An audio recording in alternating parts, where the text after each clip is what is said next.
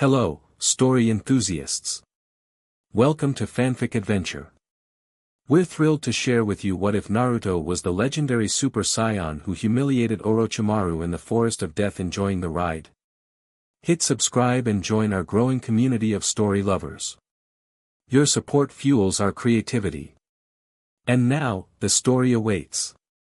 Chapter 1, Awakening in the Forest. The towering trees of the Forest of Death stretched endlessly into the sky, creating a perpetual twilight beneath their dense canopies.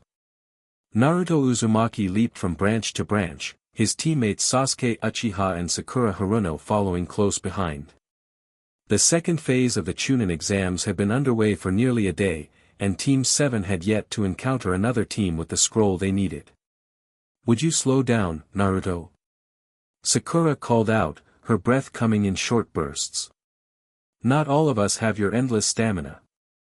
Naruto glanced back, his spiky blonde hair swaying with the movement. The whisker marks on his cheek seemed more pronounced in the dappled shadows of the forest. "Sorry, Sakura. I just have this weird feeling like we're being watched." His blue eyes scanned the surrounding foliage, narrowing slightly. Sasuke landed on a nearby branch, his dark eyes alert.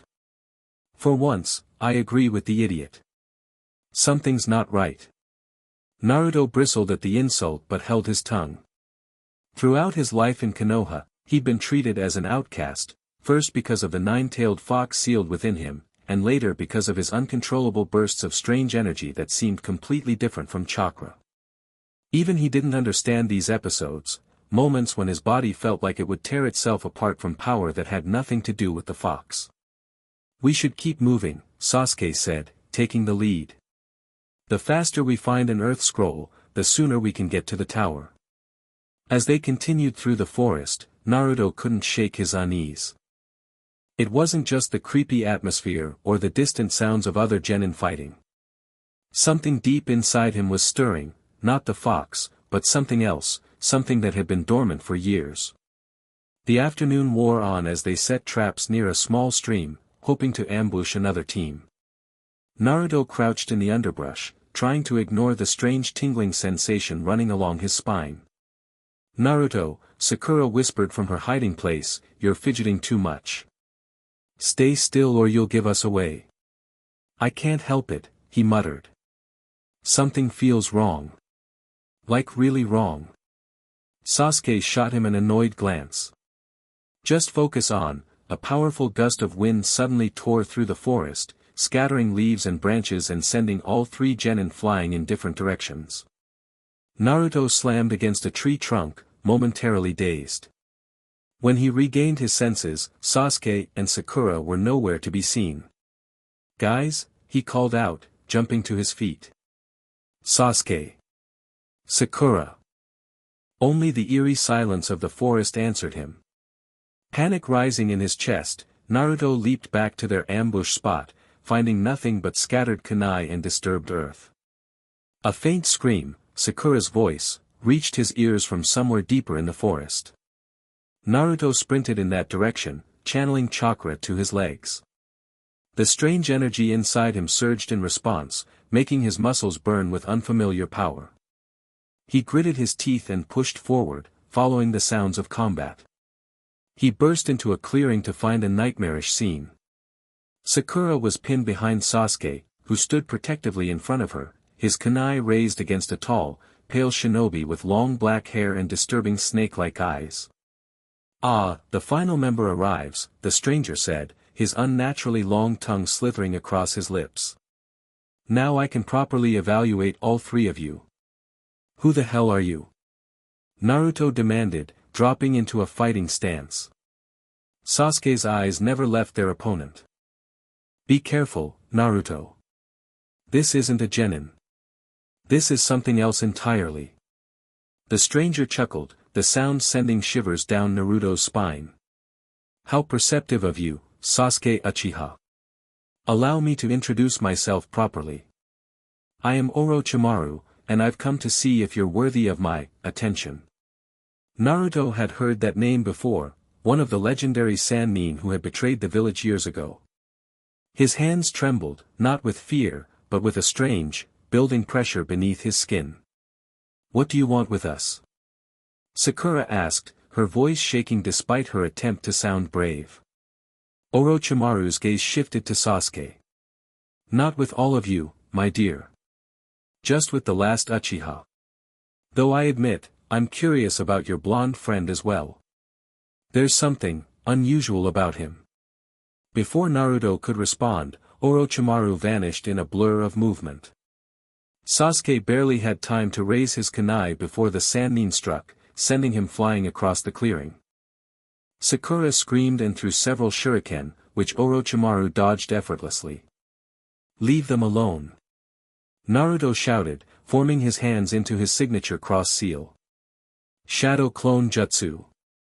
A dozen copies of Naruto appeared in puffs of smoke, surrounding Orochimaru. The Sannin looked amused. "How interesting. Let's see what you can do, Ninetales boy." The clones attacked simultaneously, but Orochimaru dispatched them with casual ease, his movements too fast for Naruto to follow. Within seconds, all the clones had vanished, and Naruto found himself slammed against a tree trunk, Orochimaru's hand around his throat. Disappointing. I'd heard the Kyuubi Jinchuriki had potential. The Sannin's fingers tightened. But you're nothing special after all. Something snapped inside Naruto, not the fox's chakra, but something deeper, more primal. The pressure that had been building beneath his skin erupted outward, forcing Orochimaru to release him and leap backward. "What is this?" Orochimaru's eyes widened with genuine surprise. "This isn't the Ninetales chakra." Naruto fell to his knees, clutching his chest. The burning sensation spread throughout his body, centering around his heart and spine. He'd felt these episodes before, but never this intense, never this overwhelming. Across the clearing, Sasuke had recovered and was engaging Orochimaru again, his movements enhanced by the Sharingan he'd awakened during their mission to the Land of Waves. But even with his prodigious talent, he was clearly outmatched. Orochimaru toyed with him, blocking every attack while barely moving from his position. "You have potential, Sasuke," Orochimaru said, catching the Uchiha's wrist mid-punch. "But you need more power. Power I can give you." With a swift movement, he twisted Sasuke's arm behind his back, forcing him to his knees. Sakura rushed forward with a kunai, but Orochimaru knocked her aside with a casual backhand. "Stop!" Naruto gasped, the pressure inside him building to an unbearable level. "Leave them alone." Orochimaru ignored him, bending down to Sasuke's ear. "I'm going to give you a gift, Sasuke Uchiha. A taste of the power that could be yours." His neck extended unnaturally, snake-like, as he prepared to bite Sasuke's exposed neck. Sakura screamed, unable to move from where she'd fallen. Something in Naruto's mind flashed back to the mission in Wave, Sasuke's body riddled with senbon, seemingly dead.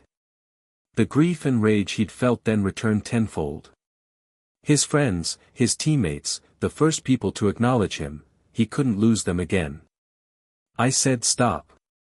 The pressure exploded outward. Golden light erupted from Naruto's body, enveloping the clearing in its brilliance. His hair stood on end, shifting from blonde to a brilliant gold, and his blue eyes transformed to a piercing teal. The ground beneath him cracked and splintered, and a powerful wind whipped through the trees, bending them away from the epicenter of the transformation.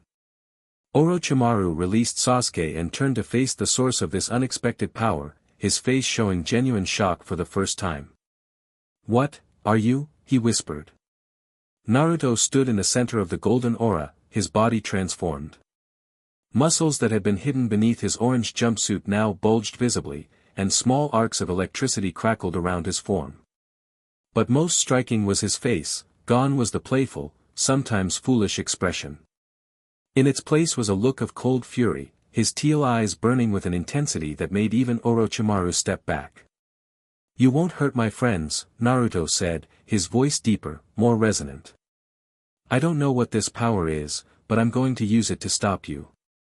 Sasuke and Sakura stared in disbelief. This was Naruto, their teammate, the class clown who constantly proclaimed he would be Hokage someday, but he was unrecognizable in this new form, radiating power that dwarfed anything they'd ever sensed before. Orochimaru's surprise quickly gave way to fascination. Extraordinary. Not the Nine Tails at all, but something else entirely. Some new Kekkei Genkai, perhaps. Or something even more rare. Naruto didn't respond with words. He simply vanished, reappearing instantly behind Orochimaru and landing a powerful blow to his back. The Sannin flew forward, crashing through several trees before embedding himself in a massive trunk nearly 50 meters away. Sakura gasped, helping Sasuke to his feet. Did you see how fast he moved? I couldn't even follow it. Sasuke said nothing, his Sharingan eyes fixed on Naruto's transformed state, recording every detail. His expression was unreadable, but a muscle twitched in his jaw. Orochimaru extracted himself from the shattered tree, brushing splinters from his clothing. His smile had turned predatory. Magnificent. Such raw power, such speed. And at such a young age. He licked his lips with his unnaturally long tongue. I came for Sasuke, but perhaps I should reconsider my priorities. Naruto crouched slightly, the golden aura around him pulsing. You talk too much. He launched forward again, and this time Orochimaru was prepared, forming hand signs with blinding speed. Wind style, great breakthrough. A powerful gust of wind met Naruto head-on, but to Orochimaru's surprise, it barely slowed the boy's charge. Naruto plowed through the jutsu as if it were a gentle breeze and slammed his fist into Orochimaru's crossed arms. The impact sent the Sannin skidding backward, tearing furrows in the earth. Impressive, Orochimaru said, flexing his arms where bruises were already forming. But I'm just getting started. He opened his mouth impossibly wide, and a snake emerged, which itself opened its mouth to produce a sword, the legendary Kusanagi blade. Gripping it, Orochimaru rushed at Naruto with renewed vigor. The clash between them sent shock waves through the forest. Trees splintered and fell, forcing Sasuke to grab Sakura and leap to safety. Naruto fought with pure instinct, his body moving in ways it never had before, matching Orochimaru's centuries of experience with raw power and speed. Sasuke, we have to help him. Sakura urged, pulling out a kunai. Sasuke's eyes narrowed, tracking the battle. We'd just get in his way. Look at them, they're fighting at a level beyond anything we can handle. Orochimaru's sword sliced through Naruto's jacket, drawing a thin line of blood across his chest. Naruto responded by grabbing the Sannin's wrist and delivering a devastating headbutt that cracked Orochimaru's forehead protector. The golden aura around Naruto intensified, and the wound on his chest closed almost immediately. What are you? Orochimaru asked again, genuine curiosity in his voice despite the pain. No Jinchuriki transformation I've ever seen looks like this. Naruto didn't know how to answer. This power felt completely separate from the Nine Tails, it came from somewhere deeper, more intrinsic to his being. It felt right in a way he couldn't explain, as if he'd been meant to access it all along. Instead of responding, he cupped his hands at his side, channeling the golden energy into a compact sphere.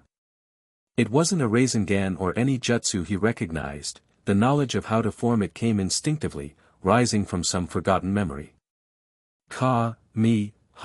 Me. The words came unbidden to his lips as the sphere grew brighter, condensing between his palms. Orochimaru's eyes widened in recognition and alarm. That technique, impossible. Ha! Naruto thrust his hands forward, releasing a brilliant beam of energy that tore through the forest. Orochimaru barely managed to substitute himself with a mud clone before the attack vaporized everything in its path, carving a massive trench through the forest of death for nearly half a kilometer.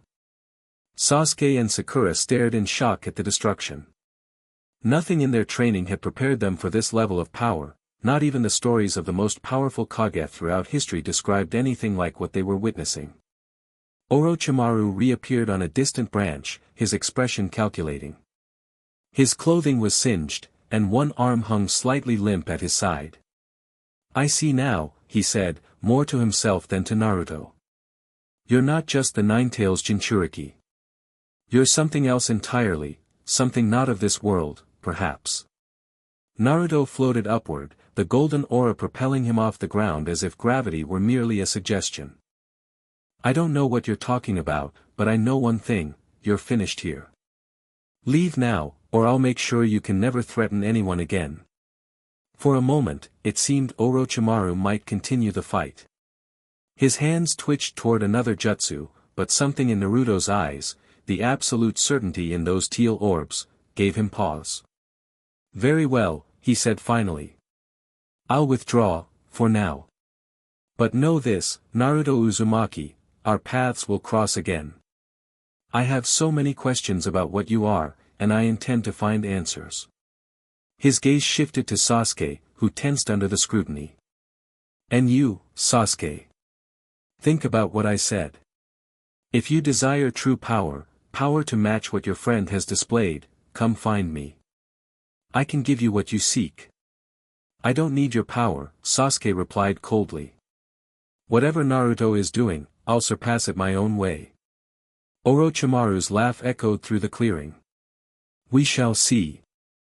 His body seemed to melt, becoming snake-like as he slithered away into the underbrush, leaving Team 7 alone in the devastated section of forest. As Orochimaru's presence faded, the golden aura around Naruto flickered and dimmed. His hair slowly returned to its normal blonde, and his eyes faded back to blue. The transformation complete, he swayed on his feet before collapsing to his knees, utterly exhausted.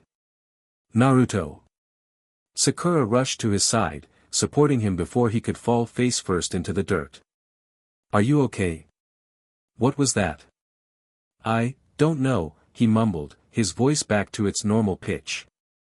"I've had weird energy bursts before, but never like that. Never so complete." Sasuke approached slowly, his Sharingan still active, memorizing everything about Naruto's appearance as the last traces of the transformation faded. "Whatever it was," he said quietly, "it wasn't chakra. Not as we understand it." Naruto looked up at his rival, expecting to see jealousy or resentment. Instead, Sasuke's expression was inscrutable, his dark eyes calculating. "We need to get to shelter," Sakura said, looking at the darkening sky. "It'll be night soon, and after all that noise, every team in the forest will be heading this way to investigate." Sasuke nodded, helping her get Naruto to his feet. "There's a hollow tree about 200 meters east. We can rest there while the dobe recovers his strength." Despite his exhaustion, Naruto managed a weak grin. "That's legendary super dobe to you, jerk." "Super, what?" Sakura asked, adjusting Naruto's arm around her shoulder. Naruto frowned, unsure where the phrase had come from. "I don't know. It just popped into my head during the fight. Legendary super, something. Like I'd heard it before, in a dream maybe." "We can figure it out later," Sasuke said, taking point as they moved through the forest. "Right now, we need to focus on passing this exam and getting to the tower." As they made their way to shelter, Naruto's mind raced with questions. The power he'd accessed felt both alien and familiar, as if it had always been a part of him, waiting to be awakened.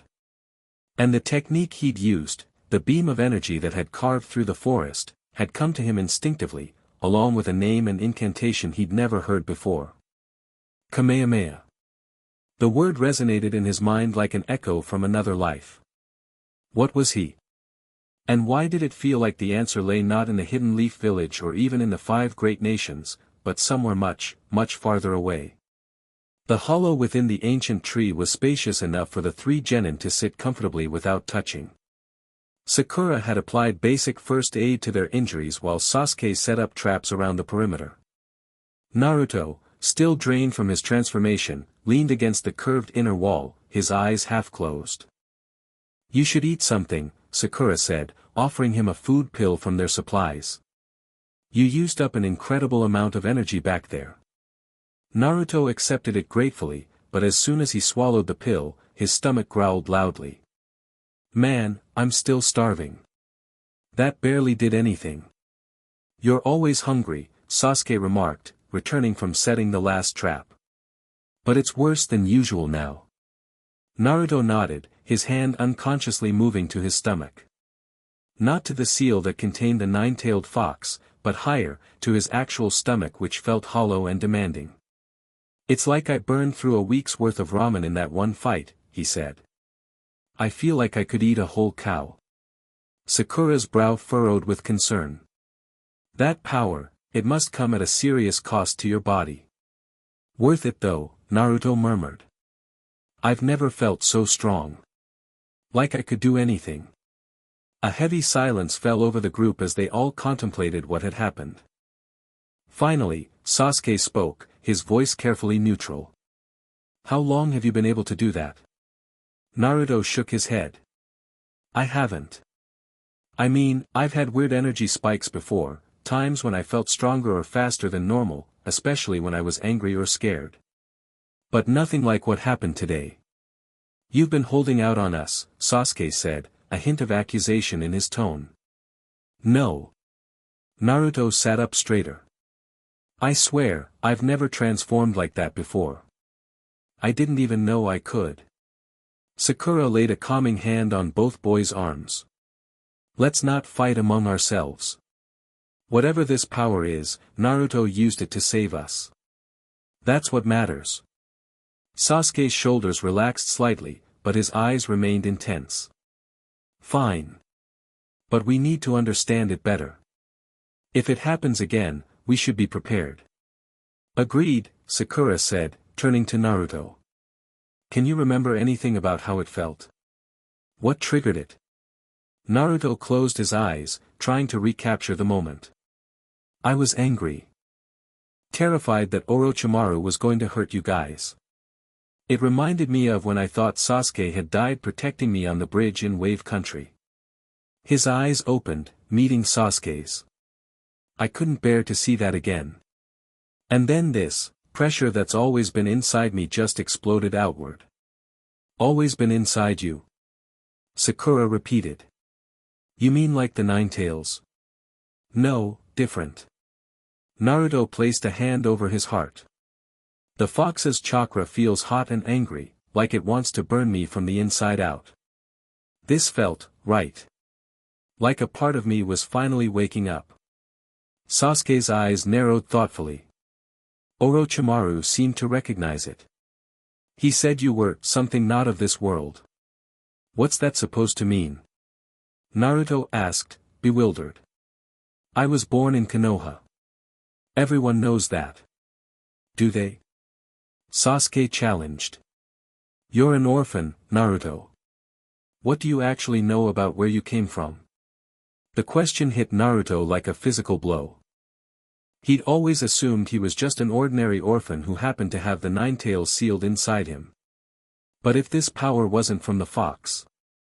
I think, Sakura said carefully, that we should focus on getting through this exam first. Once we're back in the village, we can talk to Kakashi-sensei or the Hokage about what happened. If they don't already know, Sasuke muttered. Naruto looked up sharply. What do you mean? Sasuke leaned back against the tree wall. Think about it. The adults in the village have always treated you differently. We assumed it was because of the Nine Tails, but what if there's more to it? What if they know what you really are and have been keeping it from you? The thought sent a chill through Naruto. Could the third Hokage, the man who had always been kind to him, have been hiding such a fundamental truth about his identity? Let's not jump to conclusions, Sakura said firmly. We're all tired and on edge. We should rest while we can and come up with a plan for tomorrow. Sasuke nodded reluctantly and moved to the entrance to take first watch. Naruto tried to protest that he could do it, but Sakura insisted he rest and recover his strength. As he settled down on the hard wooden floor, his mind refused to quiet, replaying the battle and transformation over and over. Just before sleep claimed him, a strange image flashed through his mind, a small round pod with a circular window, hurtling through a starry void toward a blue-green planet. Dawn broke over the forest of death, filtering through the dense canopy in dappled patterns. Naruto woke with a start, momentarily confused by his surroundings. The hollow tree, the Chunin Exams, Orochimaru, it all came rushing back, along with the memory of his transformation. He sat up, surprised to find that his exhaustion had completely disappeared. In fact, he felt stronger than before, as if the ordeal had somehow enhanced his natural abilities. Sakura was already awake, sorting through their supplies. Sasuke had finally allowed himself to sleep after his watch, his back propped against the entrance to their shelter. "Morning," Naruto said, stretching. "Any sign of other teams?" Sakura shook her head. "Not yet, but we can't stay here much longer.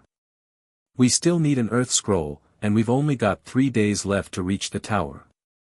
Naruto nodded, his hand unconsciously moving to his jumpsuit where their Heaven Scroll was securely tucked away.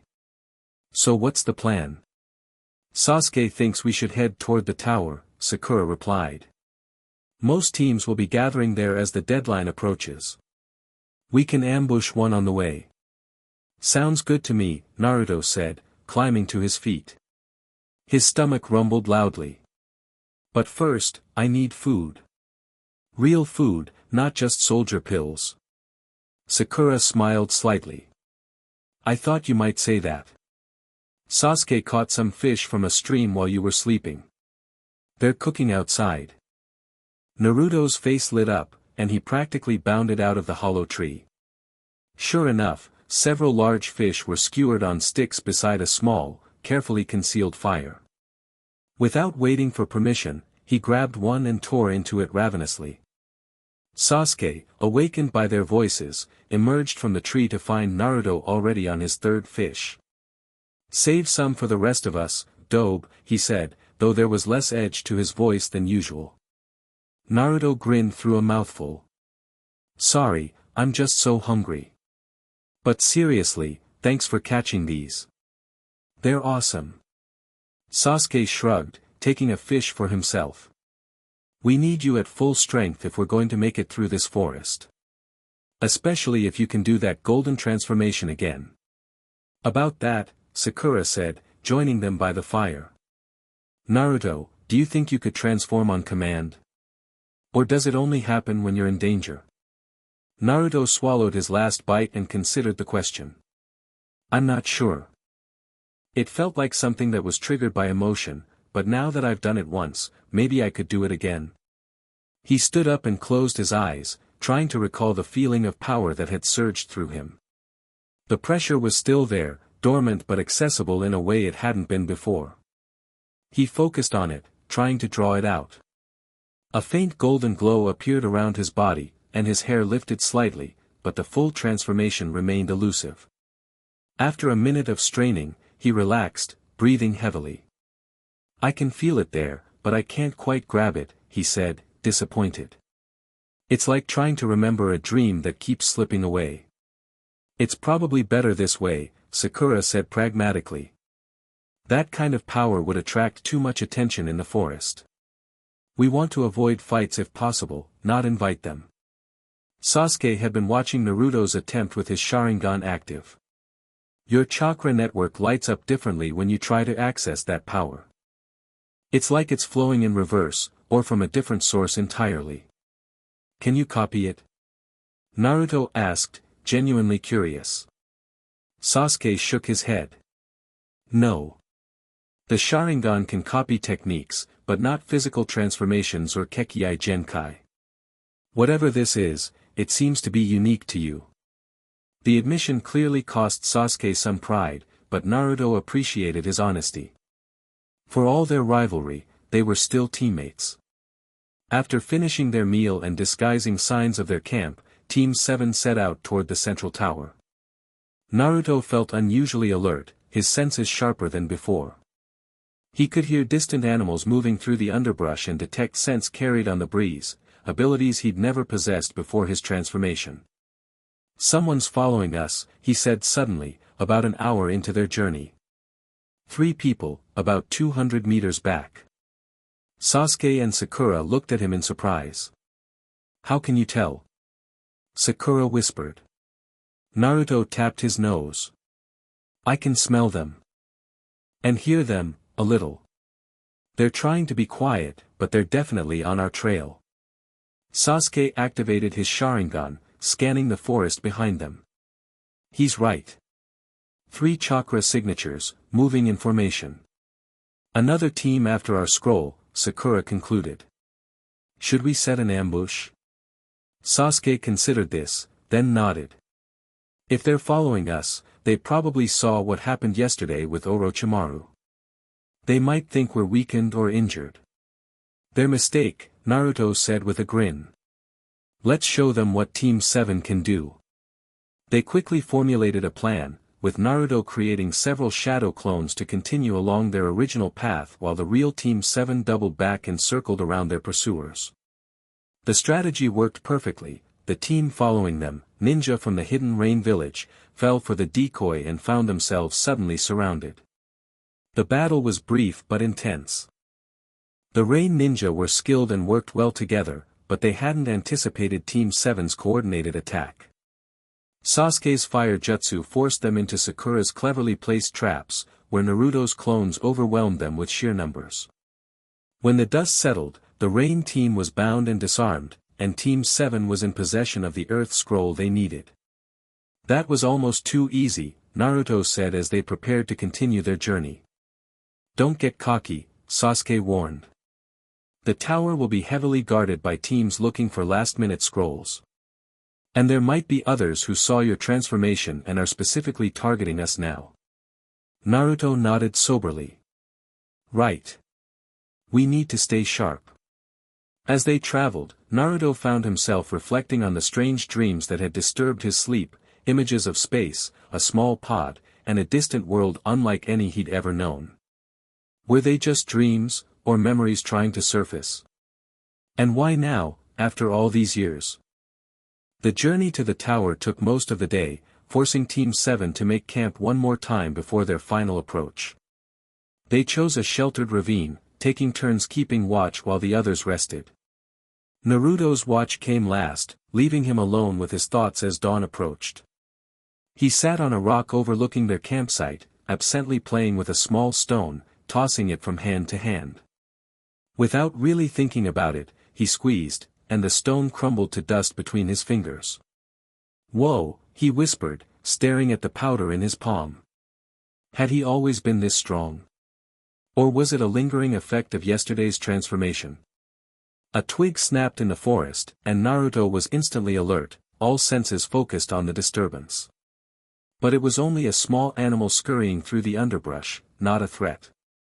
Still, the moment of tension had caused that familiar pressure to build within him again, closer to the surface now, more accessible.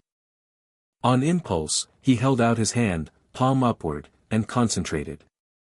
A small ball of golden energy formed above his skin, floating and pulsing with light. It wasn't chakra, it felt different, purer somehow, and didn't require hand signs to shape.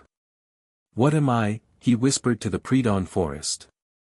The energy ball dissipated as Sasuke and Sakura began to stir, ready for the final leg of their journey. Naruto pushed his questions aside, focusing on the mission at hand. They had a tower to reach, an exam to complete. The mysteries of his power could wait a little longer. As they approached the tower later that morning, Naruto sensed several teams concealed in the surrounding area, watching and waiting for easy targets. He relayed this information to his teammates in hushed tones. We could fight, he suggested. I'm pretty sure I could take them all on. No, Sasuke said firmly. We have both scrolls. There's no need to risk injury or reveal more about your abilities. We make a break for the tower at full speed, no stopping for anything. Naruto wanted to argue but saw the wisdom in Sasuke's plan. They were so close to completing this phase of the exam, why risk it now? Fine, he agreed. On your signal. Sasuke surveyed the clearing between their position and the tower entrance, calculating the fastest route. Ready, now. Team 7 burst from cover, sprinting across the open ground with chakra-enhanced speed. Almost immediately, shuriken and kunai rained down from multiple directions as hidden teams launched their attacks. Naruto created shadow clones to run interference, while Sasuke deflected projectiles with precision. Sakura stayed between them, guarding their scrolls and watching for ambushes from below. They were halfway to the tower when a massive net of chakra-infused wire descended from the trees, threatening to entangle them. Without thinking, Naruto pushed his teammates forward and turned to face the trap. The pressure inside him surged, not a full transformation but enough to enhance his strength dramatically. With a shout, he grabbed the falling net and tore it apart, the golden aura briefly flaring around his hands. The ninja who had set the trap, a team from the hidden grass village, emerged from concealment, their expressions shifting from confidence to uncertainty as they witnessed Naruto's display of power. "Go!" Naruto called to his teammates. "I'll catch up." Sasuke hesitated for just a moment, then nodded, grabbing Sakura's arm as they made the final dash to the tower. The grass ninja approached cautiously, spreading out to surround Naruto. "You're the one who fought Orochimaru," their leader said, recognition in his eyes. "We saw what you did to him." Naruto's eyes narrowed. "Then you know you should walk away right now." The grass ninja exchanged glances, clearly conflicted. Finally, their leader nodded. "We'll let you pass. But know this, word of your power is spreading through the forest. Everyone wants to know what you are." "Get in line," Naruto muttered as the grass team retreated into the trees. He turned and sprinted toward the tower, catching up to Sasuke and Sakura just as they reached the entrance. Together, they stepped inside, finally safe from the dangers of the forest of death. The room they entered was empty except for a large inscription on the wall. Sakura read it aloud, deciphering its meaning. They needed to open both scrolls simultaneously to complete this phase of the exam. With Sasuke holding the Earth Scroll and Naruto the Heaven Scroll, they broke the seals together. Smoke billowed from the parchment, and with a loud pop, Iruka-sensei appeared before them. "Congratulations, Team 7, he said, smiling proudly. "You've completed the second phase of the Chunin Exams with," he checked a small pocket watch, "a day and a half to spare." "Impressive." His smile faltered slightly as he took in their appearance, torn clothing, minor injuries, and the unusual intensity in Naruto's eyes. "You three look like you've been through quite an ordeal," he observed. "Anything I should know about?" The teammates exchanged glances, silently debating how much to reveal. Finally, Sasuke spoke. "We encountered Orochimaru in the forest," he said bluntly. "He attacked us, but we managed to drive him off." Iruka's face paled. "Orochimaru? Are you certain?" "He introduced himself," Sakura confirmed. "Said he was interested in Sasuke's abilities." Iruka's eyes darted to Naruto, who was unusually quiet. "And you? Are you alright, Naruto?" Naruto met his former teacher's gaze steadily. "I'm fine. But something happened during the fight. Something I need to talk to the old man about." Iruka understood immediately that Naruto meant the Hokage. "I see. I'll make sure he knows you need to speak with him. But for now, you should rest. The third phase won't begin until all passing teams have arrived or the 5 days are up." He directed them to quarters within the tower where they could recover, promising to send medical ninja to check their injuries. As they turned to go, Iruka called out one last question. "Naruto, what exactly happened in that forest?" The proctors reported unusual energy signatures and massive structural damage to the area. Naruto paused, looking back over his shoulder. "I found out I might not be exactly what everyone thinks I am. And neither is the power inside me." With that cryptic statement, he followed his teammates deeper into the tower, leaving Iruka staring after him with a mixture of confusion and concern. Inside their assigned room, Team 7 finally allowed themselves to relax. They had survived the forest of death and whatever Orochimaru had planned for them. But Naruto knew this was just the beginning. The transformation, the strange power, the dreams of space and distant worlds, all pointed to a truth about himself that had been hidden for years. And he was determined to uncover it, no matter what. The next day and a half passed slowly for Team 7 as they recovered in the tower. Medical ninja treated their injuries, though they found Naruto almost completely healed already, another unusual trait he'd never noticed before. Food was provided, and Naruto ate enough for 3 people at every meal, much to the surprise of the proctors. Other teams trickled in as the deadline approached: Shikamaru's Team 10, Kiba's Team 8, and a team from the sand village that included a red-haired boy named Gaara who gave Naruto an uneasy feeling. The last to arrive before the cutoff was a team from the sound village, looking battered but determined. Throughout their time in the tower, Naruto sensed curious glances and hushed conversations following him. Rumors of his confrontation with Orochimaru had spread among the competitors and proctors alike, growing more exaggerated with each retelling. On the morning of the 5th day, all passing teams were summoned to a large arena within the tower. The Hokage himself was present, along with the Jonin instructors and various dignitaries from the participating villages.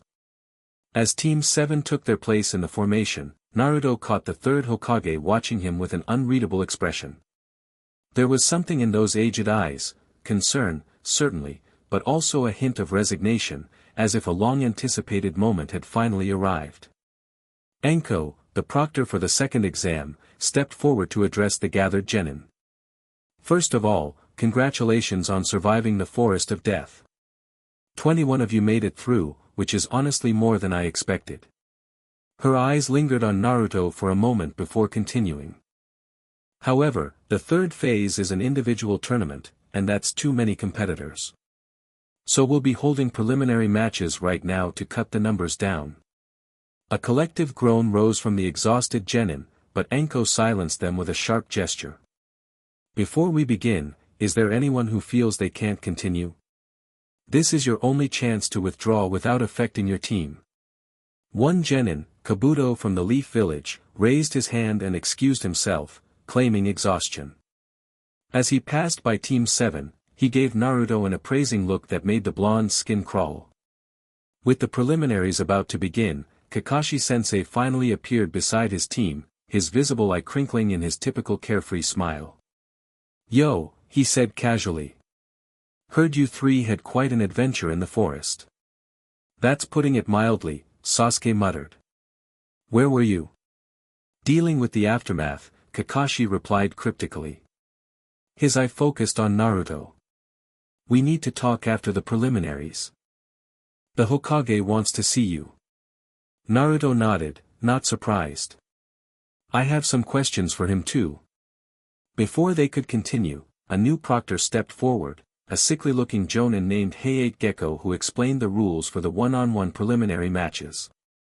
The first names appeared on the large screen: Sasuke Uchiha vs Yoroi Akato. As Sasuke prepared for his match, Kakashi pulled him aside briefly, whispering something in his ear. Sasuke nodded grimly before stepping into the arena. Naruto turned his attention to the match, watching as Sasuke struggled against an opponent who could absorb chakra through physical contact. Despite this disadvantage, Sasuke ultimately prevailed using taijutsu techniques inspired by Rock Lee, finishing with a powerful combo he called the Lion's Barrage. The matches continued one after another. Shino defeated a sound ninja named Zaku. Kankuro from the Sand Village beat another Leaf Genin with his puppet techniques. The red-haired Gaara crushed Rock Lee in a brutal display of power that left the energetic taijutsu specialist seriously injured. Finally, Naruto's name appeared on the board, matched against Kiba Inuzuka from Team 8. "All right." Kiba shouted, pumping his fist. "An easy win. No offense, Naruto, but you're no match for me and Akamaru." Naruto said nothing as he made his way to the arena floor. He felt strangely calm, focused in a way he'd never been before. The pressure inside him was quiet but present, like a slumbering giant ready to wake at his call. As Hayate signaled the start of the match, Kiba immediately enhanced himself with his clan's beast mimicry technique, his features becoming more feral as his speed and strength increased. With Akamaru at his side, he launched into a spinning attack, aiming directly for Naruto. In the past, Naruto might have panicked or relied on his shadow clones to absorb the hit. But something had fundamentally changed within him since the Forest of Death. Time seemed to slow as Kiba approached, allowing Naruto to track his movement effortlessly. Without using the golden transformation, Naruto simply stepped aside at the last possible moment, letting Kiba's attack miss by millimeters. The dog-nin skidded to a halt, confusion evident on his face. Lucky dodge, Kiba growled, signaling to Akamaru for their next combination. From the spectator balcony, Kakashi watched with narrowed eyes. "He's different," he murmured. Beside him, Sakura nodded. "You have no idea, sensei." Kiba and Akamaru attacked simultaneously from different angles, using their fang-over-fang technique to become whirling drills of claws and fangs. Again, Naruto avoided both attacks with minimal movement, his body responding to threats almost before his mind could process them. "Stop running and fight me!" Kiba shouted in frustration. Naruto finally spoke, his voice calm. "If that's what you want." In a burst of speed that left many onlookers gasping, Naruto appeared behind Kiba and delivered a precise strike to the back of his neck, not enough to cause permanent damage, but sufficient to send him sprawling across the arena floor.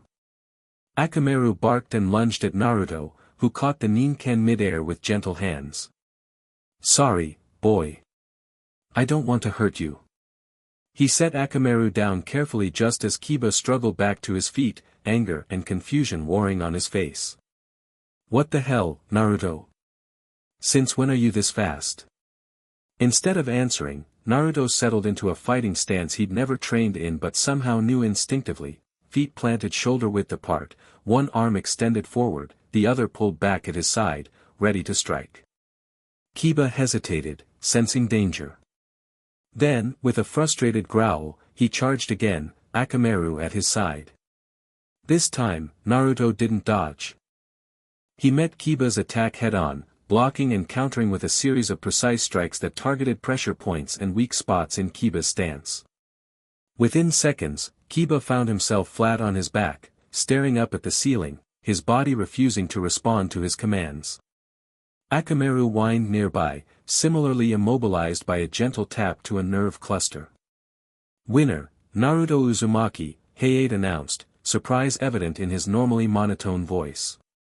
A stunned silence fell over the arena, broken only by scattered applause from those who hadn't yet grasped the significance of what they'd witnessed. Naruto hadn't just defeated Kiba, he'd done so without using a single jutsu, shadow clone, or any visible chakra. And he'd made it look effortless. As medical ninja arrived to check on Kiba and Akamaru, Naruto knelt beside his fallen opponent. "The paralysis will wear off in a few minutes," he said softly. "I didn't want to hurt you guys." Kiba managed a weak nod, his eyes still wide with shock. "What happened to you in that forest, Naruto?" Naruto stood, gazing up at the Hokage who was watching him intently. "I'm still figuring that out." As he climbed the stairs back to the spectator balcony, Naruto noticed the changed way people were looking at him, not with the disdain or dismissal he was accustomed to, but with cautious respect and, in some cases, fear. Even the Saiyan team's Jonin instructor was studying him with narrowed eyes. "Nice job, Naruto," Kakashi said as he rejoined Team 7. "Though I have to admit, that fighting style isn't one I've seen from you before." "I know," Naruto replied, rubbing the back of his neck. "It just sort of came to me. Like muscle memory I didn't know I had." Before Kakashi could respond, Sakura's name appeared on the board, matched against Ino Yamanaka. As his teammate prepared for her match, Sasuke moved closer to Naruto. "You held back," he observed quietly. "A lot." Naruto nodded. It didn't seem right to go all out against a friend in what's basically a practice match. "HN." Sasuke turned his attention to Sakura's match, but not before adding, "Whatever that power is, you need to master it, not just use it instinctively. Otherwise, it will control you instead of the other way around." The wisdom in Sasuke's words surprised Naruto, but he recognized the truth in them. The golden transformation and all these new abilities, they were part of him, but untamed, unpredictable. If he wanted to truly understand what he was, he needed to gain mastery over his own power. As the preliminary matches continued, Naruto's mind drifted to the upcoming conversation with the Hokage. What would the old man tell him? Had he known all along what Naruto was? And most importantly, was Naruto ready to hear the truth? The pressure inside him pulsed gently, like a second heartbeat, as if to remind him that no matter what he discovered, this power was his birthright, waiting to be fully claimed. The preliminaries concluded with 8 genin advancing to the finals: Naruto, Sasuke, Neji Hyuga, Gaara, Temari, Kankuro, Shino Aburame, and Shikamaru Nara. They would have 1 month to prepare before the tournament that would determine which of them would be promoted to Chunin. As the competitors dispersed, the third Hokage approached Team 7, his weathered face solemn. "Naruto," he said, his voice gentle but firm. "I believe it's time we had a talk." Naruto nodded, his heart pounding. This was the moment he'd been waiting for since the forest, answers to questions he hadn't even known to ask until now. "Can Sasuke and Sakura come too?" he asked. They were there when it happened. They saw everything. The Hokage considered this request for a moment, then nodded. "Very well. They've earned the right to know. Kakashi as well, of course." They followed the Hokage to a secure room deep within the tower, reinforced with privacy seals that glowed faintly on the walls. Once they were all seated around a small table, the third produced an old wooden pipe from his robes, lighting it with a subtle fire jutsu. "I had hoped this day would come later," he began, exhaling a stream of smoke. "When you were older, more prepared. But events have forced my hand." "You know what happened in the forest," Naruto said. It wasn't a question. "Yes. The ANBU who monitor the Chunin exams reported unusual energy readings, consistent with what we've detected from you in moments of extreme stress throughout your childhood. So you've always known I was different." Naruto's hands clenched into fists on his lap. "Different, yes. But as to the exact nature of your difference," the Hokage sighed heavily. "That has been a mystery even to me, until recently." He reached into his robes and withdrew a small metal device, roughly cylindrical with strange symbols etched into its surface. He placed it on the table between them. "This was found with you when you were discovered as an infant, 16 years ago." Naruto stared at the object, a strange sense of familiarity washing over him. "What is it?" "We believe it to be some form of data storage device, though its technology is unlike anything in the 5 nations. For years, our research division attempted to access its contents without success. Until recently, Kakashi interjected, his visible eye focused on the device. The Hokage nodded. 3 years ago, during one of your episodes, Naruto, you emitted an energy signature that resonated with this device. It activated briefly, revealing fragments of information. Not enough for a complete picture, but enough to form a theory." "What kind of theory?" Sasuke asked, leaning forward intently. The third took another draw from his pipe before answering. "That Naruto is not, strictly speaking, from our world at all." A heavy silence fell over the room as the genin processed this statement. Sakura was the first to recover. "You mean, like, from another country? Another continent?" "I mean," the Hokage said carefully, "from beyond our world entirely. From the stars." Naruto felt as if the floor had dropped out from beneath him. The dreams, the pod, the vast emptiness of space, they weren't dreams at all, but memories, fragments of his true origin struggling to surface. "I'm an alien," he whispered, the word feeling strange on his tongue. "We believe so," the Hokage confirmed. "Based on the limited data we could extract, you are a member of a warrior race called the Scions. A race known for their extraordinary physical abilities, their capacity for growth through combat, and their potential for transformation into what the device termed a Super Saiyan state." The phrase resonated within Naruto like a bell being struck. Super Saiyan. The words he'd spoken to Sasuke after the fight with Orochimaru, which had come to him seemingly from nowhere. The golden hair, the green eyes, he murmured. The power. Yes. What you experienced in the Forest of Death appears to have been your first full transformation into this Super Saiyan state. The Hokage gestured to Kakashi. Your sensei has been briefed on what little we know, as he will be responsible for helping you train this new power during the month before the finals. Naruto turned to Kakashi. Can you? I mean, if it's not chakra. Not directly, Kakashi admitted. But I can help you with control, with discipline. And we have resources from the device that might guide us. Sasuke had been unusually quiet, his eyes fixed on the metal cylinder. Now he spoke, his voice carefully neutral. You said Naruto is from a warrior race. Are there others like him? Here, or elsewhere? A shadow passed over the Hokage's face. According to the fragmented data, the Saiyan race was nearly extinct when Naruto was sent away as an infant. Their home planet was destroyed, though the circumstances are unclear. The weight of this revelation hit Naruto like a physical blow. Not only was he an alien, but possibly one of the last of his kind. An orphan in a far more profound sense than he'd ever realized. Why was I sent here? He asked, his voice small. That, the Hokage said gently, remains unknown. The device contains what appears to be a message, but it's encrypted in ways we cannot decode with our current technology. It may hold the answer to that question, along with many others. Sakura placed a comforting hand on Naruto's arm. This doesn't change who you are, she said firmly. You're still Naruto Uzumaki of the Hidden Leaf. Naruto gave her a grateful smile, but inside, his mind was reeling. He was Naruto Uzumaki, yes, but he was also something else, something not of this world. A scion. The word felt right, felt true in a way that resonated with the power humming beneath his skin. What about the Nine Tails? He asked suddenly. If I'm not human, how could the fourth Hokage seal the fox inside me? The third exchanged a glance with Kakashi before answering.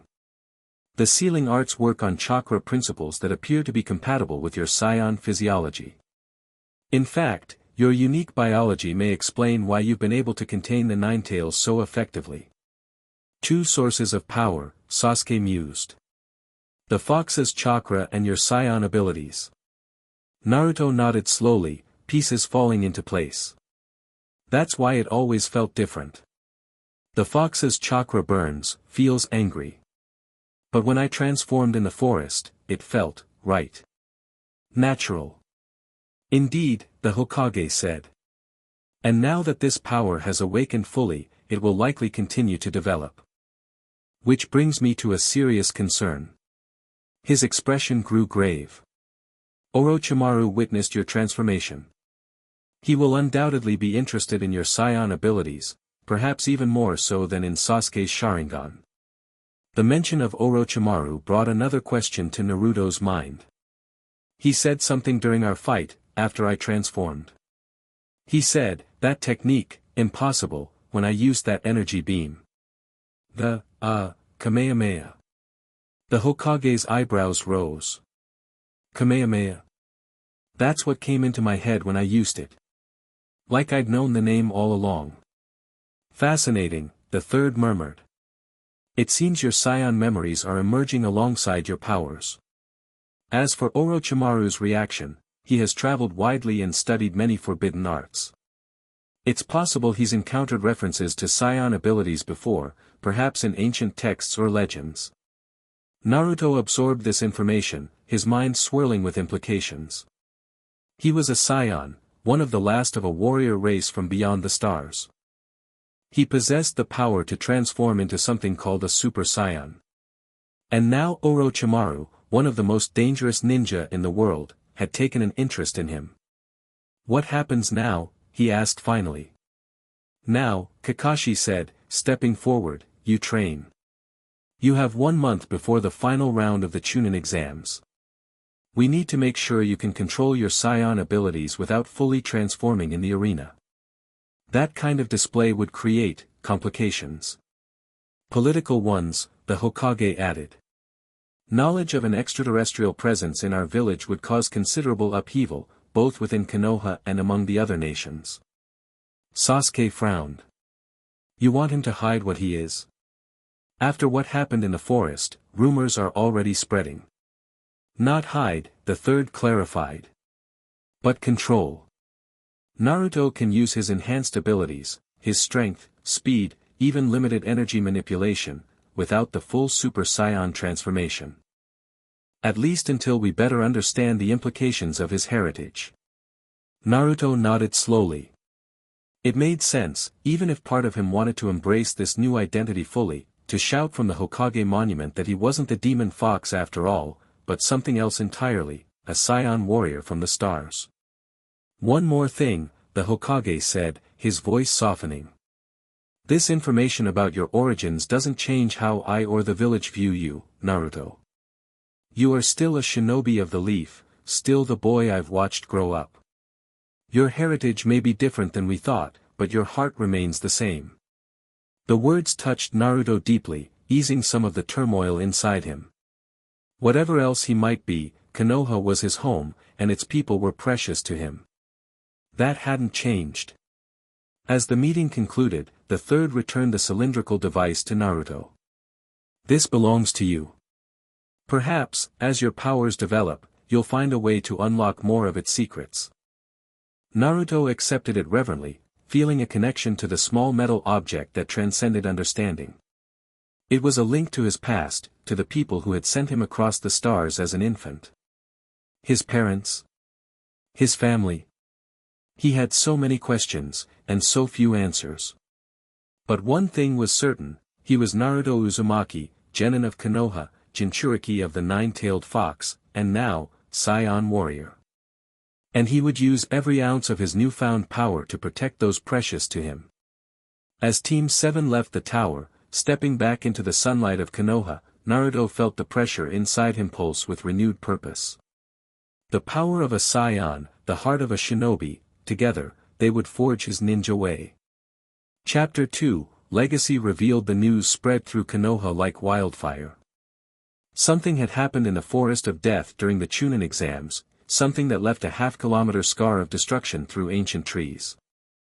Rumors abounded. Orochimaru had returned, a new type of forbidden jutsu had been unleashed, the Nine Tails had briefly escaped its Jinchuriki. Few knew the truth, and those who did kept silent by order of the Hokage. Naruto Uzumaki walked through the village streets, uncomfortably aware of the stares following him. The whispers weren't new, he'd endured them his entire life, but their nature had changed. Where once they'd been filled with contempt and fear of the fox, now they held uncertainty, curiosity, and a different kind of apprehension. There he is, a Chunin whispered to his companion as Naruto passed. The one who supposedly fought Orochimaru to a standstill. Impossible, his friend replied, though doubt tinged his voice. He's just a genin. I heard his eyes turned green and his hair gold. And he shot some kind of light from his hands that vaporized half the forest. Naruto kept his gaze forward, pretending not to hear. 3 days had passed since the revelation of his scion heritage, and he was still processing what it meant. The small cylindrical device the Hokage had given him rested in his pocket, a constant reminder of his otherworldly origins. He was headed to Training Ground 7, where Kakashi had promised to begin helping him control his newfound abilities. As he neared the bridge where Team 7 usually met, he spotted Sakura already waiting, a stack of books beside her. "Morning, Sakura," he called, raising a hand in greeting. She looked up from her reading and smiled. "Hey, Naruto. Ready to start your special training?" "I think so.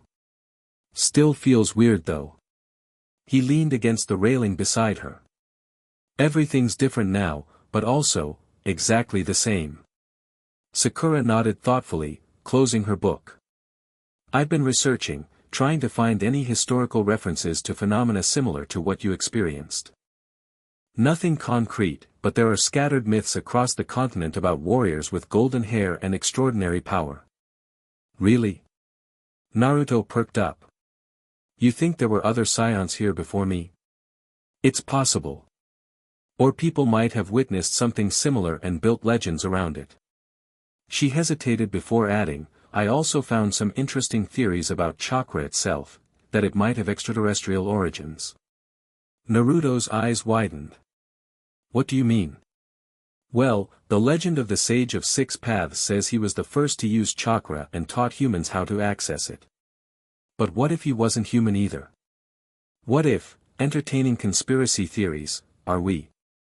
Kakashi's voice interrupted as he appeared in a swirl of leaves, only 30 minutes late, practically early by his standards. Sakura blushed slightly. Just trying to help Naruto understand his background, sensei. Kakashi, I smiled. A commendable effort. But for now, let's focus on the practical rather than the historical. He turned to Naruto. Ready to begin? Naruto nodded eagerly. Definitely. Are you going to teach me some awesome new jutsu? Or how to control the Super Saiyan transformation? Nothing so dramatic today, Kakashi replied, leading them deeper into the training ground. First, we need to establish a baseline, understand exactly what you can do naturally, without transformation. They arrived at a clearing far from the usual training areas, surrounded by sturdy stone markers. Sasuke was already there, leaning against a tree with his arms crossed. Sasuke. Naruto blinked in surprise. You're joining us. The Uchiha shrugged. Kakashi asked me to help. My Sharingan can track your energy flow better than normal vision. And, Kakashi added, I thought having a familiar sparring partner might help you stay focused. Naruto grinned at his rival. Just don't get jealous when you see what I can do now. Sasuke's expression remained neutral, but a competitive gleam entered his eyes. We'll see who needs to be jealous, dead last. Alright, enough banter, Kakashi intervened. Naruto, I want you to perform a series of basic physical tests. No chakra, no transformation, just your natural abilities. The tests began simply, running, jumping, lifting. But as they proceeded, it became clear that Naruto's natural abilities had changed dramatically since his transformation in the forest. He cleared the entire training ground in a single bound, lifted a boulder that weighed several tons with minimal effort, and completed Kakashi's speed course so quickly that only Sasuke's Sharingan could properly track him. Fascinating, Kakashi murmured, jotting notes in a small book. Your baseline physical abilities now exceed those of most jonin.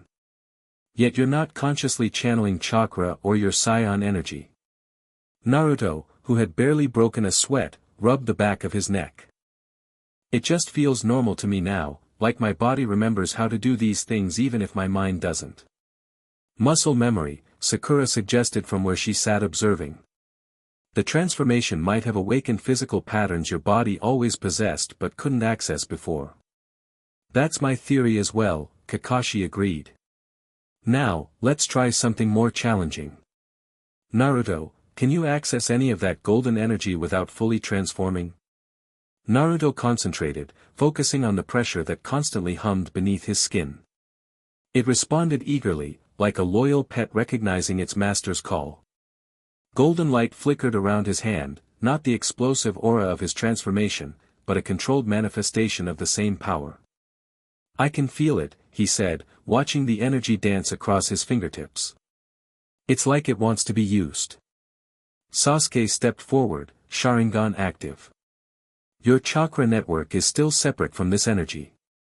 They run parallel but don't mix. Two distinct power sources, Kakashi observed. Try channeling both simultaneously, Naruto. Chakra in one hand, this scion energy in the other. Naruto complied, summoning a Rasengan in his right hand while maintaining the golden energy in his left. The effort made him grimace, keeping the two energies separate required intense concentration. They want to mix, he ground out. Like magnets pulling together. Don't let them, Kakashi warned sharply. We have no idea what would happen if your scion power merged with the Ninetales chakra. The mention of the fox sent a ripple of awareness through Naruto. Since the forest, the Ninetales had been unusually quiet, as if retreating deeper into its seal. Was it wary of this new power its host had awakened? Suddenly, the golden energy flared, responding to Naruto's momentary distraction. The Rasengan in his other hand destabilized, chakra spiraling wildly before both energies dissipated in a forceful burst that sent everyone staggering back. "Sorry," Naruto called out, steadying himself. "I lost focus for a second." "And that," Kakashi said, brushing dust from his vest, "is exactly why we're starting with basic control exercises." The rest of the morning was spent on precisely that, learning to summon the scion energy in controlled amounts, shaping it into simple forms, and maintaining it for extended periods. By noon, Naruto could create and sustain a small golden sphere about the size of an apple, though it required his complete concentration. "That's enough for today," Kakashi announced as Naruto dismissed his latest energy construct. "You're making good progress, but we don't want to push too far too fast." "But I feel fine," Naruto protested. "I could keep going for hours." "Perhaps physically," Kakashi conceded. "But mental fatigue can be just as dangerous when dealing with unknown powers. Rest, reflect on what you've learned, and we'll continue tomorrow." As they gathered their things to leave, an ANBU operative appeared at the edge of the clearing, masked face turned toward Kakashi. "The Hokage requests Uzumaki Naruto's presence," the operative stated flatly. Immediately, Naruto and Kakashi exchanged glances. "Did something happen?" Naruto asked. "I was not informed of details," the ANBU replied. "Only that the matter is urgent." "I'll come with you," Kakashi decided. "Sasuke, Sakura, training is over for today." The ANBU led Naruto and Kakashi through the village at a brisk pace, taking a route across rooftops to avoid the busy streets below. They arrived at the Hokage Tower and were ushered directly to the Third's office, bypassing the usual waiting procedure. Inside, Naruto found not only the Hokage but also two elders he recognized as the Third's advisors, Hamura Mitokado and Koharu Udatane. Their presence, and the grim set of the Hokage's mouth, immediately put him on alert. "Thank you for coming so quickly, Naruto," the Third said, gesturing for him to sit. "An urgent matter has arisen that concerns you directly." "Is this about my training?" Naruto asked, remaining standing. "Because I'm making progress already, believe it." "No," the Hokage said gravely. "It's about what happened in the Forest of Death. Word has spread beyond our borders." Koharu stepped forward, her aged face stern. 3 diplomatic envoys arrived this morning, from the Hidden Cloud, Hidden Stone, and Hidden Mist. All making inquiries about unusual energy signatures detected during the Chunin Exams. "That shouldn't be possible," Kakashi interjected. "The Forest of Death is within our territory. No foreign sensor type should have been able to detect chakra usage there, no matter how powerful." "That's precisely the point," Kakashi, the Third said, folding his hands on his desk. "They didn't detect chakra. They detected something else, something their sensors had never registered before." The implication hung heavily in the air. Naruto's transformation had created an energy signature so distinctive and powerful that it had been detected by other nations hundreds of miles away. "This is why we counseled restraint when the boy's condition first became known," Hamura said, his voice carrying a note of reproach. "Now we face potential diplomatic incidents with 3 major powers, all demanding to know what Konoha is hiding." "I'm not a condition," Naruto bristled. "And I didn't ask to be a, whatever I am." "Scion," the Hokage supplied quietly. "And no, you didn't ask for this burden, Naruto. No more than you asked to be the Ninetales Jinchuriki. But both are realities we must address. What have you told the envoys?" Kakashi asked, placing a calming hand on Naruto's shoulder. "Nothing specific," the Third replied. "I informed them that an advanced Kekii Genkai manifested unexpectedly during the exams, and that we are still evaluating its properties." "A convenient fiction," Koharu added. "But not one that will satisfy them for long. Especially when the boy competes in the finals, where foreign dignitaries will be watching closely." Naruto frowned, connecting the dots. You want me to withdraw from the finals? That would be the most prudent course, Hamura confirmed, not bothering to soften the blow. No. The word came from the Hokage, surprising everyone. Naruto will compete as planned.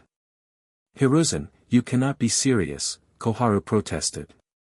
Displaying such power publicly would show our strength while revealing nothing of its true nature, the third countered. Naruto will compete, but with restrictions. No full transformation, no energy beams, nothing that cannot be plausibly explained as a unique Kekkai Genkai. Naruto processed this, considering the limitations. I can work with that. My physical abilities alone should be enough to handle most opponents. Most, yes, the Hokage agreed, his gaze troubled. But there's another competitor who concerns me greatly, Gaara of the Sand. The redhead with the gourd, Naruto recalled. There's something weird about him. Something familiar. The third nodded.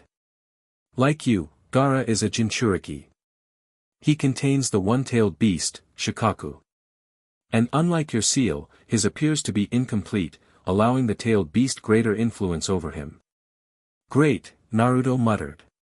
So if we fight, it'll be alien versus Tanuki demon. Despite the tension, Kakashi's visible eye crinkled with amusement. When you put it that way, it does sound like something from one of Jiraiya's more experimental novels. The Hokage cleared his throat. There's one more matter to discuss. Intelligence has reported increased activity from an organization called Akatsuki, a group of S-rank missing nin who appear to be targeting Jinchuriki. And now that I've lit up the continent like a fireworks display, they'll definitely be interested in me, Naruto concluded grimly. Precisely. Which is why, after the Chunin exam finals, I've arranged for you to undertake specialized training away from the village. With whom? Kakashi asked. The Hokage smiled slightly. An old student of mine who happens to be visiting. You'll meet him tomorrow, Naruto. For now, continue your control exercises with Kakashi, and remember, restraint in the finals. Recognizing a dismissal, Naruto and Kakashi left the Hokage's office. Outside the tower, Naruto kicked at a stone, sending it skipping across the street with more force than he'd intended. It embedded itself in a wall 20 meters away. This sucks, he grumbled. First I find out I'm some kind of space warrior, then I'm told I can't actually use my powers because it might upset the other villages. Politics, Kakashi sighed, is unfortunately part of being a shinobi. The balance of power between the 5 great nations is delicate at best. I get that. But it's not fair. Sasuke gets to use his Sharingan. Neji gets to use his Byakugan. Why can't I use what makes me special? Kakashi regarded his student thoughtfully. Is that how you see your scion abilities? As what makes you special? The question caught Naruto off guard. I don't know. I guess I'm still figuring that out. Your worth has never been defined by your powers, Naruto, not the Nine-Tails chakra, and not your scion heritage. It's defined by how you choose to use whatever abilities you have. Naruto absorbed this, thinking back to his years of struggling for recognition, of vowing to become Hokage so people would acknowledge him. Had he been seeking validation in the wrong places all along? Thanks, sensei, he said finally. I think I need some time to think. Kakashi nodded. Take the rest of the day off. Just don't do anything that might level a city block, alright? With a half-hearted smile at his teacher's joke, Naruto headed for the one place he always went when he needed to clear his head, the top of the Hokage monument, overlooking the village. As he settled on the 4th Hokage's stone head, legs dangling over the edge, Naruto reached into his pocket and withdrew the cylindrical device the third had given him. In the late afternoon sunlight, its metallic surface gleamed, the strange symbols etched into its casing seeming to shift and change as he turned it. Who were you? He whispered to the distant stars, invisible in the daylight sky. Why did you send me here? The device, of course, remained silent. But as Naruto ran his fingers over its surface, he felt a faint warmth, a subtle vibration that seemed to respond to his touch. Acting on instinct, he channeled a tiny amount of his scion energy into the cylinder. The response was immediate. The symbols illuminated with golden light, and a small section of the casing slid aside, revealing what appeared to be a button or sensor of some kind. Naruto's heart raced. The research division had spent years trying to activate the device, and he'd managed it with a simple touch. He hesitated only briefly before pressing his thumb against the newly revealed panel. A soft hum emanated from the cylinder, and suddenly a beam of light projected upward, coalescing into a holographic image about a foot tall. It showed a man with spiky black hair similar to Naruto's own, though darker, wearing unfamiliar armor with shoulder pads and a device over one eye. His stern face bore a remarkable resemblance to Naruto's, though without the whisker marks. Audio restoration incomplete, a mechanical voice announced from the cylinder. Visual archive accessible. Playback initiated. The hologram began to move, the man's mouth forming words that Naruto couldn't hear. Frustration welled up inside him, so close to answers, yet still denied them. But then the hologram changed, showing what appeared to be a small round pod, similar to the one from his dreams. Inside was a baby with a tuft of blonde hair and a small tail. Naruto gasped. The baby was him. And he'd had a tail. Unconsciously, his hand moved to the base of his spine. Had he been born with a tail that was removed when he arrived on this world? The thought was simultaneously disturbing and fascinating. The hologram shifted again, displaying star charts and what appeared to be a trajectory, the path the pod had taken to reach Earth. Then it showed a planet, beautiful and blue-green like Earth, but with unfamiliar continents. The image zoomed in on a city unlike any Naruto had seen, with rounded buildings and advanced technology. Planet Vegeta, the mechanical voice announced. Home world of the Saiyan race. Destroyed in cosmic calamity, age 737. Naruto stared, transfixed, as the hologram showed the planet suddenly engulfed in light before shattering completely. His homeworld, destroyed. Just as the Hokage had told him. The hologram cycled through more images, Scion warriors in battle, their hair flashing gold as they transformed, technique similar to the Kamehameha he'd used against Orochimaru, and finally, a brief glimpse of what appeared to be a family, the stern-faced man from before, standing beside a woman with long dark hair who held an infant in her arms. End of accessible visual archive, the mechanical voice stated. Further data recovery requires authorization sequence. The hologram flickered and vanished, leaving Naruto staring at empty air, his mind reeling from what he'd witnessed. He'd seen his homeworld, his people, possibly even his parents. The knowledge was overwhelming, a mixture of grief for what he'd lost and excitement at finally glimpsing his origins. He was so absorbed in his thoughts that he almost missed the subtle shift in the air behind him, the nearly imperceptible sound of a foot touching stone. Almost, but not quite.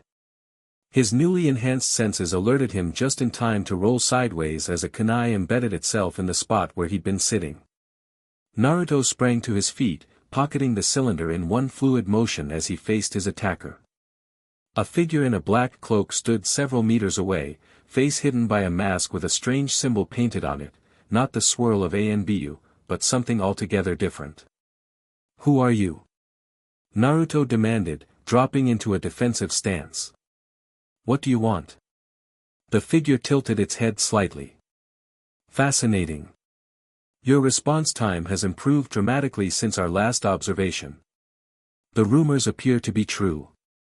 The voice was deliberately distorted, impossible to identify as male or female. Naruto tensed, ready for another attack. "I asked who you are," he repeated.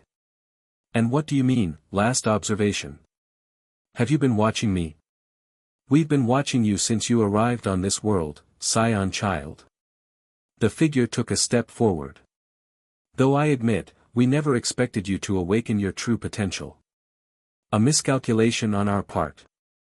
Alarm bells rang in Naruto's mind. This person knew what he was, knew he was a Scion. How was that possible when even the Hokage had only recently discovered the truth? What do you want from me? Naruto asked again, his voice hardening. To correct an oversight. The figure's hands emerged from the cloak, forming unfamiliar seals. Your kind are too dangerous to be allowed to reach maturity. The last time scions came to this world, the damage was extensive.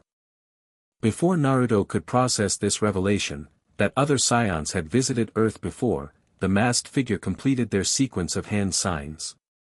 Cosmic style, gravity well jutsu. Instantly, Naruto felt an immense pressure bearing down on him from all directions, as if gravity itself had multiplied tenfold. He dropped to one knee, the stone beneath him cracking under the pressure. What the hell is this? He gasped, struggling to stand. A technique developed specifically to counter scion physiology, the figure explained dispassionately. Your race evolved on a planet with 10 times Earth's gravity. This jutsu creates a localized field of 20 times normal gravity, enough to immobilize even a scion adult, let alone a child like you. Despite the explanation, Naruto found he could still move, albeit with tremendous effort. Whatever changes his body had undergone since the Forest of Death, they had made him more resilient than his attacker anticipated. I'm not just a scion, he ground out, channeling chakra to reinforce his muscles. I'm also a shinobi of the hidden leaf. With a roar of effort, Naruto pushed himself upright, the golden aura of his scion power flickering around him, not a full transformation but enough to counter the increased gravity. The masked figure took an involuntary step back. Impossible, they whispered. You shouldn't be able to resist this jutsu without transforming. Naruto grinned fiercely. I'm full of surprises. With a burst of speed that defied the gravitational pull, he launched himself at his attacker. The masked figure barely avoided Naruto's first strike, leaping backward and forming more seals. Cosmic style, void shuriken. Dark, star-flecked projectiles materialized in the air, hurtling toward Naruto with unnatural precision. He dodged most but caught one across his arm. Instead of cutting like a normal shuriken, it seemed to distort the space it touched, leaving a numb, cold sensation in its wake. What kind of jutsu is that? Naruto demanded, shaking his arm to restore feeling. I've never seen anything like it. Of course not. Cosmic style techniques are known only to those who study the stars and what lies beyond. The figure formed more seals. We have prepared for the return of your kind for generations. We? Who is we? Naruto created a shadow clone, preparing to form a Rasengan. Who are you working for? The figure didn't answer directly. Celestial guardians have protected this world since the Age of Gods. We will not allow another scion incursion. Celestial guardians. The term meant nothing to Naruto, but the implications were clear. This was some kind of organization dedicated to defending against threats from space. Threats like him, apparently. Before he could question further, the masked figure unleashed another attack, a beam of darkened energy that crackled with what looked like miniature stars. Naruto met it with his Rasengan, the two forces colliding in a spectacular display of power that sent shockwaves across the Hokage monument. The clash attracted attention. Naruto sensed multiple chakra signatures converging on their location, ANBU responding to the disturbance. The masked figure sensed it too. We will meet again, Scion child, they said, leaping backward toward the edge of the monument. Your presence has been noted. The Celestial Guardians will not allow another catastrophe. Wait! Naruto shouted, sprinting after them. What do you know about other scions? About my people? But the figure had already dropped over the edge. When Naruto reached the spot and looked down, there was no sign of his attacker, only the bustling streets of Konoha far below, oblivious to the confrontation that had just taken place above them. Seconds later, 3 ANBU landed beside him, weapons drawn. Uzumaki, one said, mask resembling a cat. What happened here? Naruto hesitated, unsure how much to reveal. Someone attacked me. They knew what I am. The ANBU exchanged glances. Description: black cloak, strange mask with a symbol I didn't recognize. They used jutsu I've never seen before, called it cosmic style. The cat-masked ANBU stiffened visibly. Secure the perimeter, they ordered the others. I'll escort Uzumaki to the Hokage immediately. As they traversed the rooftops toward the Hokage tower for the second time that day, Naruto couldn't shake a growing sense of unease. The existence of an organization specifically designed to counter scions implied a history he knew nothing about, a history that might explain why he had been sent to this world as an infant. And if these celestial guardians had been watching him since his arrival, how many others might be doing the same? Celestial guardians, the third Hokage repeated, his expression grave. You're certain that's what they called themselves? Naruto nodded. Yes. They said they've protected this world since the Age of Gods and wouldn't allow another scion incursion. What did they mean by that? Have there been other scions here before? The Hokage exchanged a meaningful glance with Jiraiya, who had arrived moments after Naruto was brought to the office. The white-haired Sannin leaned against the wall, his usually jovial demeanor replaced by serious consideration. There are legends, Jiraiya said finally. Ancient stories that most dismiss as myth. Tales of beings who fell from the stars and possessed incredible power, power that could level mountains and raise tsunamis. Not just legends, the third added quietly. There are sealed records in the village archives, dating back to the founding of the hidden villages, that reference visitors from beyond the sky, who engaged in battle with the most powerful shinobi of the era. Naruto's eyes widened. You're saying other scions came to Earth before? And fought against ninja? The records don't call them scions specifically, the Hokage clarified. But the descriptions match what we now know about your race, transformations, incredible physical abilities, energy-based attacks. If these celestial guardians have targeted you, Jiraiya interjected, it means they've maintained their organization in secret for centuries, perhaps millennia. And they clearly see your awakening as a threat.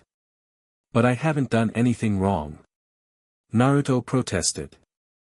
I didn't even know what I was until a few days ago.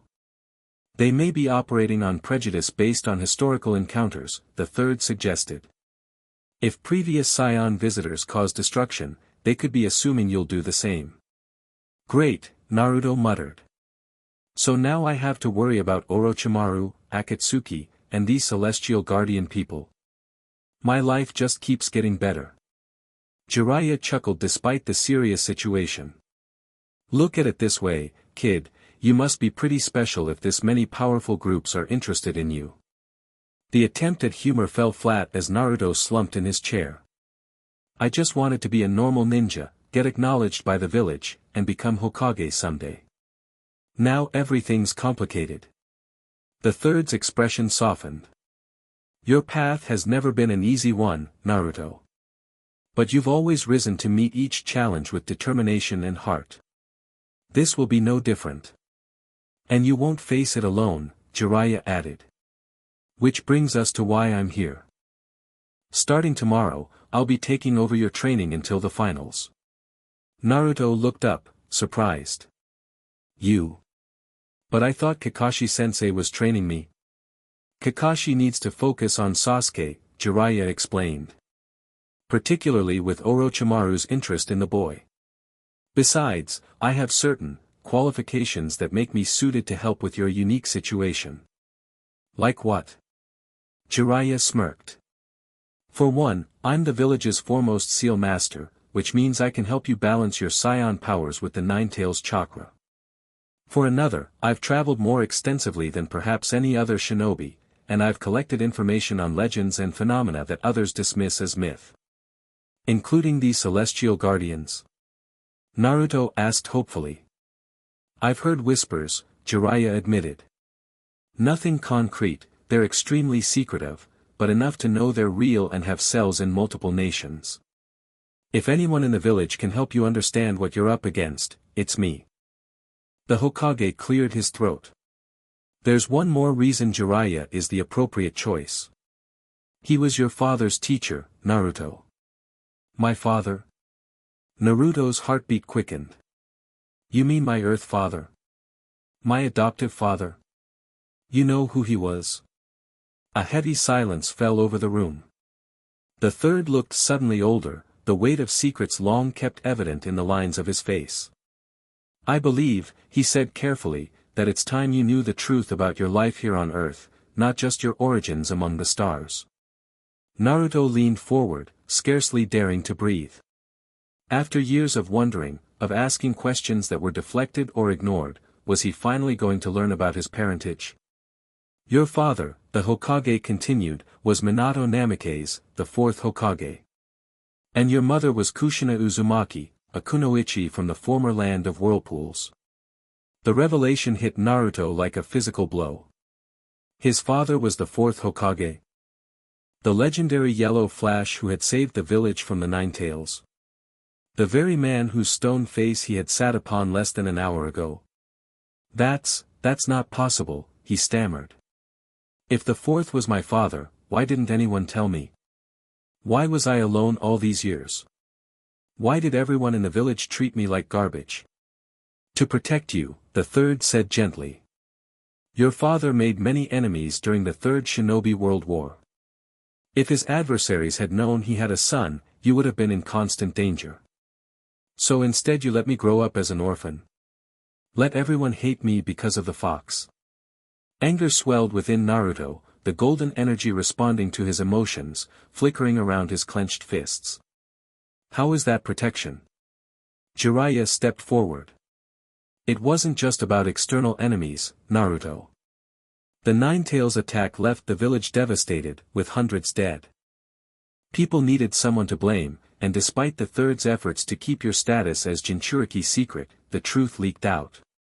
And if they'd known I was the fourth son at the same time? What then? Civil unrest, possibly worse, the third admitted. Some would have seen it as a betrayal, that Minato would seal the fox into his own son after it had killed their loved ones.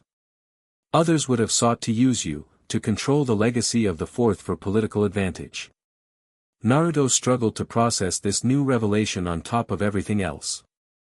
He was a scion from another world and the son of the fourth Hokage. It seemed too fantastic to be true. If I'm really his son, he said, his voice rough with emotion, why did he seal the Nine Tails inside me? His own child. The third and Jiraiya exchanged another glance before the Sannin answered. Because he couldn't ask another parent to make a sacrifice he wasn't willing to make himself. And because, I believe, he somehow sensed you were special, that you could handle it in ways others couldn't. Did he know? Naruto asked suddenly. Did he know I wasn't human? That I was a scion? The Hokage shook his head. No. The night you arrived on this world, the night the cylindrical device was found with you, was a chaotic one. A meteor shower had sparked fires throughout the land of fire. You were discovered by Anbu in a crater near the village and brought to the orphanage. It wasn't until years later, when you began displaying unusual abilities, that we began to suspect you might be something other than a normal human orphan. So even my adoptive parents didn't know what I was, Naruto murmured, a hollow feeling spreading in his chest. I'm an alien twice over. No, Jiraiya said firmly. You're Naruto Uzumaki. You're the son of Minato Namikaze and Kushina Uzumaki, who would have loved you with all their hearts had they lived. And you're a scion, yes, but that's just another part of your heritage, not a replacement for the bonds you formed here. The words penetrated Naruto's growing despair, reminding him that whatever his origins, his connections to the people of Konoha, to Iruka, the third, Kakashi, Sakura, and even Sasuke, were real and valuable. There's something else you should know, the Hokage added. Something that may explain why the fourth seal worked so effectively on you despite your non-human physiology. Naruto looked up. What's that? Your mother, Kushina, was the previous Jinchuriki of the Nine Tails. Another revelation, another piece of the puzzle that was Naruto's life. She was. But how did the fox get free then? What happened? The seal weakens during childbirth, Jiraiya explained. Someone, we still don't know who, took advantage of that fact when you were born. They extracted the nine tails from Kushina and unleashed it on the village. So my birth caused the nine tails attack. Guilt twisted in Naruto's stomach. No, the third said sharply. The actions of a malicious individual caused the attack. You were as much a victim as anyone else that night. Never forget that. Naruto nodded slowly, trying to absorb everything he'd learned. His head swam with new information, parents he'd never known, a heritage that spanned the stars, enemies both ancient and new that sought to contain or destroy him for what he was. I need time, he said finally. Time to process all this. Of course, the Hokage agreed. But there isn't much time before the finals, and you still need to prepare. Meet Jiraiya at Training Ground 43 tomorrow morning at dawn. It's isolated enough for you to practice without drawing attention. As Naruto stood to leave, the third added one final thought. Your father believed in you, Naruto. He believed you would use the power of the nine tails to protect the village someday. I think he would be proud to see how you're handling this new power as well, with responsibility and courage. The words followed Naruto as he left the tower, walking through streets now darkened by evening. His father had believed in him, had entrusted him with not just the nine tails, but the future of the village. It was a heavy legacy, made all the more complex by his newfound scion heritage. Who was he, really? Naruto Uzumaki, son of the fourth Hokage. The last scion, sent across the stars to escape his dying world. The Jinchuriki of the nine-tailed fox. Or simply a boy who wanted acknowledgement and a place to belong. Perhaps, he realized as he reached his apartment, he was all of these things. And perhaps the task before him was not to choose between these identities, but to find a way to unify them, to become something new, something that honored all aspects of his complicated heritage. With this thought providing a small measure of comfort, Naruto fell into a restless sleep, dreaming of planets exploding, masked guardians, and a man with spiky blonde hair who looked at him with pride. Dawn found Naruto at Training Ground 43, a secluded area far from the village proper. The landscape here was rugged, dotted with rock formations and sparse trees, ideal for training that might involve collateral damage. Jiraiya was already waiting, sitting cross-legged on a boulder with his eyes closed in meditation. He opened one eye as Naruto approached. Right on time, kid. Ready to begin your real training? Naruto nodded, determination written across his features. What are we starting with? The Super Saiyan transformation. Controlling the fox's chakra. Those energy beam techniques. None of the above, Jiraiya replied, jumping down from his perch. First, I want to see what you can do with basic chakra control now that your scion abilities have awakened. Disappointment flickered across Naruto's face. Chakra control. That's academy-level stuff. Humor me, Jiraiya said, gesturing to a nearby stream. Walk across that water. With a shrug, Naruto gathered chakra to his feet and stepped onto the water's surface. Immediately, he plunged straight through, landing with a splash in the knee-deep stream. What the? He scrambled out, dripping wet and confused. I've been able to do water walking for months. Jiraiya nodded, unsurprised. Just as I thought. Your awakened scion energy is interfering with your chakra control. We need to recalibrate your entire approach to jutsu. Over the next several hours, Jiraiya drilled Naruto on basic chakra exercises, leaf sticking, water walking, tree climbing, all of which had become unexpectedly difficult. Where once Naruto had struggled because he had too much chakra and poor control, now he faced the added complication of a second, more potent energy source constantly influencing his chakra network. It's like trying to whistle while someone's playing a trumpet right next to your ear, Naruto complained after his 15th fall from the tree he was attempting to climb.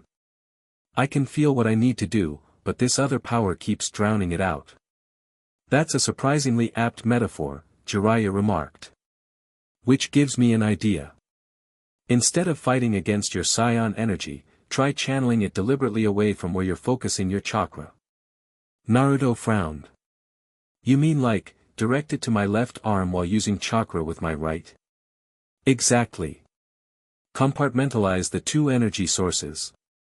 The suggestion helped. By consciously directing his scion power to his upper body, Naruto found he could focus chakra to his feet more effectively. By midday, he was walking on water again, albeit with more concentration than before. Good, Jiraiya said as Naruto completed a full circuit of the stream without falling in. Now for the really interesting part. Let's see what happens when you deliberately mix the two energies. Naruto looked alarmed. Kakashi-sensei specifically told me not to do that. Kakashi is cautious by nature, Jiraiya replied. But sometimes progress requires calculated risks. Start small, just a tiny amount of each energy, combined in your palm. Still hesitant, Naruto held out his hand and focused. In his palm, a small sphere of blue chakra formed, the beginning of a Rasengan, but smaller, less structured. Then, with careful concentration, he introduced a thread of golden scion energy into the mix. The reaction was immediate and spectacular. The blue chakra flared brilliantly, shot through with golden streaks. The combined energy ball pulsed and expanded, growing unstable. Drop it! Jiraiya shouted, leaping backward. Naruto flung the energy sphere away just before it detonated. The explosion tore a crater in the ground 6 feet across and sent a shockwave rippling through the training area. Well, Jiraiya said, brushing dust from his clothes, that was more dramatic than expected. You think? Naruto exclaimed, staring at the destruction. The energies don't mix well at all. On the contrary, Jiraiya disagreed, examining the crater. They mix too well. The scion energy amplified your chakra exponentially. With practice, you could create techniques of unprecedented power. Or blow myself up trying, Naruto muttered. Hence the need for control, Jiraiya conceded. Which brings us to the next phase of your training. I want you to learn to access your scion abilities and the Ninetales chakra independently, with precise control over each. For the remainder of the day, they focused on this task, Naruto alternating between drawing on the fox's chakra and his scion power, switching rapidly between them without allowing them to mix. It was mentally exhausting work, requiring intense concentration. As the sun began to set, Jiraiya finally called a halt. Enough for today. You're making good progress, but don't overdo it. Naruto collapsed on the ground, physically fine but mentally drained. This is harder than I thought it would be. It's like having 3 different people in my head, all trying to use my body at once, me, the fox, and this scion part of me. Jiraiya sat beside him, offering a water canteen. That's not far from the truth. The Ninetales is a separate consciousness, and your scion instincts seem to function almost like one as well. How am I supposed to balance all this? Naruto asked, genuine concern in his voice. What if I lose control during the finals? You won't, Jiraiya said confidently. Because I'm going to teach you something special, a technique your father created that might help you manage these competing energies. Naruto's eyes widened. My father's technique? You mean Rasengan? I already know the basics of that. No, something even more advanced. But first, we need to stabilize your access to the Ninetales chakra. Jiraiya stood, brushing dirt from his clothes. Tomorrow, we're going to meet the fox face to face. The next morning, Naruto arrived at the training ground to find Jiraiya had prepared an elaborate seal array on the ground, inscribed with characters Naruto didn't recognize. What's all this? He asked, careful not to step on the intricate lines. A meditation aid, Jiraiya explained. It will help you enter your mindscape more deeply than usual, allowing us to communicate directly with the Ninetales. Naruto eyed the seals warily. Is that safe? The fox isn't exactly friendly. No, it's not safe, Jiraiya admitted. But it's necessary. If you're going to master all aspects of your power, you need to establish a working relationship with the Nine Tails, or at least an understanding. And how exactly do we do that? Last time I spoke to the fox, it tried to trick me into removing the seal. That's why I'll be going with you, anchoring your consciousness from the outside. Jiraiya guided Naruto to sit in the center of the seal array. Now, close your eyes and focus on your breathing. Let your mind sink inward, toward where you sense the fox's presence. Naruto complied, closing his eyes and steadying his breath. As he slipped into meditation, he felt Jiraiya's hand on his forehead, channeling chakra to activate the seals around them. The world seemed to fade, replaced by the familiar damp corridors of his mindscape. But something was different this time, the walls were more defined, the sense of space more tangible. And there was a new element, streaks of golden light running alongside the pipes that represented his chakra network, pulsing with scion energy. Impressive architecture for a mindscape, Jiraiya's voice commented.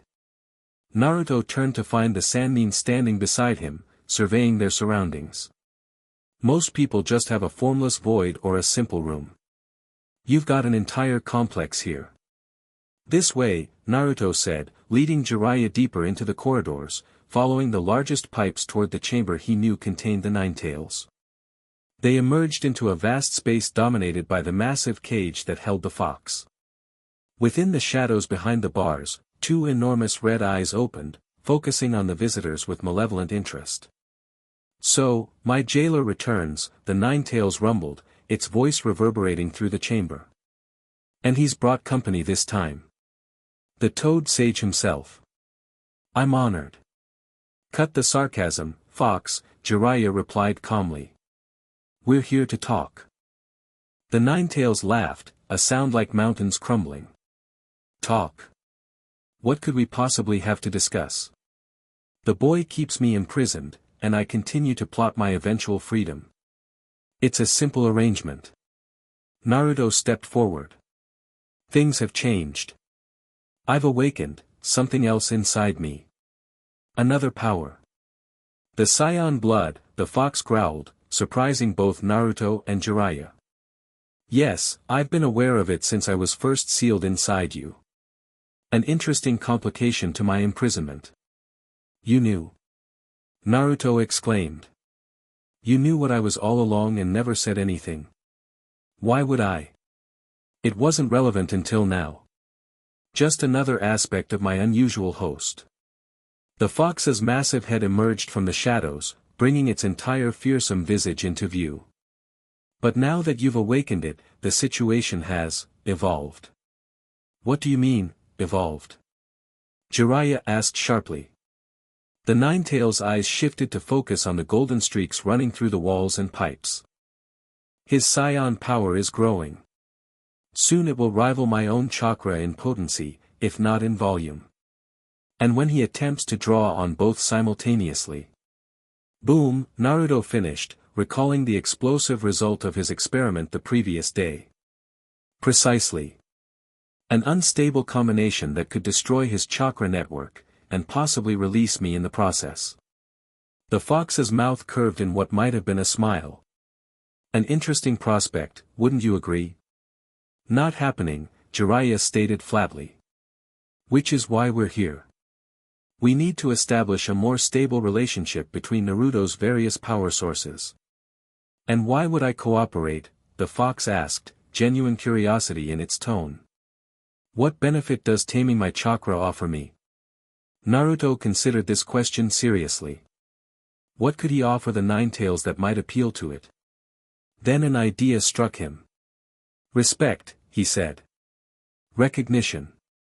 I've been treating your chakra like a tool, something to use when I'm desperate." "That's not right. You're a living being with your own consciousness and pride." The fox's eyes narrowed, studying Naruto with newfound interest. "Continue. If we work together, if you willingly share your chakra rather than me forcibly taking it, we could both benefit. I become stronger, and you get acknowledgement. Recognition of your power and existence beyond just being a monster sealed inside me." For a long moment, the Nine Tails was silent, considering Naruto's words. Then it let out a sound that might have been a sigh.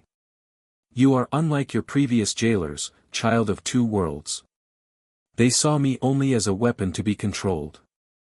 You see me as a being. The fox shifted its massive form. Very well. I will consider a more cooperative arrangement. But know this, I am Kurama, the nine-tailed fox, strongest of the tailed beasts. I do not serve, I choose to lend my power. Remember that distinction. Naruto blinked in surprise. Kurama? That's your name. Did you think Nine Tails was a name rather than a description? Kurama scoffed. Each of the tailed beasts has a true name, known only to our creator and those few we choose to share it with. Thank you for sharing yours with me, Naruto said sincerely. I'll remember it, and I'll use it with respect. Jiraiya, who had been observing this exchange with barely concealed astonishment, finally spoke. Well, this is more progress than I expected. But we still need to address the practical issue of how Naruto can safely access both your chakra, Kurama, and his scion power. The solution is simple in concept, if difficult in execution, Kurama replied. The boy must establish clear channels for each power source, separate pathways that don't intersect except under precise control. Like river channels, Naruto suggested, with floodgates I can open or close. An adequate metaphor, Kurama conceded. Begin by visualizing these channels here, in your mindscape. Shape the environment to reflect your intent. Naruto closed his eyes, focusing on the image of separate channels for each power source, one for his normal chakra, one for Kurama's, and one for his scion energy. In his mind, he constructed stone channels with metal gates that he could control. When he opened his eyes, the mindscape had changed. The pipes remained, but now they ran through distinct channels in the floor, each clearly defined and separated from the others. At key junctions, symbolic gates had appeared, representing Naruto's control points. Acceptable, Kurama assessed.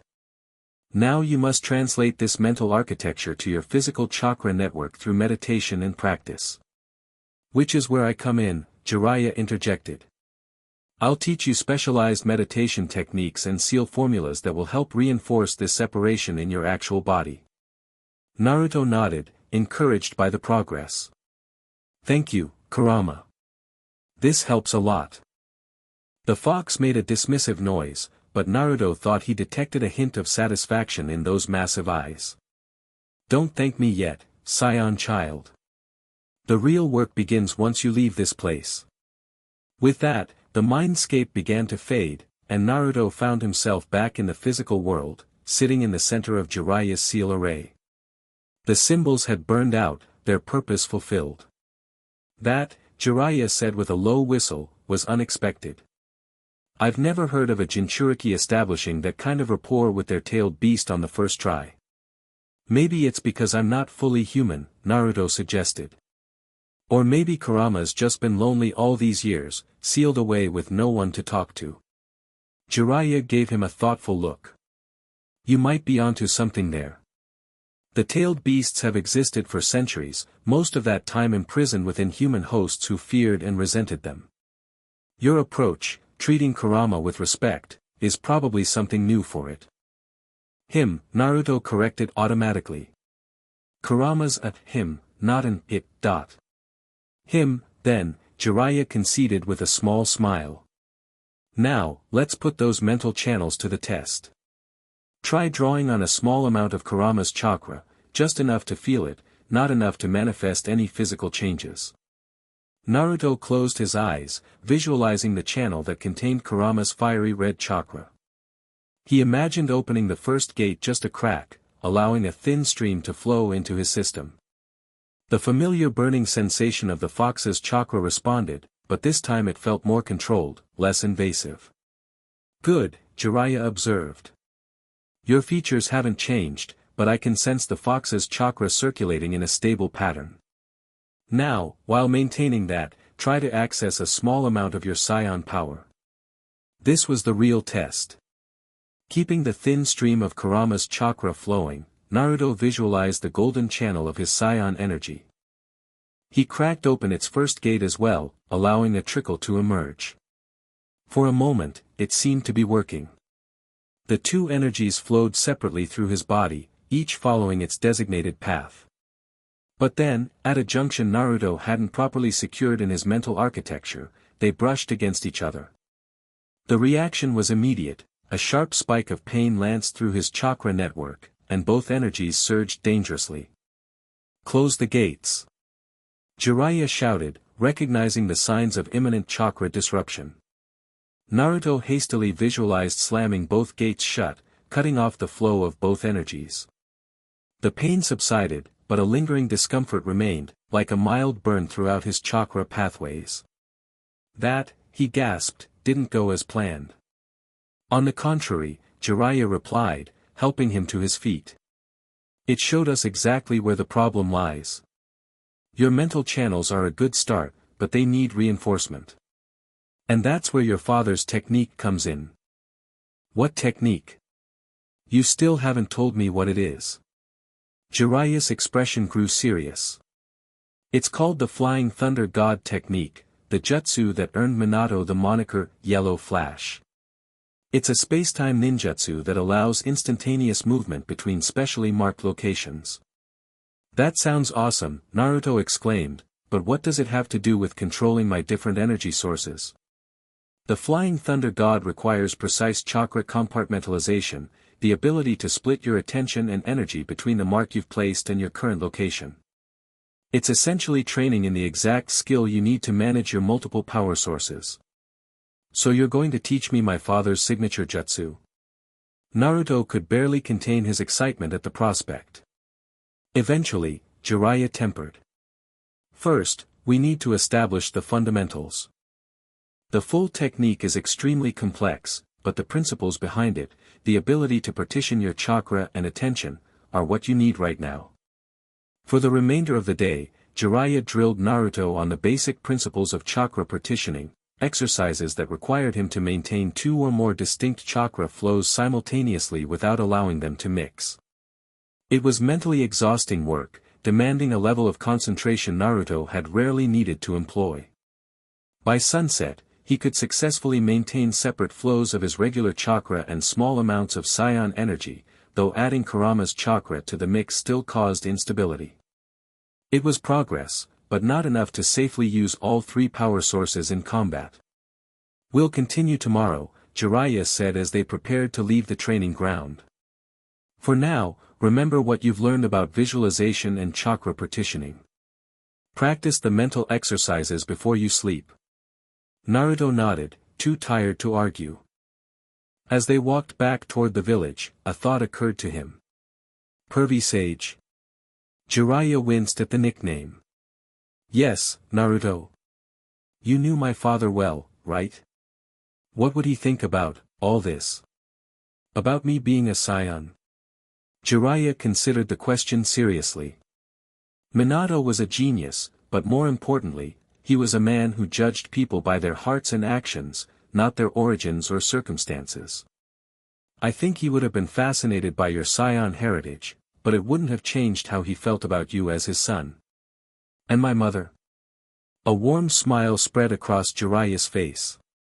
"Kushina. She would have thought it was the coolest thing ever. She had an incredible spirit, your mother, fiery, determined, unstoppable when she set her mind to something. In many ways, your personality takes after hers, scion or not." The words brought an unexpected lump to Naruto's throat. For so long, he'd had no connection to his parents beyond the vague knowledge that they had died the night the Ninetales attacked. Now he had names, personalities, a sense of who they had been. "I wish I could have known them," he said quietly. "They would have been proud of you, Naruto," Jiraiya replied, placing a hand on his shoulder. "Never doubt that." The simple reassurance meant more than Naruto could express. Whatever else he might be, scion warrior, Jinchuriki, genin of Konoha, he was also Minato and Kushina's son. That connection, that legacy, was something no revelation about his origins could take away. The days of training with Jiraiya fell into a pattern. Mornings were spent on chakra partitioning exercises, teaching Naruto to maintain the mental channels he had established in his mindscape. Afternoons focused on controlled application of his scion abilities, enhancing his physical prowess without triggering the full Super Saiyan transformation, manipulating small amounts of energy for focused techniques. Progress was steady, if not as rapid as Naruto might have wished. A week into their training, he could successfully draw on both his regular chakra and his scion power simultaneously, keeping them separate through the visualization techniques Jiraiya had taught him. Incorporating Kurama's chakra remained challenging, but even there, breakthroughs were occurring. On the 8th day, as Naruto was practicing a technique Jiraiya called energy shaping, manipulating his scion power into specific forms without using hand signs, he sensed a familiar presence approaching the training ground.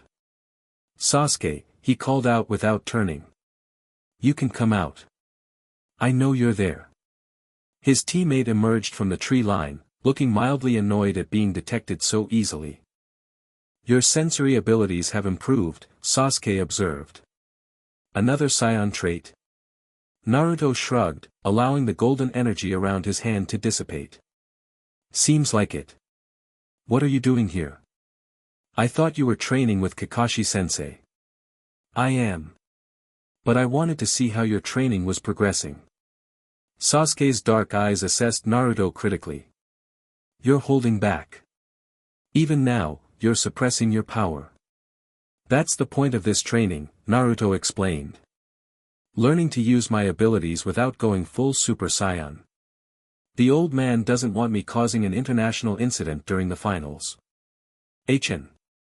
Sasuke's noncommittal sound could have meant anything.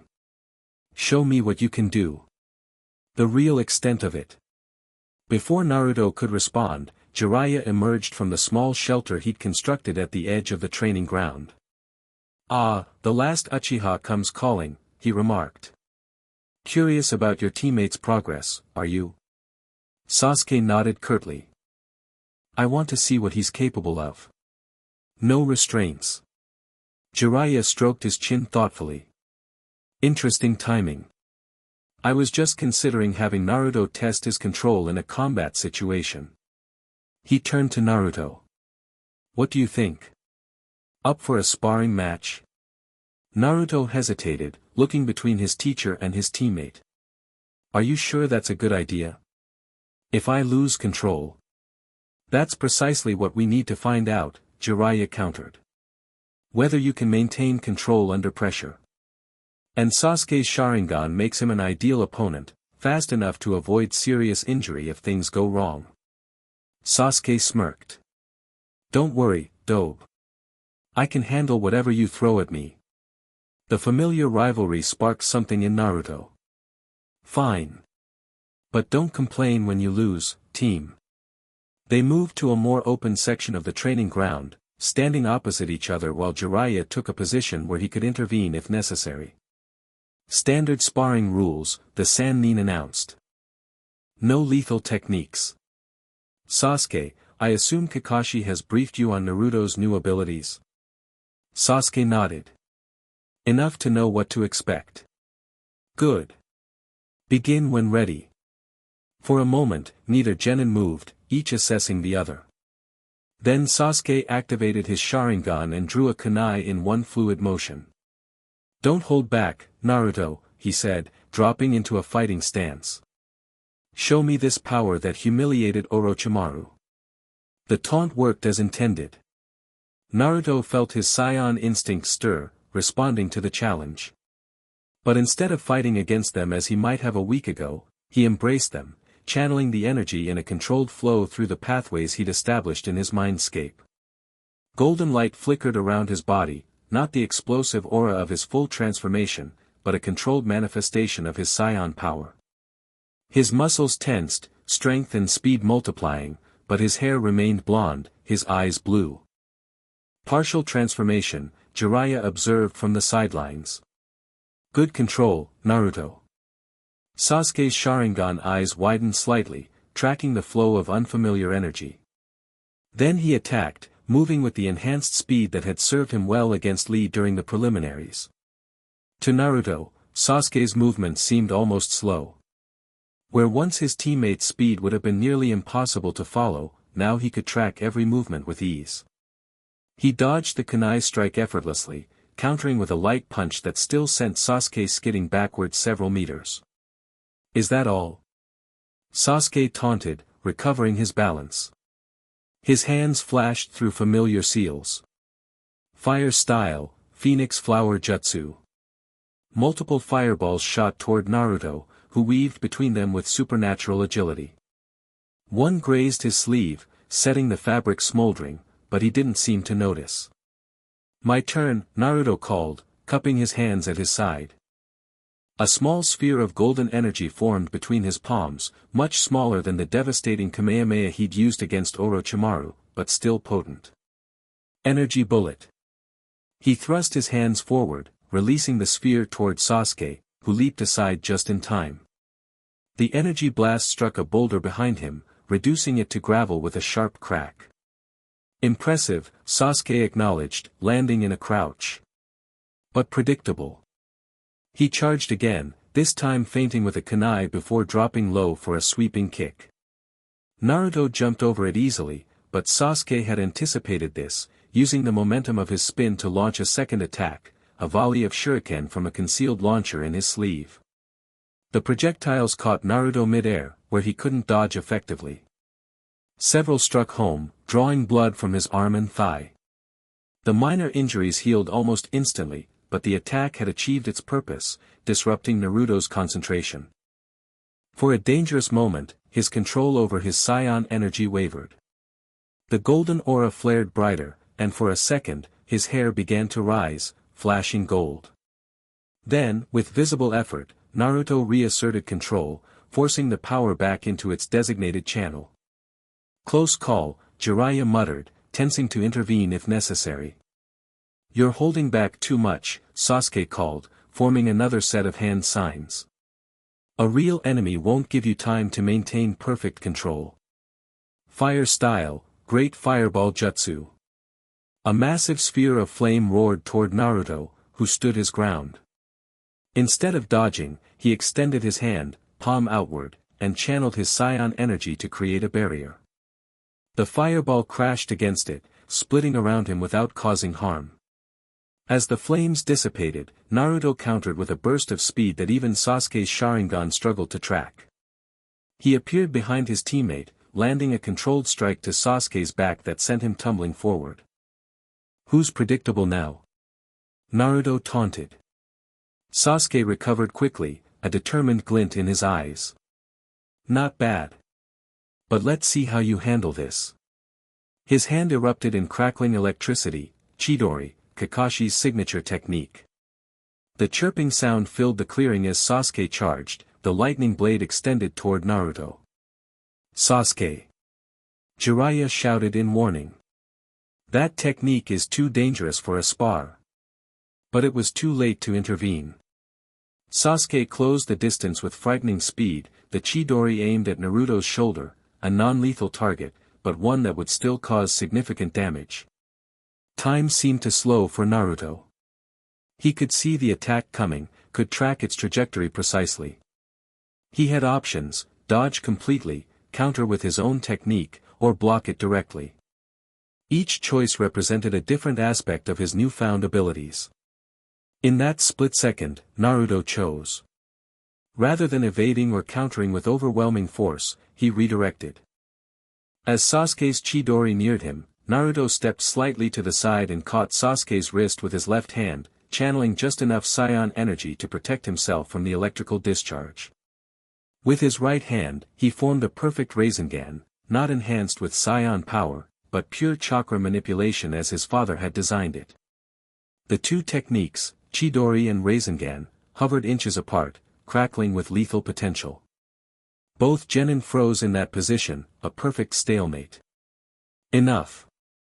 Jiraiya called, appearing between them in a burst of speed.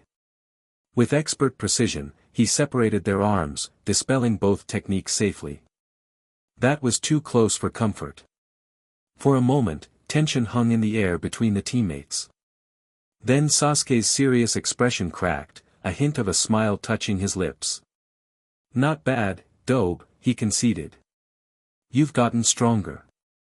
So have you, team, Naruto replied, the golden aura fading as he released his hold on his scion power. That Chidori is no joke. Jiraiya looked between them, shaking his head in exasperation. You two are going to give me gray hair. A friendly spar doesn't usually involve A-rank assassination techniques. Sorry, pervy sage, Naruto said, not sounding particularly apologetic. We got carried away. Clearly. Jiraiya sighed. But I have to admit, your control was excellent, Naruto. You maintained a partial transformation throughout the fight, even when under pressure. That's significant progress. Sasuke's eyes were still fixed on Naruto, thoughtful. You weren't using your full power. Not even close. It wasn't a question, but Naruto nodded anyway. That was maybe 20% of what I felt in the forest. And I wasn't using any of Kurama's chakra. Kurama? Sasuke raised an eyebrow. The Nine Tails, Naruto explained. That's his real name. Sasuke absorbed this information without comment, but something in his expression shifted, a calculating look that Naruto couldn't quite interpret. I should get back to my own training, Sasuke said finally. Kakashi will be wondering where I went. As he turned to leave, Naruto called after him. Hey, Sasuke. See you in the finals, yeah. Sasuke paused, looking back over his shoulder. If you make it that far. The familiar rivalry brought a grin to Naruto's face. Some things, at least, hadn't changed. Once Sasuke had departed, Jiraiya placed a hand on Naruto's shoulder. You did well today. Your control is improving faster than I expected. Thanks, Naruto replied, suddenly serious. But Sasuke was right about one thing, I was being too cautious. In a real fight, I might not have the luxury of perfect control. True, Jiraiya acknowledged. Which is why our next phase of training will focus on recovery, how to quickly regain control if you start to slip during combat. As they returned to their regular training regimen, Naruto couldn't shake the memory of Sasuke's expression when he realized how much power Naruto was holding back. There had been respect there, certainly, but also something else, a hunger, an intensity that reminded Naruto uncomfortably of the look in Orochimaru's eyes during their encounter in the forest. He pushed the thought aside, focusing instead on the progress he'd made. With 2 weeks left until the finals, he was well on his way to achieving a balance between his various power sources. The path ahead was becoming clearer, even if it wasn't the one he had expected to walk. Word of Naruto's unusual training spread throughout the village despite Jiraiya's efforts to maintain secrecy. Training Ground 43 was remote, but not entirely isolated, and the occasional flashes of golden light or tremors from energy impacts drew attention. Curious Chunin and Jonin invented reasons to pass nearby, hoping to glimpse whatever new techniques the Jinchuriki was developing. The Hokage did nothing to discourage these observations. In fact, Naruto suspected that the third was deliberately allowing controlled rumors to circulate, preparing the village for the revelation that their resident Jinchuriki possessed abilities beyond those granted by the Nine Tails. 12 days into his training with Jiraiya, Naruto was surprised to receive visitors at Training Ground 43, Sakura and Kakashi, the latter carrying a small bundle under his arm. Yo, Kakashi greeted casually as they approached. Hope we're not interrupting anything important. Just trying to disintegrate that boulder over there, Naruto replied with a grin, pointing to a large rock that already bore several scorched impact marks. What brings you guys out here? We wanted to see how you're doing, Sakura said. Her gaze swept over him assessingly. You look different. Naruto hadn't given much thought to his appearance lately, but he realized she was right. His body had changed subtly but noticeably, more defined muscles, a slightly more mature cast to his features, and an unconscious straightening of his posture. Whether these changes were a natural progression of his scion heritage or a result of his intense training, he couldn't say. Thanks, I think, he responded uncertainly. It's a good different, she clarified with a small smile. You seem more confident. Centered. The training's been helping with that, Naruto admitted. Learning to control all these different energies means I have to be more aware of myself, my emotions, everything. Kakashi nodded approvingly. That's a valuable lesson for any shinobi, regardless of their power source. Self-awareness is often the difference between a good ninja and a great one. Jiraiya emerged from his shelter, where he'd been writing notes for his next book. Kakashi. Sakura. What a pleasant surprise. Come to check on your teammates' progress. Partly, Kakashi replied. But also to deliver something. He held out the bundle he'd been carrying. This is for you, Naruto. Curious, Naruto unwrapped the package to find a new outfit, not orange, as he might have expected, but a deep blue bodysuit made of some flexible material, with reinforced sections at the chest, shoulders, and joints. Over it was a sleeveless GI in burnt orange with the Uzumaki spiral on the back, completed by a blue belt. What's this? He asked, running his fingers over the unfamiliar fabric. Special training gear, Kakashi explained. The bodysuit is made from a chakra-conductive material developed for ANBU. It should help distribute the energy your body generates during partial transformations, reducing strain on your chakra network. And the GI is my addition, Jiraiya chimed in. Orange because, well, it's your signature color. But designed to allow maximum freedom of movement for the martial arts forms your body seems to remember instinctively. Naruto looked up in surprise. You guys made this for me? With some help from the research division, Kakashi admitted. They were quite interested in the project once they understood the technical requirements, even without knowing the full context. Try it on, Sakura encouraged. I helped with some of the design elements. It should fit perfectly. Naruto ducked into Jiraiya's shelter to change. The bodysuit fit like a second skin, surprisingly comfortable despite its snug fit. The GI over it provided just enough weight and structure to feel substantial without restricting movement. When he emerged, he found his teammates watching expectantly. Well, he asked, spreading his arms. How does it look? Like it was made for you, Sakura said with approval. Which, of course, it was. The real test is how it handles your energy, Jiraiya pointed out. Try a partial transformation, just enough to generate an aura. Naruto nodded, centering himself before drawing on his scion power. The golden energy responded eagerly, flowing through the channels he had established in his mindscape. As it manifested externally, creating a gentle aura around his body, he felt an immediate difference. The bodysuit seemed to catch excess energy that would normally have dissipated, cycling it back through his system. Whoa, he breathed, feeling the increased efficiency. This is amazing. It's like having better insulation on electric wires. That's essentially the concept, Kakashi confirmed. Less energy lost as heat or radiation, more available for actual techniques. Jiraiya circled Naruto, examining the way the aura interacted with the new outfit. Excellent work, Kakashi. This will allow him to maintain partial transformations for much longer periods with less strain. There's one more feature, Sakura added. The fabric adapts to sudden size changes. So if you do need to fully transform. She trailed off, her cheeks coloring slightly. The outfit won't rip apart, Naruto finished for her, remembering how his regular clothes had been stretched and torn after his transformation in the forest. That's really thoughtful, Sakura. Thanks. It was actually Sasuke who suggested that feature, Kakashi revealed. Though he'd probably deny it if you mentioned it to him. Naruto grinned at this information.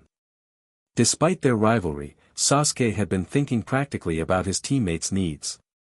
It was a small gesture, but a meaningful one. So, Kakashi said, his visible eye crinkling in a smile, ready to show us what you've learned these past 2 weeks. For the next hour, Naruto demonstrated the techniques and control exercises he'd been practicing with Jiraiya. He showed how he could now access both his regular chakra and his scion energy simultaneously, using them for different purposes: chakra for traditional jutsu, scion energy for physical enhancement and key techniques. The most impressive demonstration came when he created a Rasengan in one hand and a sphere of golden ki energy in the other, maintaining both without either destabilizing.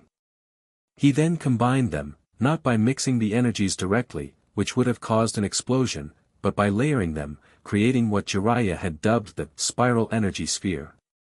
The applications are still limited, Naruto explained as he carefully dispersed the technique. I can't sustain it for more than a few seconds, and the targeting is tricky. But Pervy Sage thinks with more practice, it could become one of my signature techniques. Impressive progress for just 2 weeks, Kakashi remarked. Though I'm not surprised. You've always learned fastest when under pressure. As they prepared to leave, Sakura hung back, motioning for Naruto to walk with her a short distance from the others. There's something you should know, she said quietly once they were out of earshot. People in the village are talking. Word has spread about your fight with Orochimaru, and there are all sorts of rumors about what you can do now. The old man mentioned something about that, Naruto replied. He seems to think it's better to let people speculate than try to keep it completely secret. Maybe, but... Sakura hesitated. Not all the reactions are positive. Some people are afraid. Afraid? Of me? The thought stung, though Naruto knew he shouldn't be surprised. The villagers had feared him for containing the Nine Tails, why wouldn't they fear these new, strange powers? Not everyone, Sakura hastened to add. Just certain factions. There's a council member named Danzo who's been particularly vocal about the potential threat you represent. Naruto frowned. Danzo? I don't think I've heard of him. He keeps a low profile, but he's influential. Kakashi-sensei says he leads a faction that believes in a more militant approach to village security. And he thinks I'm a threat? Sakura nodded reluctantly. He's arguing for stricter monitoring of your activities, possibly even restrictions on your movements after the Chunin Exams. A familiar anger stirred in Naruto's chest, the frustration of being judged and feared without being understood. But where once that anger might have exploded outward, now he contained it, channeling it through the mental disciplines Jiraiya had taught him. Thanks for telling me, he said after a moment. I'll talk to the Hokage about it. Or Pervy Sage. Sakura studied his face, noting the controlled reaction. You really have changed, haven't you? The old Naruto would have been yelling about how unfair this is by now. A small smile touched Naruto's lips. The old Naruto didn't have to worry about accidentally leveling buildings when he got upset. Control isn't just about techniques anymore, it's about everything. She placed a hand on his arm, the gesture conveying support. For what it's worth, I think you're handling all of this amazingly well. Finding out you're from another planet, discovering these new powers, dealing with everyone's reactions, it's a lot for anyone to process. I've had help, Naruto acknowledged, glancing back at where Kakashi and Jiraiya were engaged in conversation. Good teachers, good friends. As Sakura and Kakashi departed, Jiraiya approached Naruto with a thoughtful expression. Something on your mind, kid? You look troubled. Naruto hesitated, then shared what Sakura had told him about Danzo and the growing concerns among certain village factions. Ah, Danzo, Jiraiya sighed. I should have expected he'd stick his nose into this situation. He and Hiruzen have been at odds for decades over how to protect the village.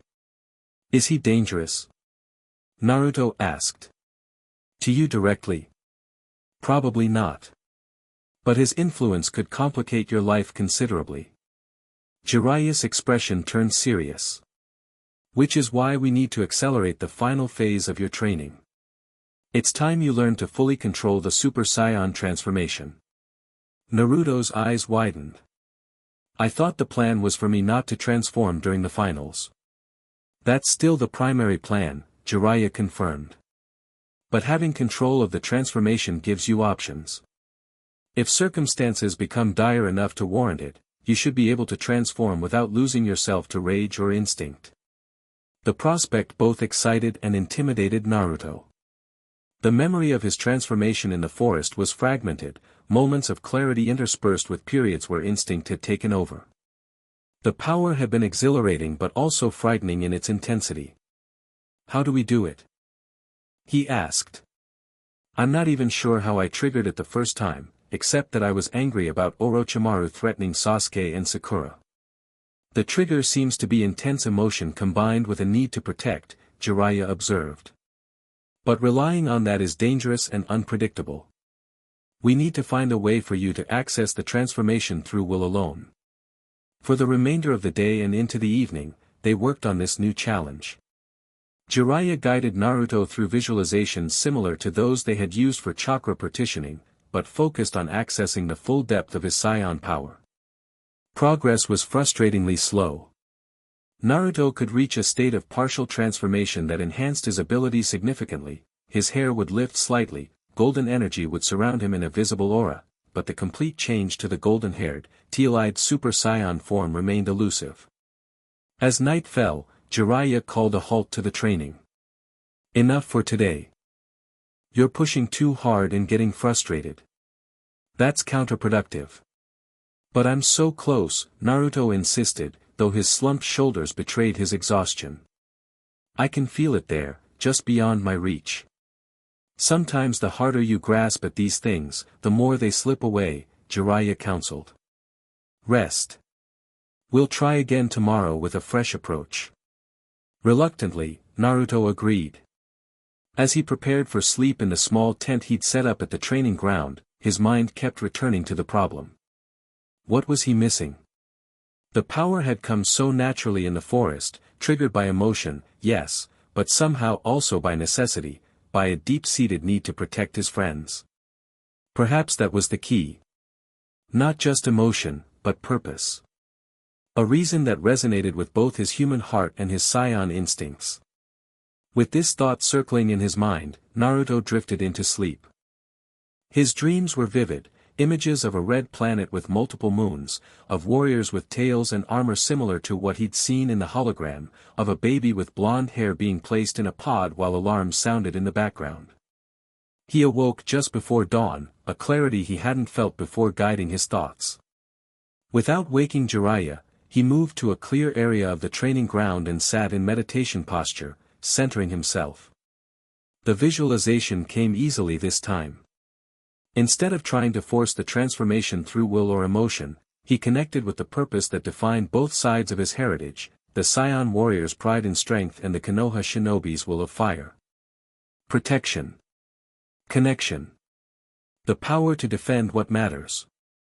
Golden energy began to flow through him, not in the erratic bursts of his previous attempts, but in a steady, purposeful current.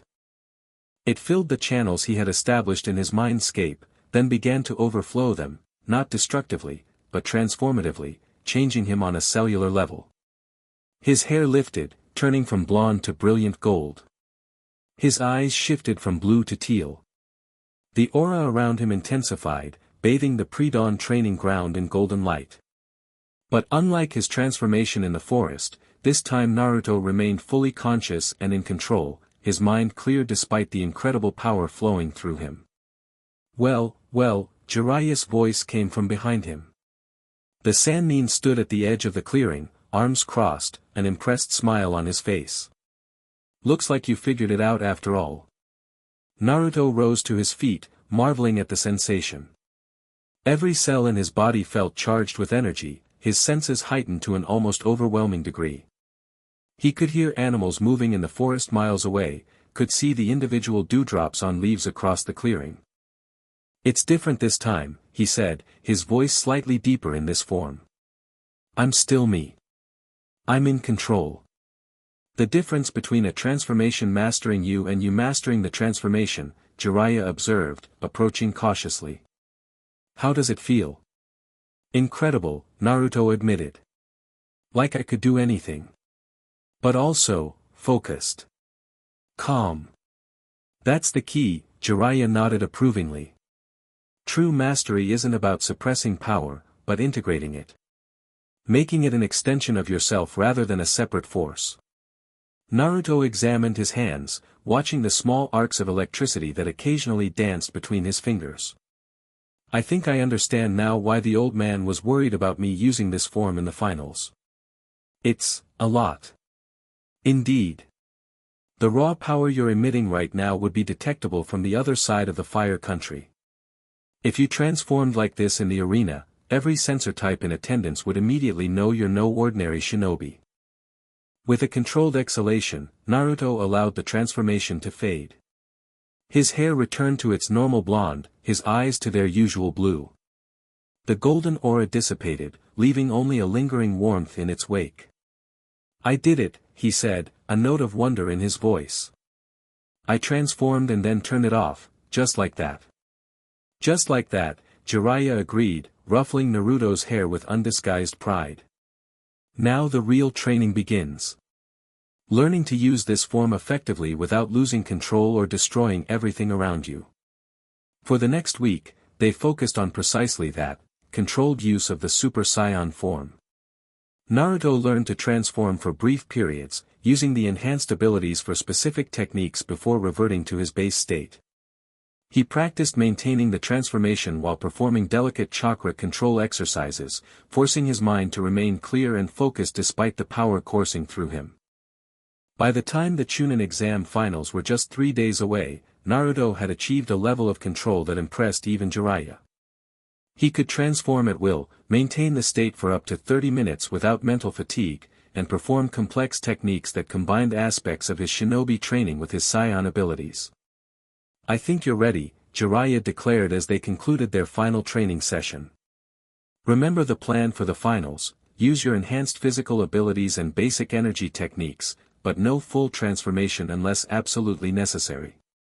And even then, only if the Hokage gives the signal, Naruto confirmed, repeating the contingency they had established. I got it, pervy sage. Good. Jiraiya clapped him on the shoulder. Then let's head back to the village. You deserve a proper meal and a real bed before the big day. As they packed up their training equipment, Naruto felt a familiar prickling at the back of his neck, the sensation he'd come to associate with being watched. He'd felt it occasionally throughout their training, but whenever he tried to locate the source, it vanished. Pervy sage, he said quietly. We're being observed again. Jiraiya nodded almost imperceptibly. I know. Same presence as before. Not hostile, just watching. Celestial guardians? Possibly. Or one of Danzo's root operatives. Hard to tell, both groups are exceptionally good at concealing themselves. The thought that he was under constant surveillance was unsettling, but Naruto had grown accustomed to it over the past weeks. Whether it was ANBU assigned by the Hokage, root agents working for Danzo, or celestial guardians monitoring his scion powers, someone was always watching. Let them look, he said finally. They'll see I'm not a threat to the village. Just the opposite. Jiraiya smiled at his student's determination. That's the spirit. Now, how about we stop at Ichiraku on the way back? My treat. Naruto's face lit up at the mention of his favorite ramen stand. Some things, at least, remained constants in his rapidly changing life. The day before the Chunin exam finals, Naruto received a summons to the Hokage's office. He arrived to find not only the third waiting for him, but also Jiraiya, Kakashi, and somewhat surprisingly, Sasuke. Good, you're here, the Hokage said, gesturing for Naruto to join them. We need to discuss last-minute preparations for tomorrow's event. Is something wrong? Naruto asked, noting the serious expressions around the room. Not wrong, precisely, the third replied carefully. But our intelligence suggests that the finals may involve more than just a tournament to promote Genin to Chunin. Jiraiya stepped forward. My network has reported unusual movements from both Orochimaru's forces and the Sand Village. We believe they may be planning some kind of joint operation during the finals. An invasion, Kakashi clarified, his visible eye hard. Using the gathering of dignitaries and the distraction of the tournament as cover. Naruto's eyes widened. Are you serious? What are we doing about it? Preparing, quietly, the Hokage said. ANBU have been strategically positioned throughout the village. Our own forces are on alert without being obvious about it. But we can't appear too defensive without tipping our hand. Why tell us? Sasuke asked, speaking for the first time since Naruto's arrival. We're genin. Because you two will be at the center of the event, the third explained.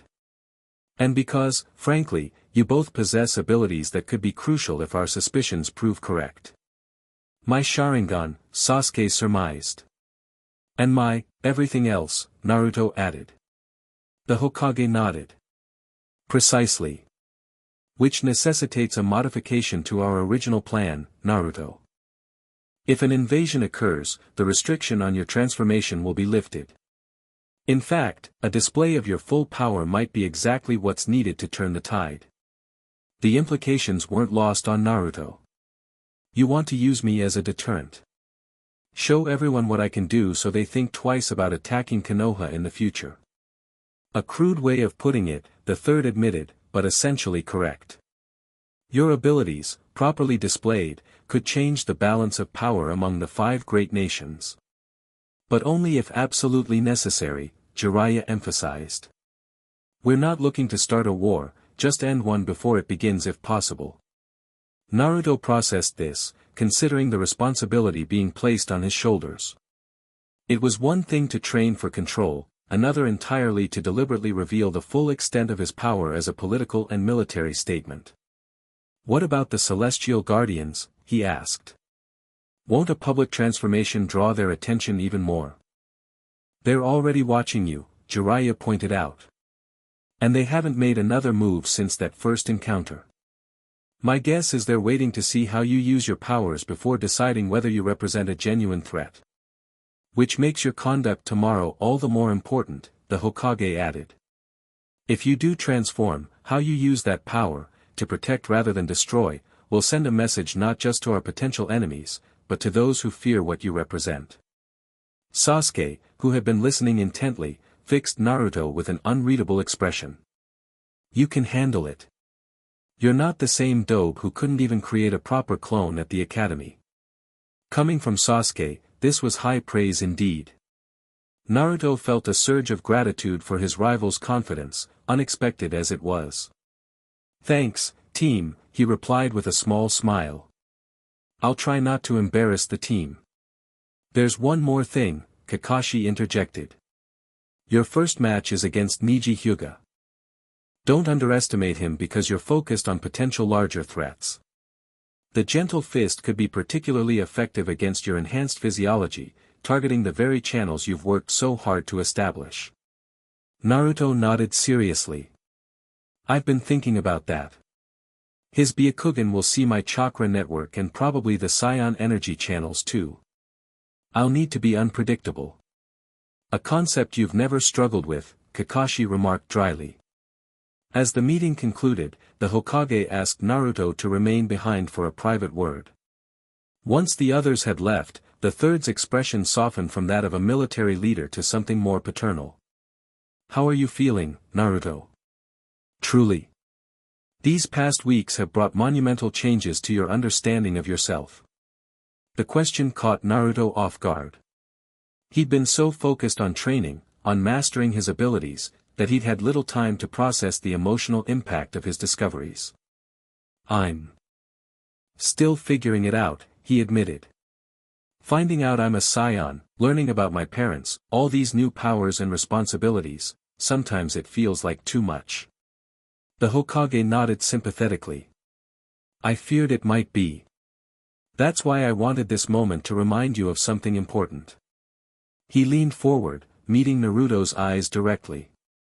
No matter what happens tomorrow, win or lose, invasion or peace, transformation or restraint, you are more than the sum of your powers. Your worth has never been defined by what you can do, but by who you choose to be. The simple wisdom struck a chord in Naruto's heart. Throughout his life, he'd sought acknowledgement, believing that achieving great things would finally make people see his value. But perhaps the truth was both simpler and more profound. his value existed regardless of his achievements, inherent in the choices he made and the person he strove to become. "Thank you, old man," he said quietly. "I needed to hear that." The Hokage smiled, the lines around his eyes crinkling with genuine affection. "Get some rest, Naruto. Tomorrow will test you in ways beyond the merely physical." As Naruto left the tower, evening settling over Konoha, he felt a curious sense of peace despite the potential dangers looming. Whatever happened in the finals, whatever revelations or challenges awaited, he would face them not just as a Saiyan warrior or a Konoha shinobi, but as Naruto Uzumaki, a unique being forged from multiple heritages but defined by his own heart. With this thought providing comfort, he returned to his apartment for one last night of rest before the day that would change everything. The morning of the finals dawned clear and bright, the streets of Konoha bustling with excitement. Civilians and shinobi alike streamed toward the large arena on the village's eastern edge, eager to witness the culmination of the Chunin Exams. Vendors hawked food and souvenirs, betting pools operated with barely concealed visibility, and speculation ran rampant about which genin would emerge victorious. In the competitors' waiting area beneath the stadium, Naruto adjusted the belt of his new gi, trying to calm the butterflies in his stomach. Around him, the other finalists prepared in their own ways, Shikamaru napping against a wall, Shino standing silently in a corner, the Sand siblings keeping to themselves, particularly Gaara, whose cold eyes occasionally flickered toward Naruto with unsettling intensity. Sasuke had yet to arrive, which wasn't surprising given Kakashi's habitual lateness. Naruto hoped they wouldn't be disqualified for tardiness. The thought of facing Sasuke in the finals had been a motivating factor throughout his training. A proctor appeared at the entrance to the waiting area. 5 minutes until the opening ceremony. All competitors should prepare to enter the arena. Naruto took a deep breath, centering himself as Jiraiya had taught him. He could sense the massive crowd above, feel the vibrations of thousands of feet and voices. Among them were chakra signatures he recognized, the Hokage, Jiraiya, Kakashi, though no Sasuke nearby, his fellow rookies in the spectator stands. And others, less familiar but notable for their strength or strangeness. Foreign dignitaries, including the Kazekage who sat in the VIP box with the Hokage.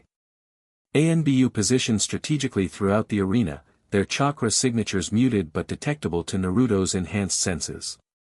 And somewhere, watching from a distance that should have been too great for detection, the same presence that had observed his training, the Celestial Guardian, or perhaps one of their agents.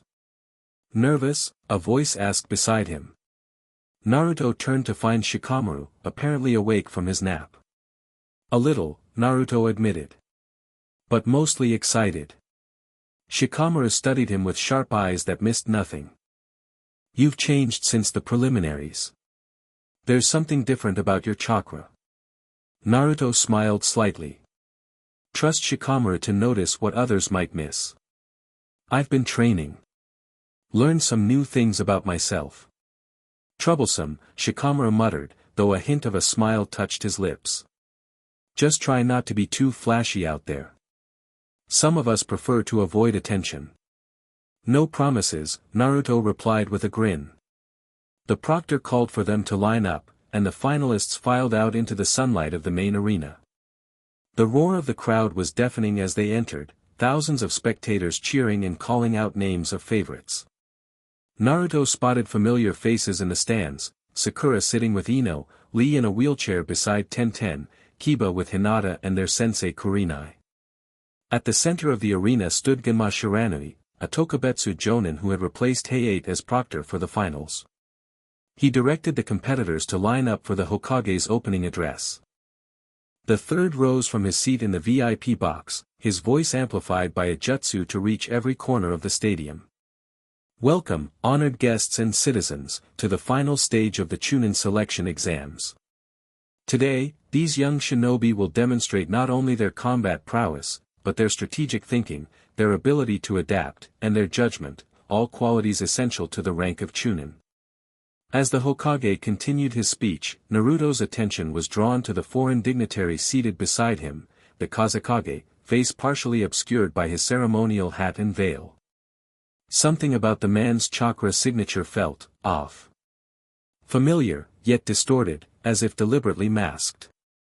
Naruto's instincts flared a warning, but before he could process what it might mean, the Hokage was concluding his address. And so, without further delay, let the final examination begin. The crowd erupted in cheers as Genma stepped forward. The rules are simple, he announced to the competitors. The match continues until one participant surrenders, is rendered unable to continue, or I determine a clear winner. I reserve the right to stop any match to prevent unnecessary death. He glanced meaningfully at Gaara as he said this. The tournament bracket has been displayed. First match, Naruto Uzumaki vs Neji Hyuga. All other competitors, please return to the waiting area. As the other genin departed, leaving Naruto and Neji facing each other in the center of the arena, Genma moved back to give them space. Any questions before we begin? He asked, chewing on his senbon. Both genin shook their heads, eyes locked in mutual assessment.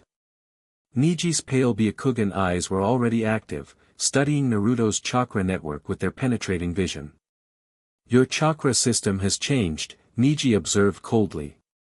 But it won't help you escape your fate. Once a failure, always a failure.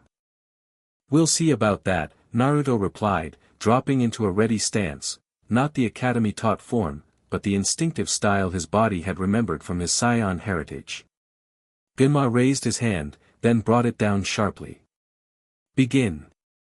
For a moment, neither combatant moved, each waiting for the other to make the first move. Then Neji shifted his weight slightly, adopting the traditional gentle fist stance. I know about your fight with Kiba, he said. Your increased speed and strength. The strange energy you've begun to exhibit.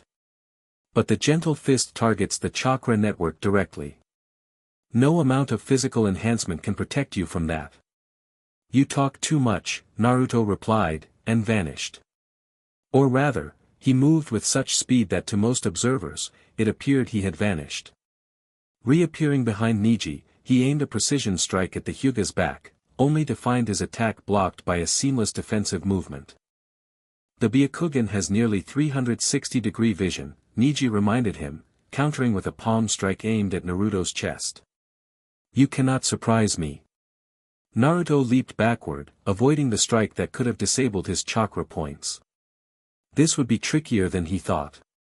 Neji's Byakugan could track his movements no matter how fast he moved, and the gentle fist style was the perfect counter to close-quarters combat. Time for a different approach. Naruto created a dozen shadow clones, surrounding Neji in a ring of identical attackers. The Hyuga didn't appear concerned, settling into a defensive stance at the center of the circle. A basic academy technique, multiplied. Still useless against the Byakugan. The clones attacked simultaneously from all directions. As Naruto had expected, Neji dispatched them with practiced efficiency, his hands moving in blurs of precise strikes that dispelled each clone on contact. What he hadn't expected was Neji's next move. 8 trigrams palm rotation. Neji began to spin, expelling chakra from all his tenketsu points to create a dome of protective energy. The remaining clones were thrown back, dispelled on impact with the ground or arena walls. The real Naruto, who had held back from the initial assault, narrowed his eyes in assessment. The Hyuga clan's techniques were impressive, exactly the kind of refined chakra control and precision that made them elite among Konoha's clans.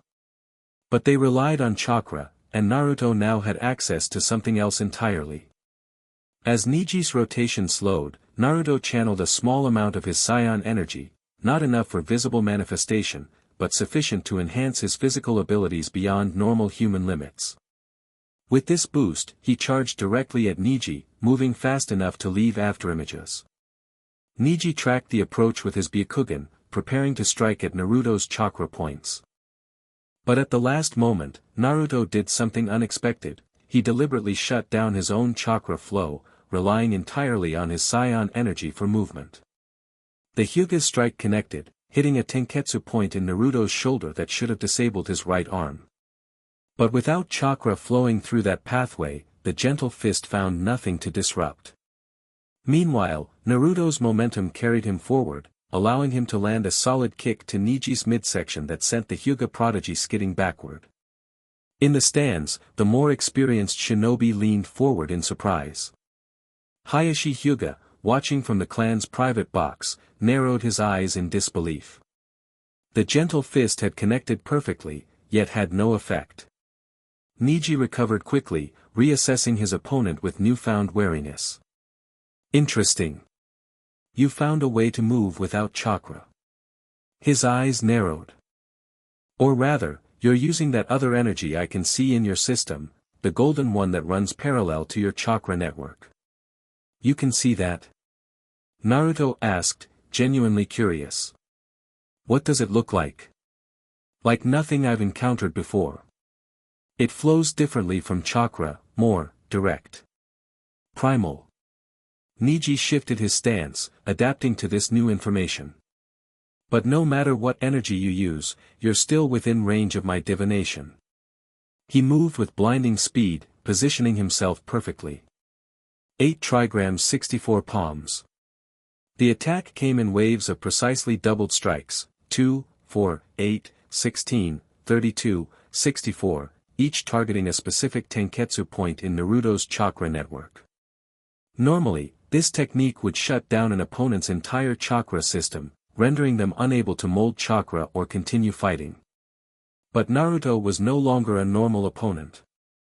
As the strikes connected, he allowed his chakra network to be sealed, it would recover later, while simultaneously channeling more scion energy through his body.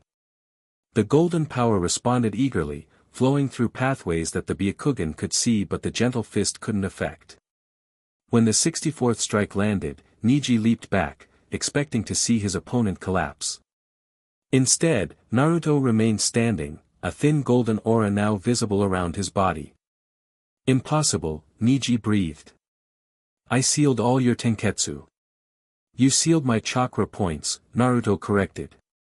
But as you noticed, I have access to something else now. In the VIP box, the Hokage watched with careful neutrality, though inwardly he was impressed by Naruto's restraint and strategy. Beside him, the Kazekage leaned forward with increased interest. The Uzumaki boy has developed an unusual Kekkei Genkai, he observed, his voice muffled by his veil. Or perhaps it was always there, dormant until now. Something like that, the third replied noncommittally. Back in the arena, Naruto decided it was time to demonstrate more of his abilities, enough to win the match decisively, but without revealing the full extent of his power. You know, Neji, he said, the golden aura around him intensifying slightly, you talk a lot about fate and how people can't escape it. That's a pretty convenient belief for someone born into the main branch of the Hyuga clan. You know nothing about me or my clan, Neji snapped, tension evident in his voice. I was born into the branch family, marked with a curse seal to serve the main house until death. This revelation gave Naruto pause. He hadn't known the details of Neji's background, had assumed the prodigy's arrogance came from privilege rather than pain. Then you of all people should understand, Naruto replied more gently. If I had accepted the fate others assigned me, the dead last, the troublemaker, the container of the nine tails, I wouldn't be standing here now. We make our own destiny, Neji. Through hard work, through refusing to give up, through believing in something better than what we're told we deserve. For a brief moment, something flickered in Neji's pale eyes, not quite acceptance, but perhaps the first crack in his rigid worldview. Then Naruto moved, faster than before, channeling more scion energy into his movement. He appeared behind Neji, then above him, then to his left, testing the limits of the Byakugan's tracking ability. The Hyuga responded admirably, adjusting his defenses to counter each approach, but Naruto could see he was being forced to expend more chakra than sustainable. Finally, Naruto created more shadow clones, not with his sealed chakra network, but through a careful application of his scion energy shaped by his will. These clones weren't the traditional shadow clone jutsu, but solid energy constructs that mimicked his appearance. They lacked the independent thought of true shadow clones but served their purpose as distractions. As Neji engaged the constructs, Naruto gathered energy between his palms, a small, controlled sphere of golden ki. Not the devastating Kamehameha he'd used against Orochimaru, but a technique Jiraiya had helped him develop for precisely this kind of situation. Energy pulse, he called, releasing the sphere toward the ground at Neji's feet. It detonated on impact, not with explosive force but with a concussive wave that disrupted Neji's balance and created a cloud of dust. Through this concealment, Naruto struck, a precise combination of strikes targeting nerve clusters rather than chakra points, using knowledge of the human body that seemed to come instinctively with his scion heritage. When the dust cleared, Neji lay on his back, limbs temporarily paralyzed, with Naruto standing over him. "Yield," Naruto suggested. "I don't want to hurt you further." For a long moment, pride warred with practicality in Neji's expression. Finally, he closed his eyes in acceptance. "I yield," he announced, loud enough for Genma to hear. The proctor stepped forward, raising his hand toward Naruto. "Winner, Naruto Uzumaki." The crowd erupted in cheers, though an undercurrent of shocked murmurs ran through the more knowledgeable spectators. A genin had just defeated the Hyuga prodigy without using traditional ninjutsu or even accessing his chakra for most of the fight. As medical ninja arrived to check on Neji, Naruto knelt beside his fallen opponent. "The paralysis will wear off in about 10 minutes, he said quietly. "No permanent damage." Neji studied him with newfound respect. "You've changed. Whatever happened to you since the preliminaries, it's more than just new techniques." Naruto nodded. "I found out who I am. Where I come from. It changed everything, but also nothing." He offered a small smile. "You can change too, Neji. Fate isn't fixed unless we accept it as such." As he stood to leave the arena, Naruto noticed the crowd's reaction had shifted from simple celebration to something more complex, a mixture of awe, curiosity, and in some cases, unease. The golden aura he had manifested, while just a fraction of his true power, was unlike anything most had seen before. In the competitor's box, Shikamaru greeted him with a raised eyebrow. "Troublesome as always, Naruto. Now everyone's going to expect something spectacular from all of us." Naruto grinned, the tension of the match dissipating. "Sorry about that. Got carried away." "Sure you did," Shikamaru replied dryly. "Just like you accidentally revealed you can move faster than the eye can track and create energy constructs without hand signs." Before Naruto could respond, Genma's voice echoed through the stadium. "Next match, Sasuke Uchiha vs Gaara of the Sand." A murmur ran through the crowd. Sasuke had still not arrived, and according to the rules, failure to appear for a match resulted in disqualification. The Hokage conferred briefly with the Kazekage, then signaled to Genma. Due to special circumstances, Genma announced, the match between Sasuke Uchiha and Gaara will be postponed until the end of the first round. We will proceed with the next scheduled match, Shikamaru Nara vs Temari of the Sand. As Shikamaru groaned and reluctantly made his way toward the arena, Naruto sensed a disturbance in the atmosphere, not physical, but a subtle shift in the chakra signatures around the stadium. ANBU were moving into position, tension evident in their controlled movements. Something was happening, or about to happen. He caught Jiraiya's eye from where the Sannin stood near the Hokage's box. The slight nod he received confirmed his suspicions. The intelligence had been correct, an attack was imminent. Naruto prepared himself mentally, reviewing the contingency plans they had discussed. If an invasion began, his priority would be defending civilians while higher-ranking ninja engaged the primary threats. The restriction on his transformation would be lifted only in dire emergency, signaled directly by the Hokage or Jiraiya. As Shikamaru's match with Temari got underway, the lazy genius surprising everyone with his strategic approach to combat, Naruto extended his senses, trying to identify any immediate threats. Gaara's chakra signature drew his attention almost immediately. The red-haired Sangenin was emitting pulses of unstable energy, his face contorted in what appeared to be pain or internal conflict. "Something's wrong with him," Naruto muttered to no one in particular. "He is like you," a quiet voice replied. Naruto turned to find Shino standing nearby, his expression hidden behind his high collar and sunglasses. A container. But unstable. Naruto nodded in understanding. Gaara was a Jinchuriki whose seal was imperfect, allowing the tailed beast inside him greater influence. Combined with the killing intent Naruto had sensed from him since their first meeting, it made for a dangerous combination. Below in the arena, Shikamaru's match was reaching its conclusion. Through brilliant strategy and misdirection, he had maneuvered Temari into his shadow possession jutsu. But just as victory seemed assured, he did something unexpected. He forfeited, claiming chakra exhaustion and lack of motivation to continue.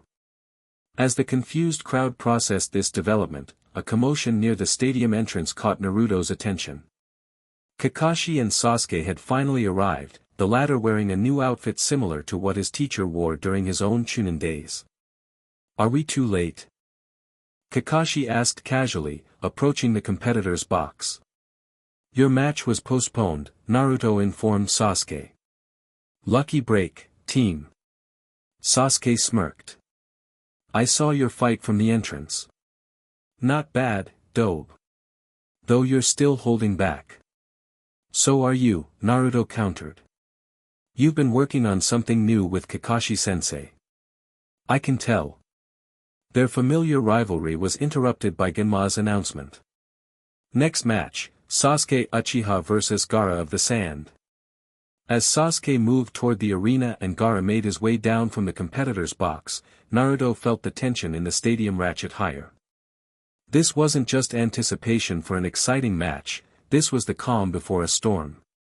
"Be careful," he called after Sasuke. "There's something off about him. More than usual." Sasuke glanced back, his Sharingan activating. "I know. That's what makes it interesting." As the match began, Naruto moved to where Kakashi stood watching. "It's happening today, isn't it?" he asked quietly. "The invasion." Kakashi nodded almost imperceptibly. "Signs point to it. Stay alert. When it starts, focus on evacuation and defense, not offense." "And Sasuke?" "He has his own instructions." Kakashi's visible eye creased in what might have been a smile or a grimace. "For now, let's see how he handles Gaara. It should be educational." Below, the match had begun in earnest. Sasuke demonstrated speed that rivaled what Naruto had shown, clearly the result of his month of specialized training with Kakashi. Gaara responded by encasing himself in a sphere of sand, an impenetrable defense that rebuffed all conventional attacks. Then Sasuke revealed his new technique, Chidori, Kakashi's signature lightning blade, concentrated into his hand and thrust through Gaara's sand shield. A scream of pain and shock emanated from within the sphere, followed by an ominous silence. In that moment of suspended action, it began. Feathers seemed to fall from the sky, a powerful genjutsu designed to put civilians and unprepared shinobi to sleep. Throughout the stadium, foreign ninja revealed themselves, attacking Konoha personnel while chaos erupted in the stands. Kai. Naruto disrupted the genjutsu before it could affect him, his control exercises with Jiraiya paying off. Around him, most of the Chunin and Jonin did the same, immediately engaging the attackers. In the Hokage's box, a more dramatic scene was unfolding. The Kazekage had grabbed the third, revealing himself to be Orochimaru in disguise. They vanished in a blur of movement, reappearing on the roof of the stadium where a barrier jutsu sprang into existence, isolating them from intervention. "Naruto!" Kakashi called, deflecting a kunai from an attacking sound ninja. "Find Sakura and help evacuate the civilians. Then assist the defense forces at the eastern perimeter." "What about Sasuke?" Naruto asked, seeing his teammate now pursuing Gaara, who had fled the arena with his siblings. "He has his orders," Kakashi replied grimly. "Go." The invasion of Konoha had begun, and with it, the true test of Naruto's newfound abilities and control. As he leaped into the stands to find Sakura, he couldn't shake the feeling that before the day was done, he would be forced to reveal far more of his power than planned. The legacy of his dual heritage, Scion warrior and Konoha shinobi, was about to be written in the chaos of battle. Chapter 3, Convergence of Worlds. Chaos engulfed Konoha. Explosions rocked the village perimeter as giant snakes, Orochimaru's summons, crashed through the protective walls. Sand and sound ninja poured through the breaches, clashing with leaf defenders in violent skirmishes that spread like wildfire through the streets. Civilians fled toward the emergency shelters carved into the Hokage monument while Genin and Chunin coordinated their evacuation.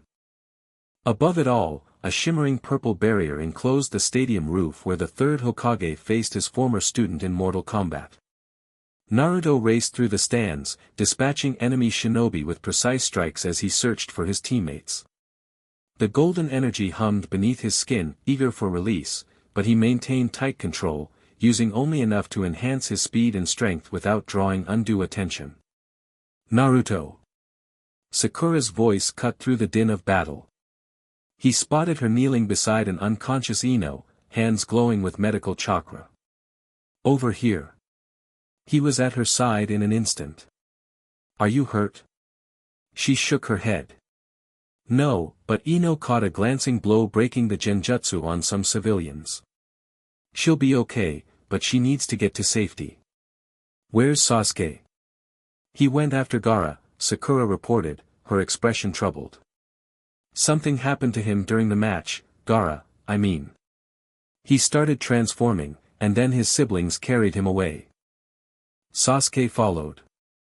Naruto's eyes narrowed.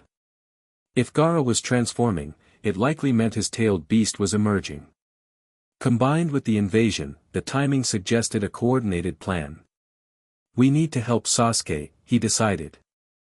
Gaara's like me, a Jinchuriki, but his seal is weaker. If he fully releases the one tail. A massive explosion from the village's eastern sector punctuated his words. The ground trembled beneath their feet. First, we need to get these civilians to safety, Sakura reminded him, gesturing to the group of dazed spectators she had awakened from the genjutsu. Then we can go after Sasuke. Naruto nodded, creating a dozen shadow clones with a cross-shaped hand sign. My clones will escort them to the monument shelters. You and I will find Sasuke. As the clones organized the civilians, Kakashi appeared beside them in a swirl of leaves, his headband raised to reveal his Sharingan. Change of plans, he said tersely. The situation is escalating. Naruto, I need you to pursue Sasuke and Gaara immediately. The Sand Jinchuriki is a primary threat. If he fully transforms outside the village, the devastation could be catastrophic. What about Sakura? Naruto asked. She'll come with me to reinforce the hospital perimeter. We have wounded who need protection. Kakashi turned to Sakura. Your medical skills, even at a basic level, will be valuable there. Sakura looked torn between going after Sasuke and doing her duty. Finally, she nodded. Be careful, Naruto. And bring him back. I will, Naruto promised. Both of us, in one piece. One more thing, Kakashi added, his voice dropping. The Hokage is engaged with Orochimaru. Jiraiya is attempting to breach the barrier to assist him, but in the meantime, you're authorized to use your full abilities if necessary to stop Gaara. The safety of the village takes priority over secrecy now.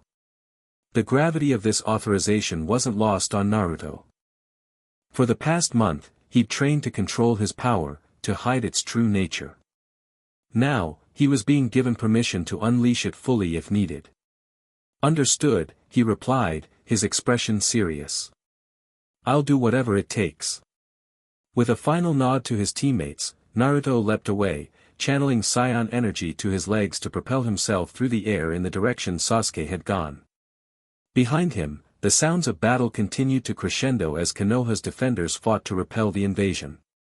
The forest outside Konoha's walls bore the unmistakable signs of pursuit, broken branches, scorched trees, and occasional spatters of blood marked the path taken by Gaara, his siblings, and the pursuing Sasuke.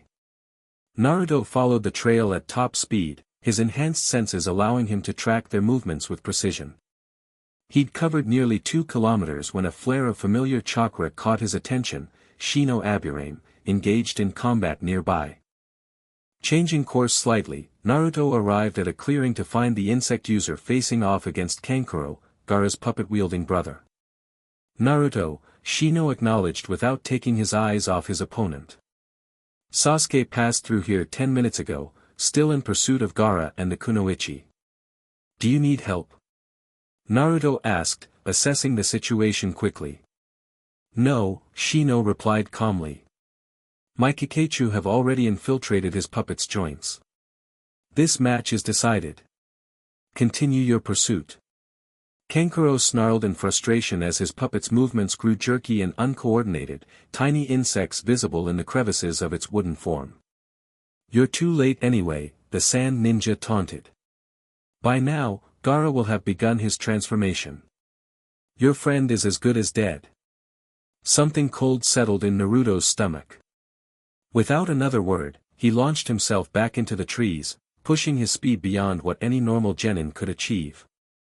The forest blurred around him as he channeled more scion energy, the golden aura flickering visibly now as he abandoned the pretense of restraint. 5 minutes later, he felt it, a massive surge of malevolent chakra that made the hairs on the back of his neck stand up. Similar to but distinct from the Nine-Tails energy, this could only be the One-Tail beginning to manifest. He burst into a devastated clearing where the signs of battle were evident, trees shattered, earth scorched by fire jutsu, and at the center, Sasuke on one knee, breathing heavily, facing what could only be described as a monstrous hybrid of human and tanuki. Gaara's body was half transformed, one side still recognizably human, the other an enormous limb of sand with blue veins pulsing beneath its surface. His face was split similarly, one eye still human, the other a star-shaped pupil filled with bloodlust. Sasuke! Naruto called, landing beside his teammate. About time you showed up, Dobe, Sasuke grunted, blood trickling from a cut above his eye.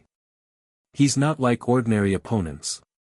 My Chidori pierced his defense, but he just regenerates. He's a Jinchuriki, Naruto explained quickly. Like me, but his tailed beast is closer to the surface, less controlled. More blood. Gaara's voice had changed, becoming dual-toned as the tailed beast's influence grew. Mother wants your blood, Uchiha. And yours too, Uzumaki. Naruto assessed the situation rapidly. Gaara was still transforming, not yet at full power, but dangerous enough that Sasuke, even with his enhanced training, was struggling. Temari, the sand kunoichi, was nowhere to be seen, presumably having retreated to a safer distance. Sasuke, you need to fall back, Naruto said, stepping forward. I can handle this. Like hell, Sasuke replied, forcing himself to his feet. I'm not running from this fight. This isn't about your pride, Naruto snapped. Gaara is like me, but less stable. I'm the only one who can. His warning came too late. With a roar, Gaara launched himself forward, the massive sand arm swinging toward them with crushing force. Naruto tackled Sasuke aside, the attack missing them by inches and obliterating a massive tree instead. I'll kill you both. Gaara screamed, his human eye wide with manic glee. Your deaths will prove my existence. Sand erupted from the ground beneath them. Naruto grabbed Sasuke and leaped high into the air, hovering there as he released more of his scion energy. What the, you can fly now? Sasuke exclaimed, dangling from Naruto's grip. Recent development, Naruto replied tersely, setting them down on a high branch. Listen, I need to go all out against him. You've seen what I can do, but not everything. This might get intense. Sasuke studied him for a moment, his Sharingan eyes taking in the golden aura that was now steadily emanating from Naruto's body. Do what you need to do, he said finally. But I'm not leaving. I can still fight. Naruto knew better than to argue further. Stay back and watch for openings then. And Sasuke, whatever you see, remember it's still me. With that, he turned to face Gaara, who was clawing his way up the tree toward them, more of his body transforming with each passing second. Naruto took a deep breath, centering himself as Jiraiya had taught him. Then he let go of the restraints he'd placed on his power.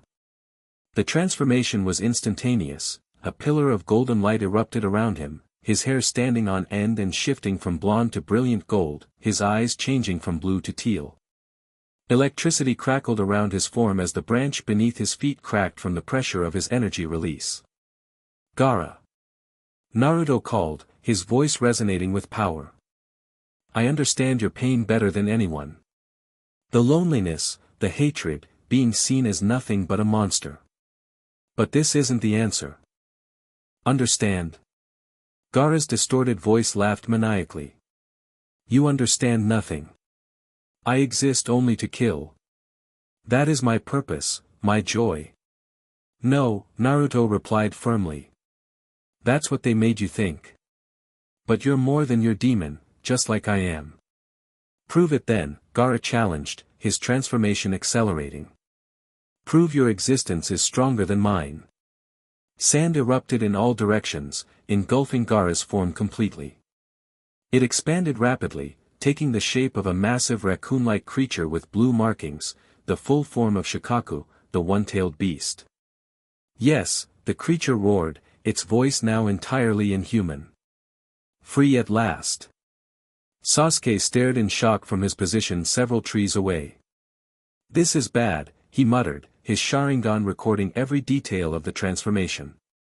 Really bad. The fully manifested Shikaku stood nearly 15 stories tall, dwarfing the surrounding forest. At the top of its head, a small figure was visible, Gaara, embedded up to his waist in the sand, his eyes closed as if in sleep. Now I'll show you true despair. Shikaku bellowed, swinging a massive paw toward Naruto. Naruto didn't dodge. Instead, he thrust his hands forward, catching the enormous appendage and stopping it mid-swing. The impact created a shockwave that flattened trees for hundreds of meters in all directions, but Naruto held firm, his golden aura blazing like a small sun. Impressive, a silky voice commented from nearby. The boy has more control than I anticipated. Sasuke whirled to find Orochimaru standing on a branch behind him, seemingly materialized from nowhere. The Sannin looked somewhat battered, his arms showed signs of burns and one eye was swollen shut, but his smile remained confident. What are you doing here? Sasuke demanded, instinctively dropping into a defensive stance. I thought you were fighting the Hokage. Our battle reached a temporary stalemate, Orochimaru replied, his gaze fixed on the confrontation between Naruto and Shikaku. I decided my time would be better spent observing this fascinating development. Two Jinchuriki battling, one of whom possesses scion blood. The casual mention of scion caught Sasuke off guard. You know what he is? Orochimaru's smile widened. Oh yes. I've known since our encounter in the Forest of Death. A warrior race from beyond the stars, with power that dwarfs anything on this world. Quite the discovery, wouldn't you agree? And now, a perfect opportunity to study that power in action. Below them, the battle had intensified. Naruto flew around Shikaku at incredible speed, dodging sand bullets the size of houses while landing punches that shook the massive beast's form. Each impact cratered Shikaku's body, but the sand simply reformed, undamaged. He's holding back, Orochimaru observed. Fascinating. Even in his transformed state, he's restraining himself to avoid collateral damage. The Sannin's tongue slithered out to lick his lips. Imagine what he could do if fully unleashed. What do you want, Orochimaru? Sasuke demanded, uncomfortable with the hungry look in the Sannin's eye. The same thing I've always wanted, Sasuke-kun. Knowledge. Power. Orochimaru turned to face him fully. And to offer you a choice. Below, Naruto had realized the futility of physical attacks against Shikaku's sand body. Hovering mid-air, he cupped his hands at his side, blue-white energy gathering between his palms. Me. Sand bullet. Shikaku inhaled deeply, then spat an enormous projectile directly at Naruto. Ha! Naruto thrust his hands forward, releasing a massive beam of energy that vaporized the sand bullet and continued onward to strike Shikaku in the chest. The impact blew a hole clean through the tailed beast's body, sand scattering in all directions. Magnificent, Orochimaru whispered, his good eye widening with excitement. Such raw power, and yet such precision. The hole in Shikaku's chest quickly refilled with sand, the beast seemingly unharmed by the devastating attack. Naruto frowned, realizing the problem. As long as Gaara remained in his trance state at the top of Shikaku's head, the tailed beast would maintain control and could regenerate indefinitely. I need to wake him up, Naruto muttered to himself, changing tactics. He accelerated directly toward Shikaku's head, dodging the beast's attempts to swat him away. Too slow, too slow. Shikaku cackled. I'll crush you like an insect. Meanwhile, Orochimaru had continued his conversation with Sasuke, his voice low and persuasive. You see now the gap between you and Naruto? Once, you were rivals. Equals, perhaps, with you holding the edge in natural talent. But now? The Sannin gestured toward the golden-haired figure darting around Shikaku. He has ascended to a level you cannot reach through normal means. Sasuke's jaw clenched, his Sharingan still tracking Naruto's movements. What's your point? My point, Sasuke-kun, is that I can offer you power to match his. Power beyond what any ordinary shinobi could dream of. How? Despite himself, Sasuke couldn't keep the interest from his voice. Orochimaru smiled, knowing he had the Uchiha's attention. During our encounter in the Forest of Death, I collected samples of Naruto's scion DNA. I've been experimenting. Integrating it with other genetic material, including my own. The results have been most promising. To demonstrate, Orochimaru held out his hand. A faint purplish aura flickered around it, reminiscent of but distinctly different from Naruto's golden energy. A pale imitation, for now, the Sannin admitted. But with your Sharingan's copying ability and my scientific expertise, we could perfect it. Imagine, Sasuke-kun, the power of a scion combined with the Sharingan. You would surpass not only Naruto but your brother as well. The mention of Itachi sent a jolt through Sasuke's system. His lifelong goal, to avenge his clan by killing his brother, had seemed increasingly distant as Naruto's power grew. But if what Orochimaru offered was real, his attention was drawn back to the battle as a massive explosion rocked the forest.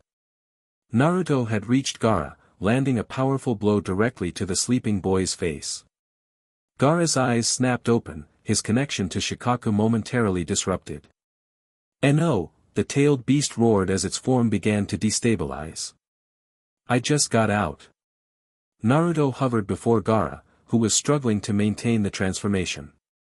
It's over, Gaara. Your demon doesn't define you. You can choose a different path. Shut up. Gaara screamed, his voice human again. You know nothing about me, about my pain. I know everything about it, Naruto countered. The loneliness. The hatred.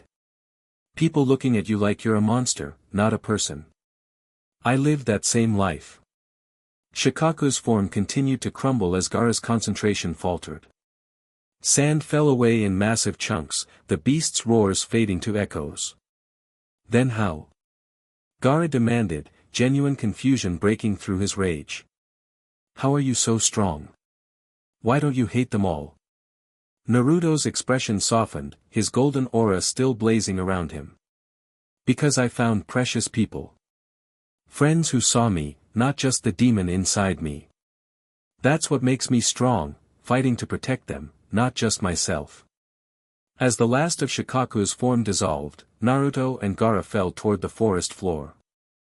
Naruto caught the sand Jinchuriki before he could impact, setting him down gently on the ground. Both boys were exhausted, though Naruto's scion stamina left him in better condition. I can't lose, Gaara whispered, struggling to stand. My existence. I must prove it.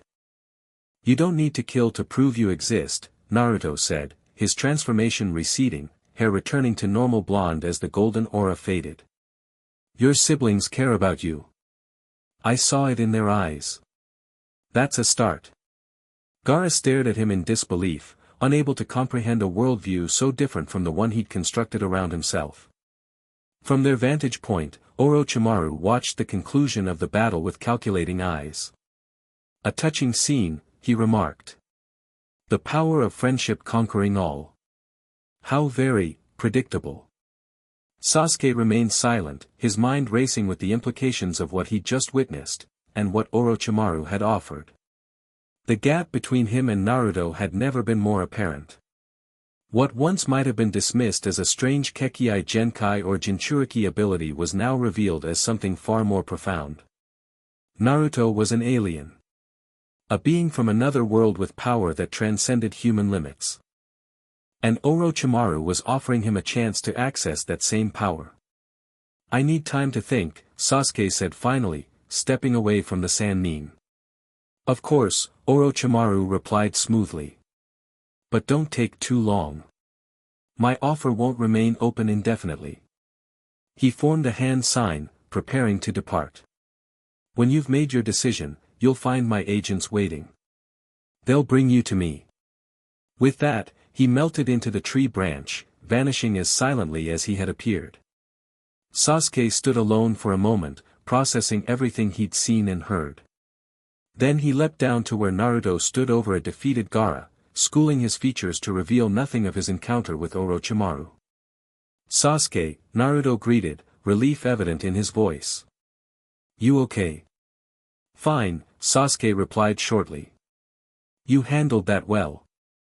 Before Naruto could respond, Temari and Kankuro burst into the clearing, the latter looking somewhat worse for wear after his encounter with Shino.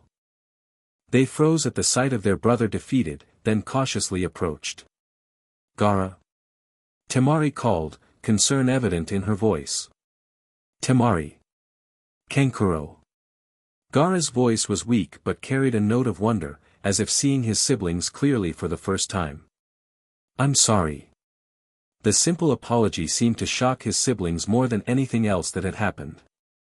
Kankuro recovered first, moving to help Gaara stand. It's okay, he said awkwardly. Let's get you out of here.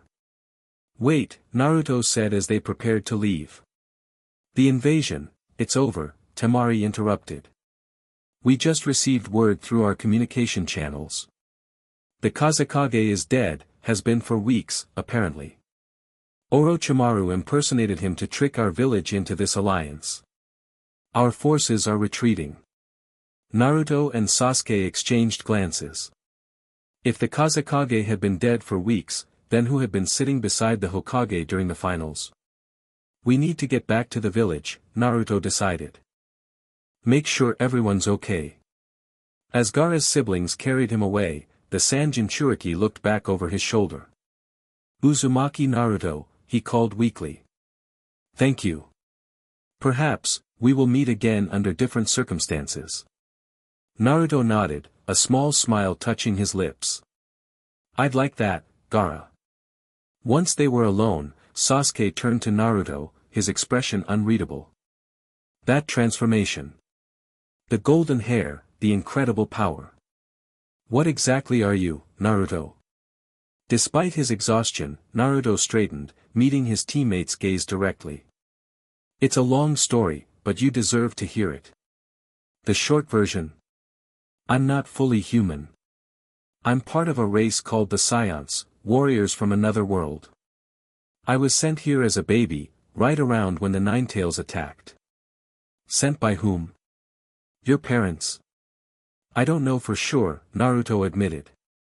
I've been trying to piece it together from fragments of memory and data from a device that came with me. My home planet was destroyed, so I might be one of the last of my kind. Sasuke absorbed this information with outward calm, though internally his mind raced. And the transformation? Super Saiyan. It's a legendary form that multiplies my strength, speed, everything. What I did against Orochimaru in the forest was my first time transforming. I've been training to control it since then. A heavy silence fell between them, broken only by the distant sounds of birds returning to the forest after the chaos of battle had subsided. "We should head back," Sasuke said finally. "They'll need everyone for the recovery efforts." As they began the journey back to Konoha, leaping through trees at a pace accommodating Sasuke's more human stamina, Naruto couldn't shake the feeling that something had shifted between them, something beyond the revelations of his heritage. There was a new tension in Sasuke's demeanor, a calculating distance that hadn't been there before. Whatever its cause, Naruto suspected the repercussions would be felt long after the dust of invasion had settled. Konoha was a village in mourning. The invasion had been repelled, but at great cost. Buildings lay in ruins, streets were scarred by jutsu and combat, and worst of all, many good shinobi had lost their lives in the defense of their home. Genin teams worked alongside civilians to clear debris, while medical ninja treated the wounded in overcrowded hospitals. But the heaviest loss by far was the third Hokage, who had sacrificed himself using a forbidden sealing technique to disable Orochimaru's arms. The village leadership had passed temporarily to the Council of Elders while a search began for Tsunade Senju, one of the legendary Sannin, to take up the mantle of fifth Hokage. 3 days after the invasion, Naruto stood atop the Hokage monument, gazing down at the village as repairs continued below. The funeral for the third and other fallen shinobi had been held that morning, a solemn affair of black clothing and silent tears as rain fell from a gray sky, as if the heavens themselves mourned the loss of the god of shinobi. "I thought I'd find you here," a familiar voice said behind him. Naruto turned to see Jiraiya approaching, the Sannin's usual boisterous demeanor subdued in the wake of his teacher's death. "Pervy sage," Naruto acknowledged, turning back to the village view. "How are you holding up?" Jiraiya came to stand beside him. "As well as can be expected." The old man lived a full life, died protecting what he loved most. "There are worse ways to go." They stood in silence for a while, each lost in their own thoughts. Finally, Jiraiya spoke again. "The council is in an uproar about you." Naruto sighed. He'd expected this. During the invasion, he'd been forced to use his Super Saiyan form several times, first against Gaara, then later to help evacuate civilians from a collapsing building, and finally to intercept a group of Sound Jonin who had breached the hospital perimeter. His secret was well and truly out. "What are they saying?" he asked. "What you'd expect. Some are calling you a hero, the golden warrior who saved countless lives. Others are concerned about the implications of having someone with your level of power in the village." Jiraiya gave him a sidelong glance. "Danzo is particularly vocal about implementing safeguards." "Meaning what? Restrictions? Some kind of chakra suppression?" "Nothing so crude. He's smarter than that. He's advocating for you to join his root division, where your unique abilities can be properly directed for the village's benefit." Naruto snorted. "Not happening." "I made that clear," Jiraiya assured him. "In any case, his influence is limited at the moment. The civilian population has largely embraced you as a protector. Hard to argue against someone who held up a collapsing apartment building long enough for everyone to evacuate." Despite the grim circumstances, Naruto felt a small glow of satisfaction. After years of being feared and shunned as the Nine-Tails Jinchuriki, being recognized for saving lives, for using his power to protect rather than destroy, meant more than he could express. "There's something else," Jiraiya continued, his tone turning serious. "Intelligence reports suggest Orochimaru survived his encounter with Sarutobi-sensei, though severely weakened. His arms were sealed by the Death Reaper seal, rendering them useless." "That's good, right? He can't perform jutsu without his arms." "Ordinarily, yes. But given what Sasuke reported about his conversation with Orochimaru during the battle with Gaara, we have cause for concern." Naruto frowned, recalling Sasuke's debriefing. His teammate had finally revealed Orochimaru's appearance and offer after they returned to the village, though something in Sasuke's tone had suggested he wasn't sharing everything. "You think he's really figured out how to use Scion DNA? To give himself powers like mine?" "In a limited fashion, perhaps," Jiraiya replied. Orochimaru has always been a genius at genetic manipulation and forbidden techniques. If he collected samples during your encounter in the Forest of Death, he's had weeks to experiment. The thought sent a chill down Naruto's spine. His scion abilities in the hands of someone like Orochimaru, someone without conscience or restraint, could be catastrophic. What about Sasuke? Naruto asked, voicing his deeper concern. Orochimaru offered him this power too.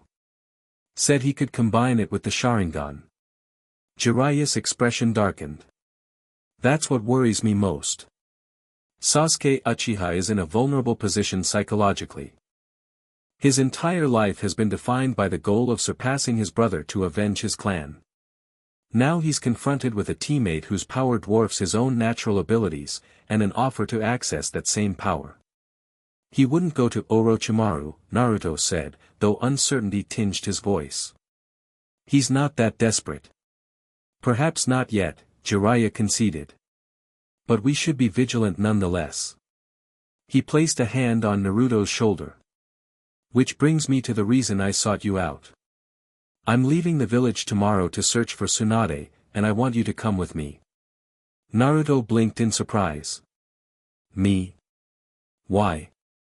Several reasons. First, getting you out of the village for a few weeks will give the council time to calm down without you there as a constant reminder of what they're arguing about. Second, continuing your training outside populated areas seems prudent given the destructive potential of your abilities. And third.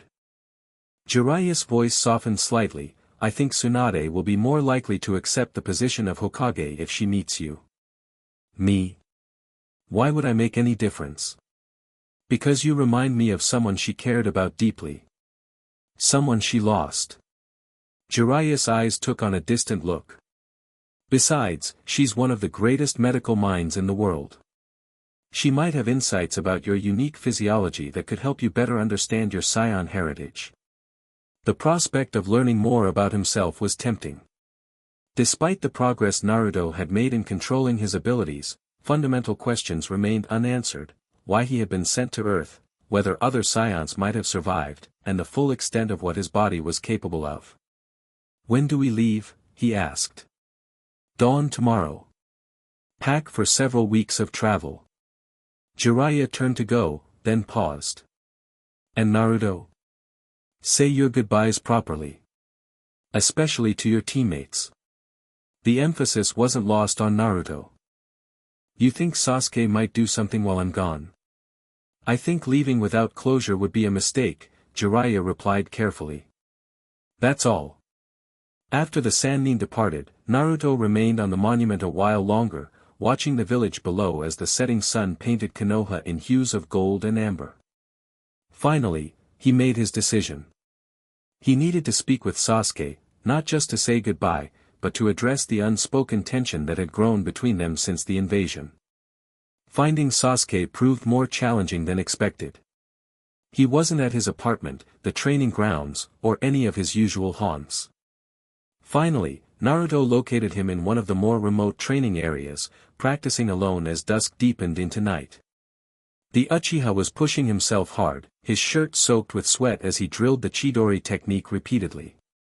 The clearing bore the scars of his training, trees split by lightning, boulders reduced to rubble. When Naruto approached, Sasuke didn't stop or even acknowledge him, continuing his assault on a particularly large boulder. Your form is getting sloppy, Naruto observed after the fifth consecutive Chidori. You're burning through chakra too fast. What do you want, Naruto? Sasuke asked without turning, his voice carefully neutral. To talk. I'm leaving the village tomorrow with Jiraiya. We're going to find Tsunade to be the next Hokage. This finally drew Sasuke's attention. He deactivated his Sharingan, turning to face Naruto fully. How long will you be gone? A few weeks, maybe longer. Depends on how hard she is to find. Naruto studied his teammate's expression, trying to read beneath the mask of indifference. Sasuke, what's going on with you? Ever since the invasion, you've been different. Different? Sasuke's laugh held no humor. That's rich, coming from you. The alien warrior with golden hair who can fly and shoot energy beams. The bitterness in his tone caught Naruto off guard. Is that what this is about? My scion heritage? What do you think? Sasuke's control slipped, anger bleeding into his voice. All these years competing with you, thinking we were equals in our own ways, your stamina and creativity against my technique and Sharingan. Then I discover you're not even human. That your potential isn't just greater than mine, it's in an entirely different category. That doesn't change anything between us, Naruto insisted. We're still teammates, still what? Friends? Rivals? Sasuke shook his head. How can I be your rival when the gap between us is insurmountable? You were born with power I can never attain naturally. That's not true. You have the Sharingan, your fire techniques, everything your clan, my clan is dead. Sasuke's shout echoed through the clearing. Killed by my brother, who I swore to surpass and destroy. And now I find that even if I did surpass him, there are beings like you with power that makes the Sharingan look like a child's toy. The raw pain in Sasuke's voice struck Naruto to the core. This wasn't just jealousy or wounded pride, it was the collapse of a worldview that had sustained Sasuke through the trauma of his clan's massacre. Sasuke, Naruto said quietly, having scion blood doesn't make me better than you. Just different. And it comes with its own problems, being truly alone, not even belonging to this world. Spare me the self-pity, Sasuke snapped. You have a power that could let you protect everyone you care about. I had that once, a family, a clan, and I was too weak to save any of them. A heavy silence fell between them, broken only by the sound of distant night birds. Naruto struggled to find the right words, sensing that this conversation had implications far beyond a simple rivalry. What did Orochimaru really offer you? He asked finally. Sasuke, whatever he promised, it's not worth it. He's using you. Something shifted in Sasuke's expression, a momentary calculation, quickly hidden. He offered power. That's all. I turned him down. The slight hesitation before the denial confirmed Naruto's suspicions. Sasuke wasn't telling him everything. Look, Naruto tried again, when I get back, we can train together. I can help you get stronger your way, without resorting to whatever twisted methods Orochimaru is suggesting. And what if your way isn't enough? Sasuke challenged. What if all the normal training in the world can't give me what I need to kill Itachi? Then we'll figure something else out. Together. That's what teammates do. Sasuke regarded him silently for a long moment, his expression unreadable in the gathering darkness. Finally, he nodded once. Safe travels, Naruto. Find Tsunade. The village needs a Hokage. It wasn't exactly the reassurance Naruto had hoped for, but it was something. As he turned to leave, he felt compelled to offer one last thought. Sasuke, whatever you're considering, just remember you're not alone. You have people here who care about you. Who would do anything to help you. Whether his words had any impact, Naruto couldn't tell. Sasuke had already turned away, resuming his training as if their conversation had never happened. With a heavy heart, Naruto left the clearing, unable to shake the feeling that something irreparable had shifted between them. The next morning, he met Jiraiya at the village gates as dawn broke over Konoha. The journey to find Tsunade awaited, along with whatever challenges might arise along the way. But as they set out on the road, Naruto's thoughts remained with the friend he'd left behind, and the unspoken fear that Sasuke might make a choice that would change everything. 3 weeks passed as Naruto and Jiraiya tracked Tsunade across the land of fire and beyond, following rumors and gambling debts from one town to the next. Throughout their journey, Jiraiya continued Naruto's training, focusing on refining his control over his scion abilities and integrating them more seamlessly with his ninja techniques. In the remote countryside, away from prying eyes, Naruto could train without restraint. He practiced maintaining his Super Saiyan transformation for longer periods, developed new energy-based techniques, and even experimented with channeling small amounts of Kurama's chakra simultaneously with his Saiyan power, a dangerous but potentially powerful combination. They finally located Tsunade in a bustling city known for its casinos and nightlife. The legendary medical ninja was exactly as Jiraiya had described, a beautiful blonde woman who appeared to be in her 30s due to a constant transformation technique, but who was actually in her 50s. Accompanying her was her apprentice Shizun and a pet pig named Tauntaun. Their first meeting didn't go well. Tsunade flatly refused the position of Hokage, declaring the title a fool's job that only led to early death. When Naruto defended the honor of the Hokage, particularly the third who had recently died, the encounter nearly escalated to violence. Only Jiraiya's intervention prevented a confrontation between Tsunade's legendary strength and Naruto's Saiyan power. But over the following days, as they continued to interact, something changed. Tsunade took an interest in Naruto, particularly after learning of his unique heritage. As a medical specialist, the concept of extraterrestrial biology both fascinated and challenged her scientific mind. "Your cellular structure is remarkable," she observed after conducting a basic examination with medical chakra. "Human-compatible but significantly more durable. And your ability to recover from injury." She shook her head in amazement. "Your tissues regenerate at nearly 5 times the normal human rate." For Naruto, these insights were revelations. He'd always healed quickly, but had attributed it to the Nine-Tails' influence. Learning that his Saiyan physiology provided its own accelerated healing filled in another piece of the puzzle of his identity.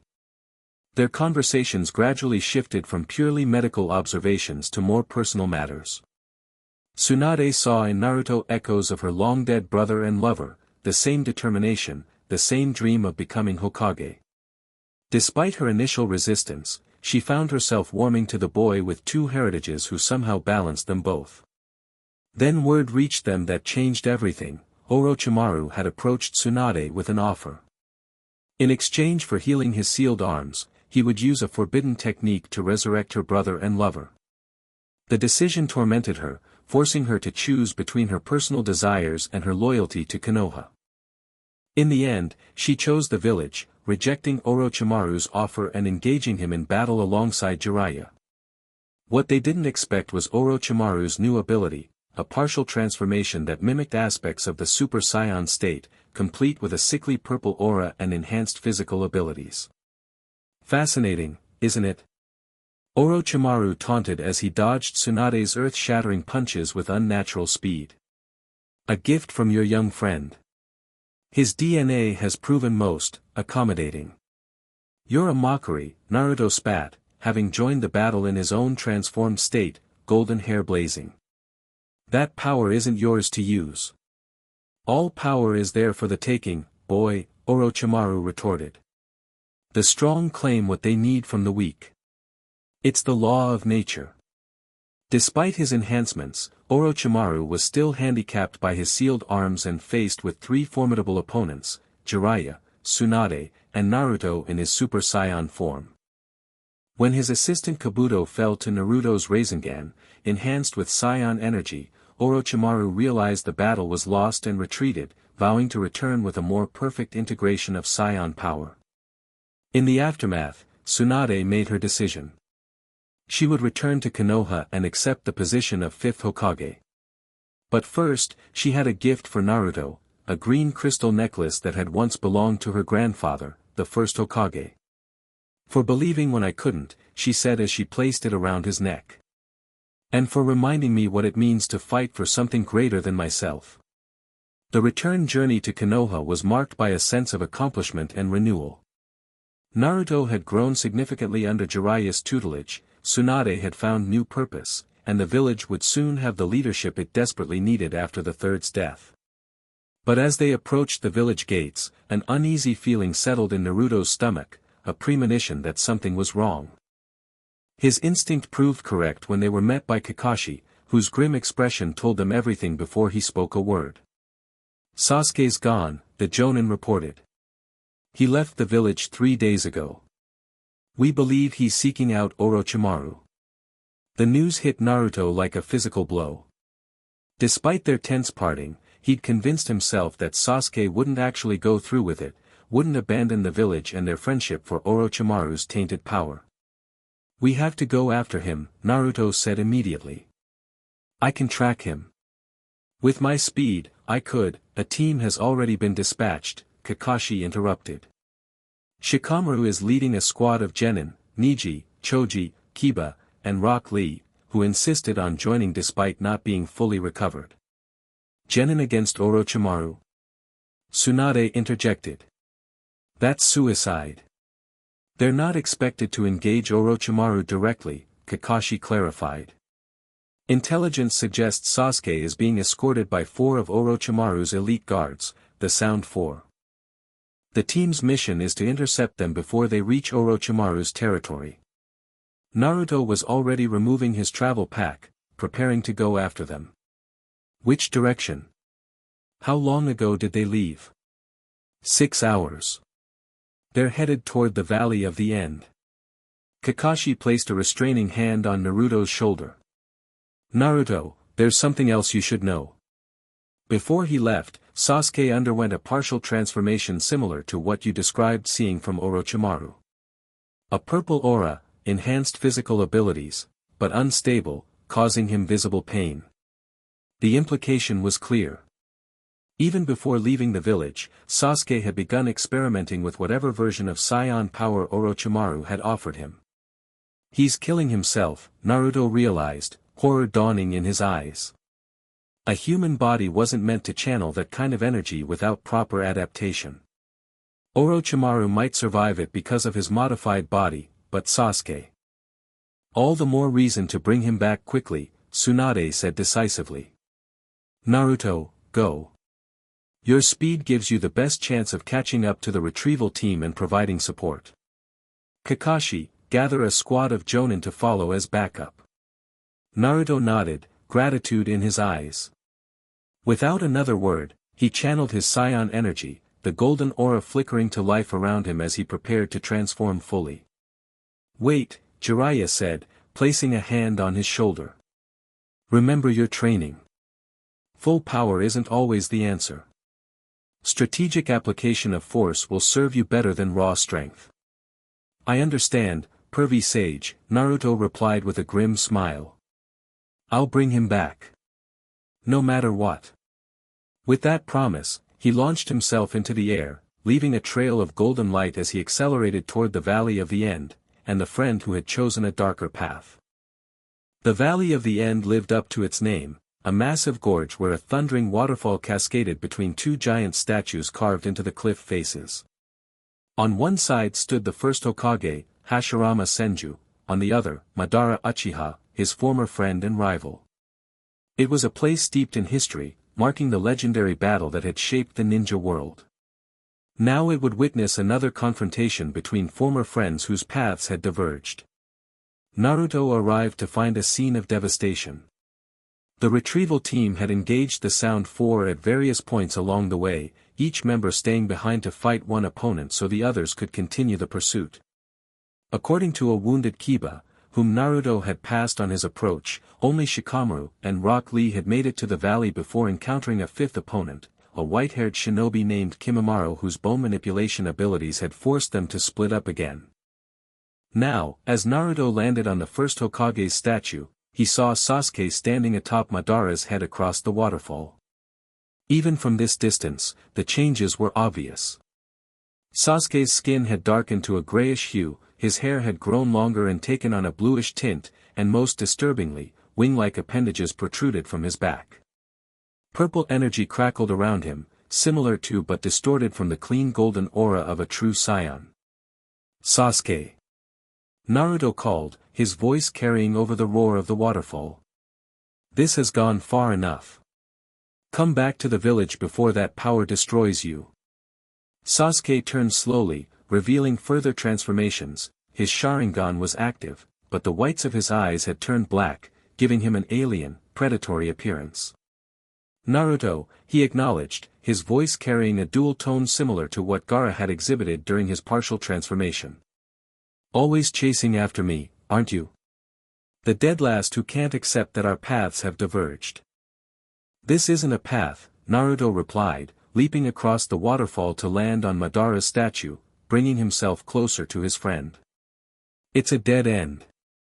Whatever Orochimaru did to you, whatever version of scion power he grafted onto your body, it's killing you.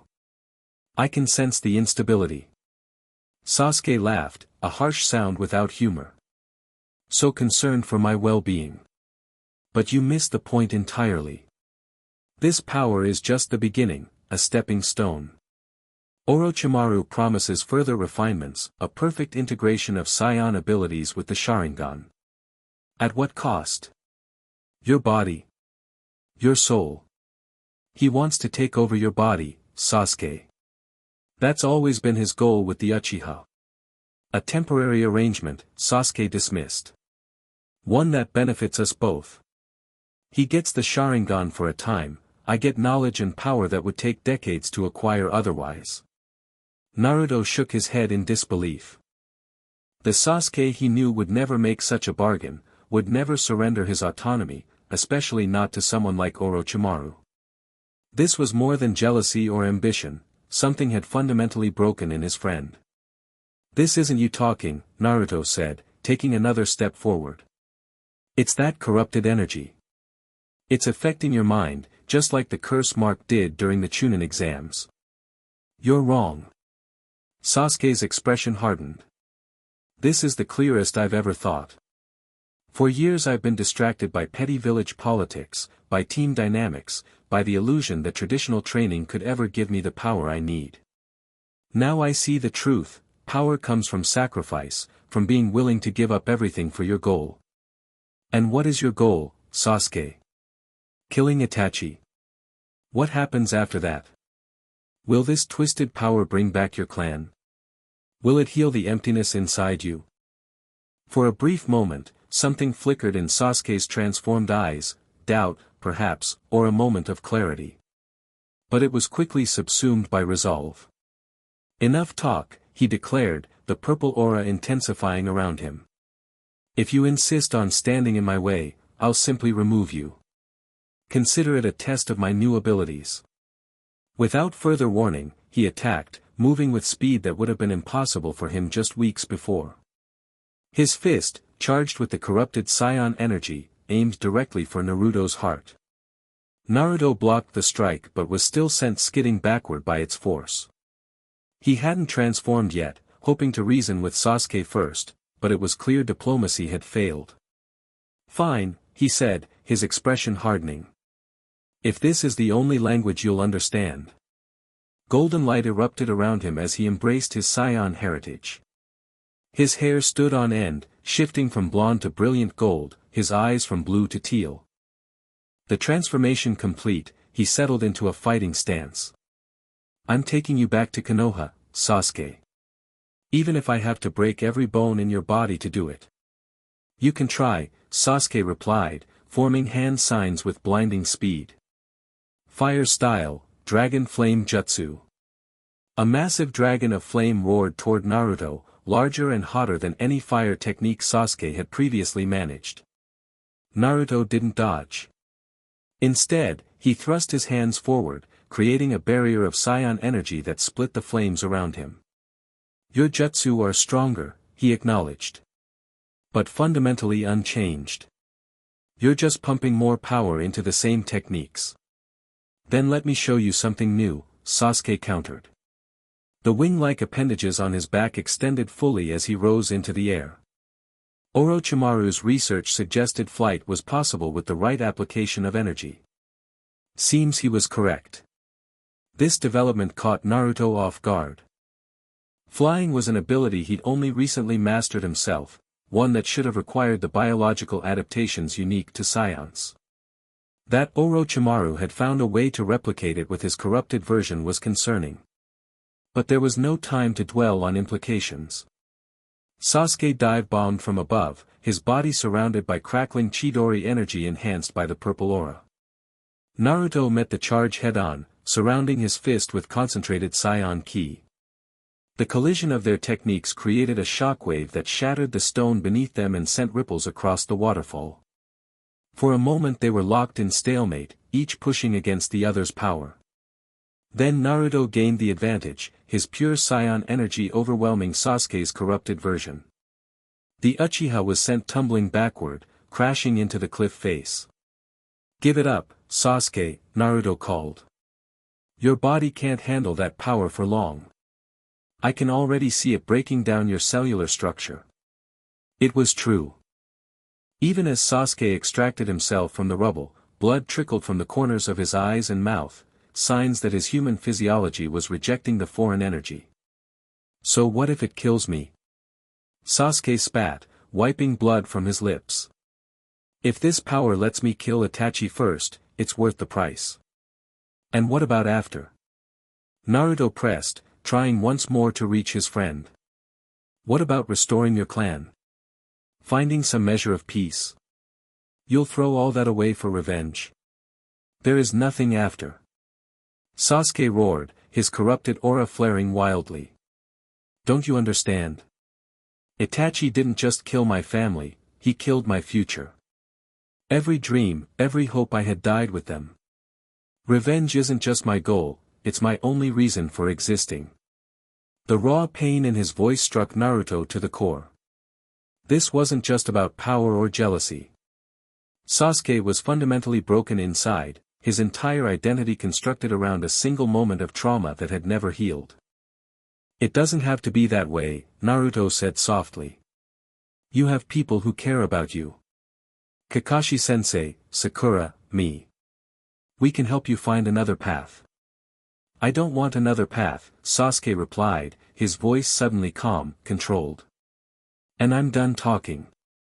His hands blurred through signs before settling into a familiar position, fingers wrapped around his wrist as lightning chakra gathered in his palm, forming a Chidori of unprecedented size and intensity. The corrupted scion energy merged with it, creating a technique that was fundamentally changed from Kakashi's original lightning blade. "This is my answer, Naruto," Sasuke declared, the technique growing until it enveloped his entire arm. "Black Chidori, a combination of lightning style, scion energy, and the power Orochimaru granted me." Naruto recognized the seriousness of the attack.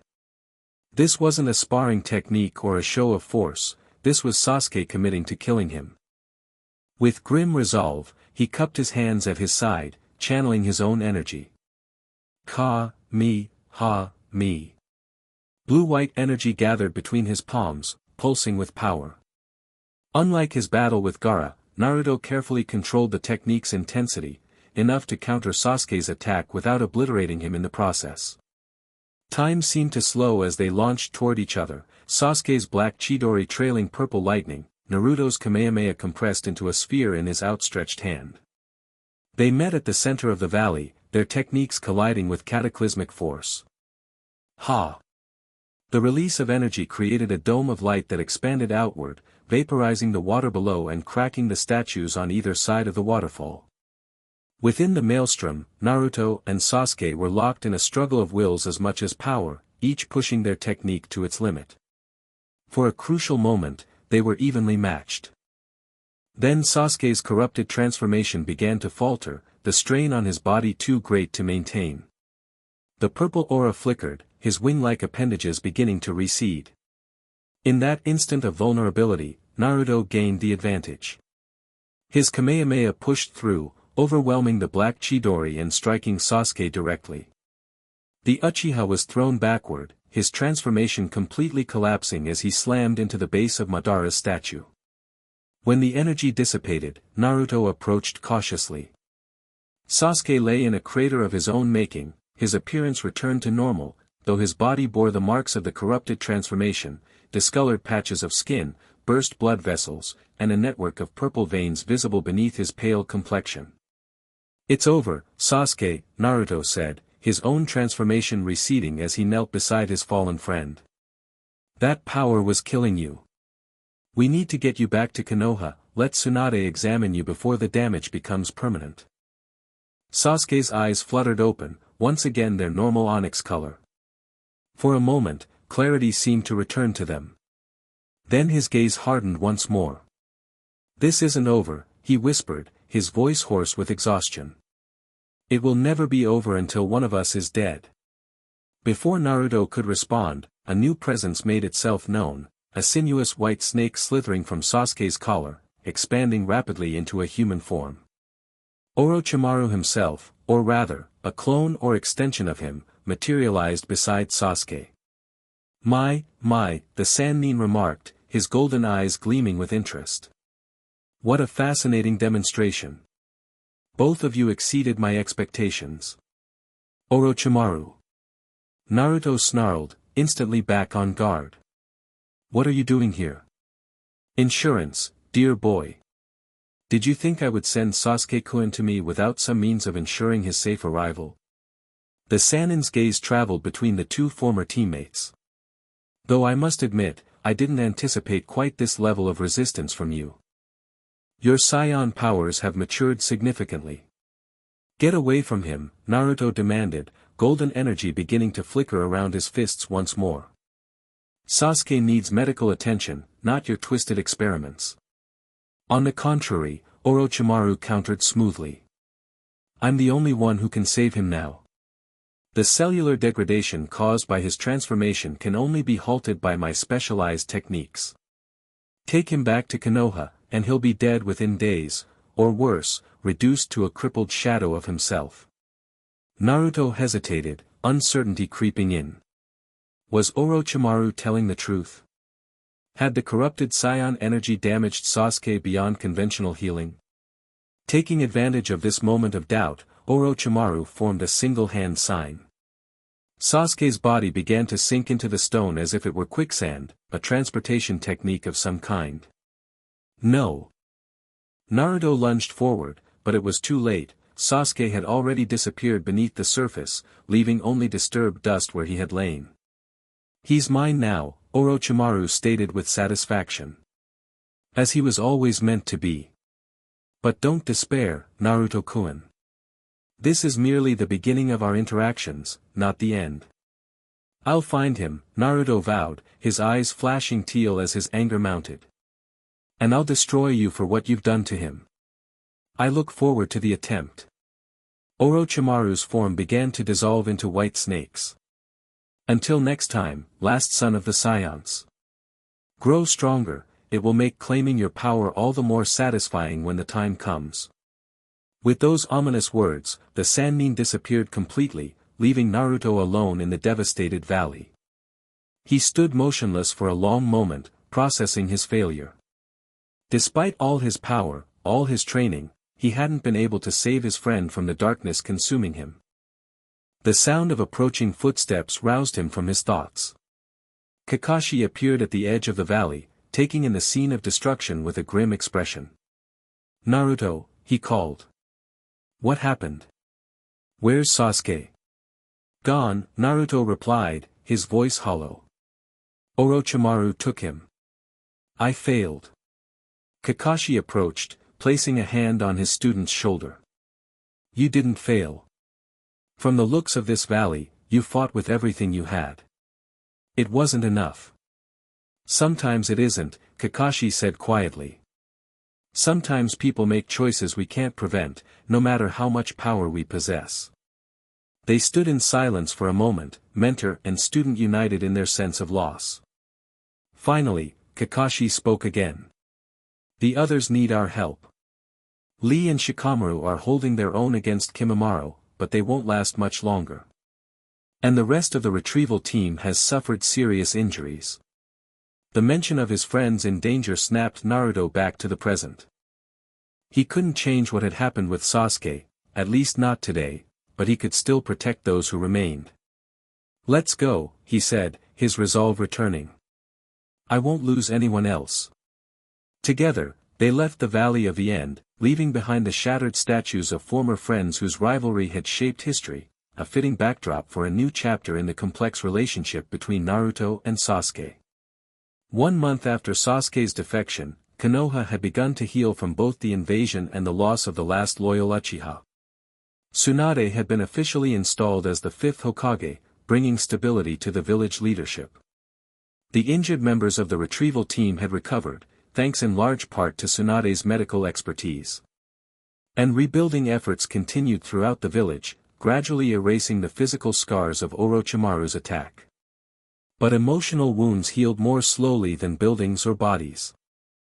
For Team 7, now reduced to 2 genin and their jonin instructor, the absence of Sasuke was a constant reminder of failure. Naruto stood before the memorial stone, tracing the newly added names of those who had fallen during the invasion. The third Hokage's name featured prominently among them, along with Jonin and Chunin who had given their lives in defense of the village. "I thought I might find you here," a familiar voice said. Naruto turned to see Jiraiya approaching, the Sannin's usual flamboyance subdued as it always was when visiting this place of remembrance. "Just paying my respects," Naruto replied. "And thinking. Dangerous pastime." Jiraiya attempted a joke, but his heart wasn't in it. After a moment of silence, he continued more seriously, "Tsunade told me about your conversation yesterday. About your request." Naruto nodded. The day before, he had formally asked the 5th Hokage for permission to leave the village for an extended training journey with Jiraiya. It hadn't been an easy decision, but after everything that had happened, he knew it was necessary. "I need to get stronger," he said simply. "Not just in controlling my scion abilities, but in all aspects of being a shinobi. If I'm going to bring Sasuke back and protect everyone from whatever Orochimaru is planning, I can't stay the way I am." "And you think leaving the village is the answer?" "I think training without limitations is the answer," Naruto clarified. "Here, I'm constantly holding back, afraid of causing damage or drawing attention. Out there, with you, I can push boundaries, learn to truly integrate both sides of my heritage." Jiraiya studied him thoughtfully. "You've matured, kid. Not long ago, you would have insisted on charging after Sasuke immediately, consequences be damned." "I still want to," Naruto admitted. "Every day. But rushing in half-prepared would just end like last time. Orochimaru is experimenting with scion DNA, creating his own twisted version of my abilities. Next time we meet, he'll be more prepared, and so will Sasuke. I need to be ready." 3 years, Jiraiya said. "That's how long I've asked Tsunade to give us.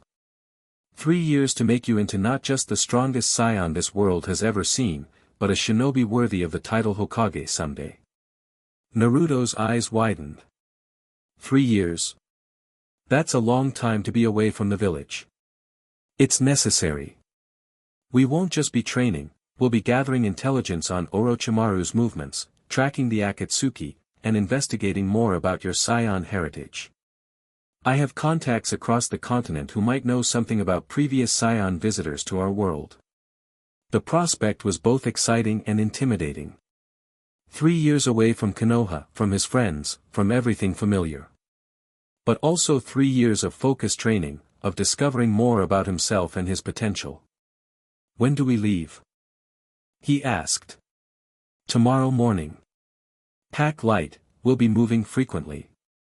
Jiraiya's expression softened. "And say proper goodbyes this time. Your friends deserve that much." That evening, Naruto did exactly that. He visited each of the friends who had become precious to him over the years, Iruka at the academy, Konohamaru and his friends, the various genin teams with whom he'd bonded during the Chunin exams. Each farewell was bittersweet, filled with promises to return stronger than ever. His final visit was to Sakura, whom he found at the hospital where she had begun apprenticing under Tsunade. The pink-haired Kunoichi had thrown herself into medical training with remarkable dedication following Sasuke's defection, determined never again to feel helpless when her teammates were in danger. 3 years, she repeated when he told her of his plans. "That's a long time, Naruto. I know. But it's necessary. I need to master everything about my abilities if I'm going to bring Sasuke back." Sakura's expression grew serious. "When you find him, when you bring him back, he might not be the same person we knew. Orochimaru's influence, combined with that corrupted power you described, it could change him fundamentally." "I know that too," Naruto acknowledged. But I have to try. He's our teammate, our friend. And whether he admits it or not, Konoha is his home. Then I'll be ready too, Sakura said with determination. By the time you return, I'll be a full-fledged medical ninja. Strong enough to stand beside you, not behind you. And together, we'll bring him back. Her resolve matched his own, reminding Naruto that he wasn't alone in this mission. Team 7 might be separated, but the bonds between them remained, stretching across distance and circumstance. As dawn broke the following morning, Naruto stood at the village gates with Jiraiya, ready to begin their journey. Tsunade, Sakura, Kakashi, and several others had gathered to see them off. Don't forget what you're fighting for, Tsunade said, adjusting the green crystal necklace around his neck. Power without purpose is meaningless. I won't forget, Naruto promised.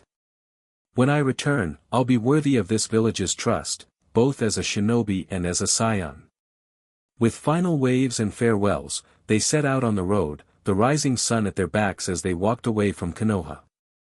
The path ahead was uncertain, filled with challenges and dangers yet unseen.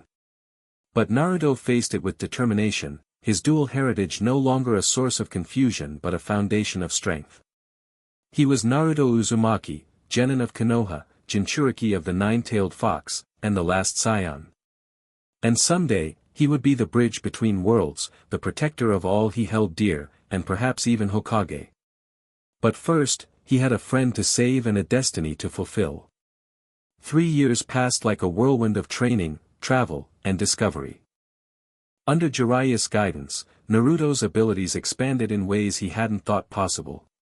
His control over his scion powers reached new heights, allowing transformations that went beyond the basic Super Saiyan form he had first accessed in the Forest of Death. He learned to channel and direct energy with precision, developed new techniques that combined ninja arts with scion abilities, and even established a cooperative relationship with Kurama that allowed him to safely merge tailed beast chakra with his own unique energy. Their journey took them across nations and beyond charted territories. In remote mountains, they found ancient temples with carvings that depicted beings descending from the stars, possible evidence of earlier scion visitors. In hidden libraries and from aged scholars, they gathered fragments of knowledge about the Celestial Guardians, the secretive organization that monitored extraterrestrial threats to the planet. Most importantly, they tracked Orochimaru's movements and the growing threat of Akatsuki, the organization hunting Jinchuriki for their tailed beasts. The intelligence they gathered suggested both groups were accelerating their plans, creating a sense of urgency as their 3-year journey neared its conclusion. Now, standing atop a hill overlooking Konoha, Naruto took in the sight of his home with fresh eyes. The village had changed in his absence, reconstructed, expanded, with Tsunade's face newly carved into the Hokage monument. But the feeling it evoked in his heart remained the same: this was home, regardless of where he had been born. Nostalgic, isn't it? Jiraiya remarked beside him. No matter how far we travel, this view always hits differently. Naruto nodded, adjusting the new outfit he wore, similar to the training gear Kakashi had designed for him years ago, but refined with Jiraiya's help to better accommodate his transformations and enhanced abilities.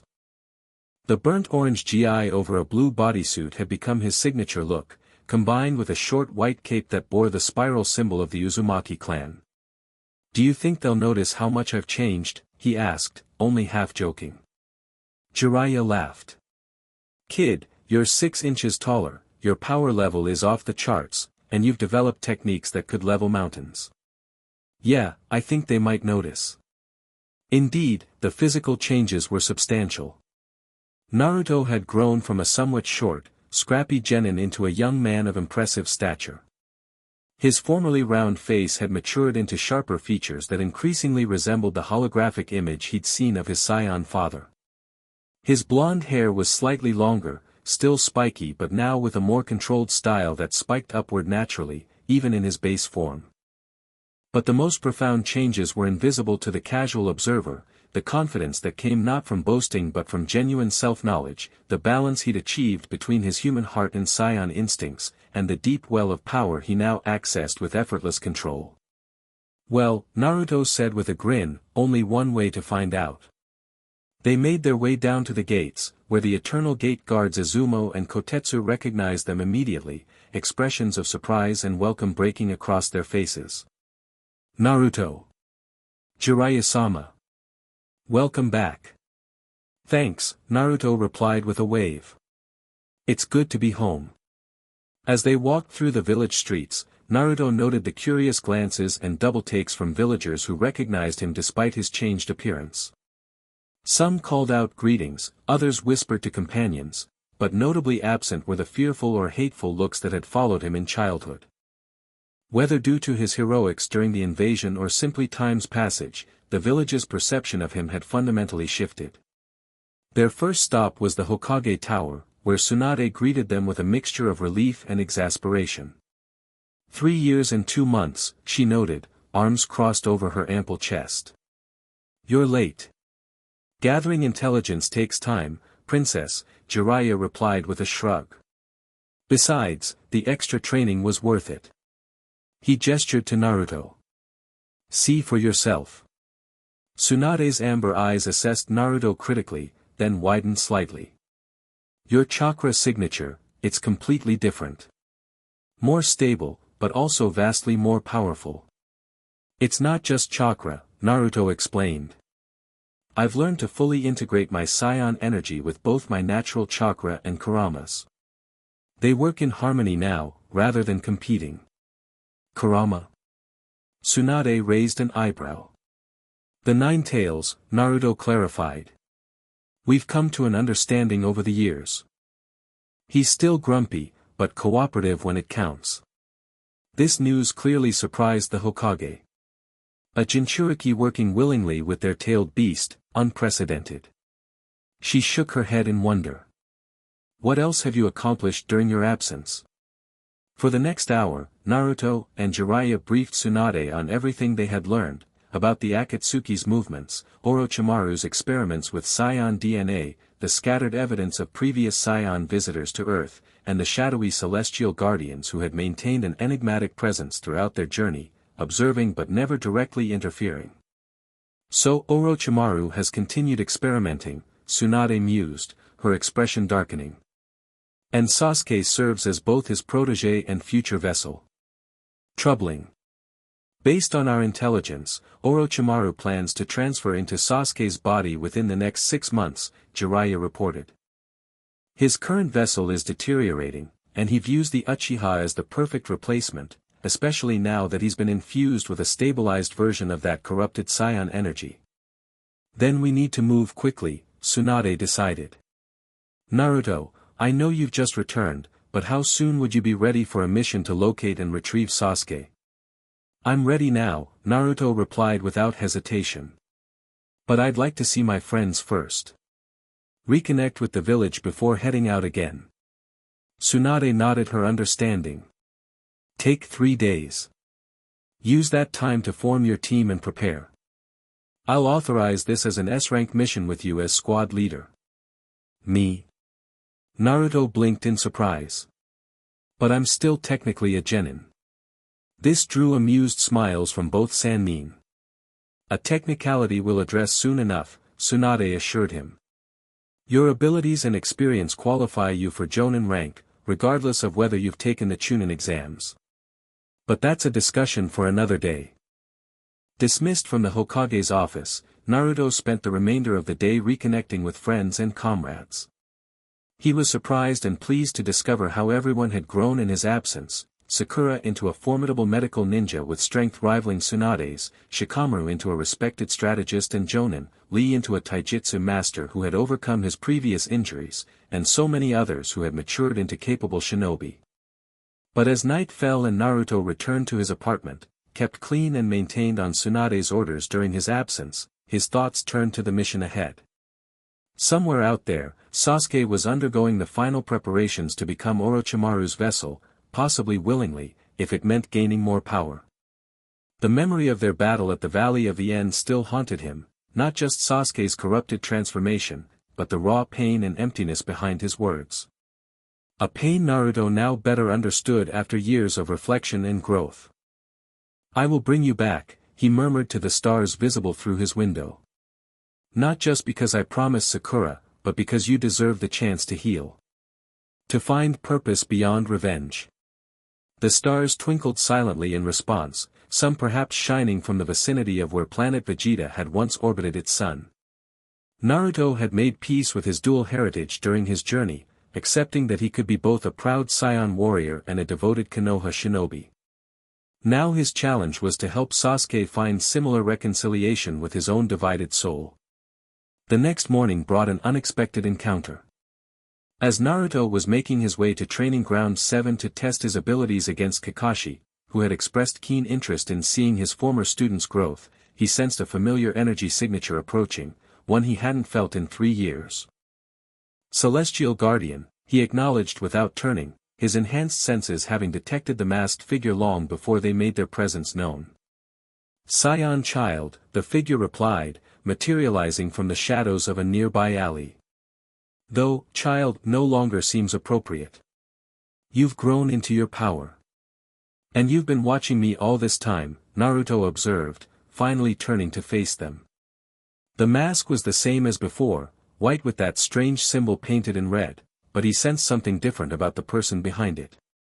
Or rather, your organization has different guardians at different times. Perceptive, the masked figure acknowledged. Yes, the Celestial Guardians have monitored your development closely. Your journey with Jiraiya was enlightening for us. And have you decided whether I'm a threat to your world or not? There was no hostility in Naruto's tone, merely curiosity.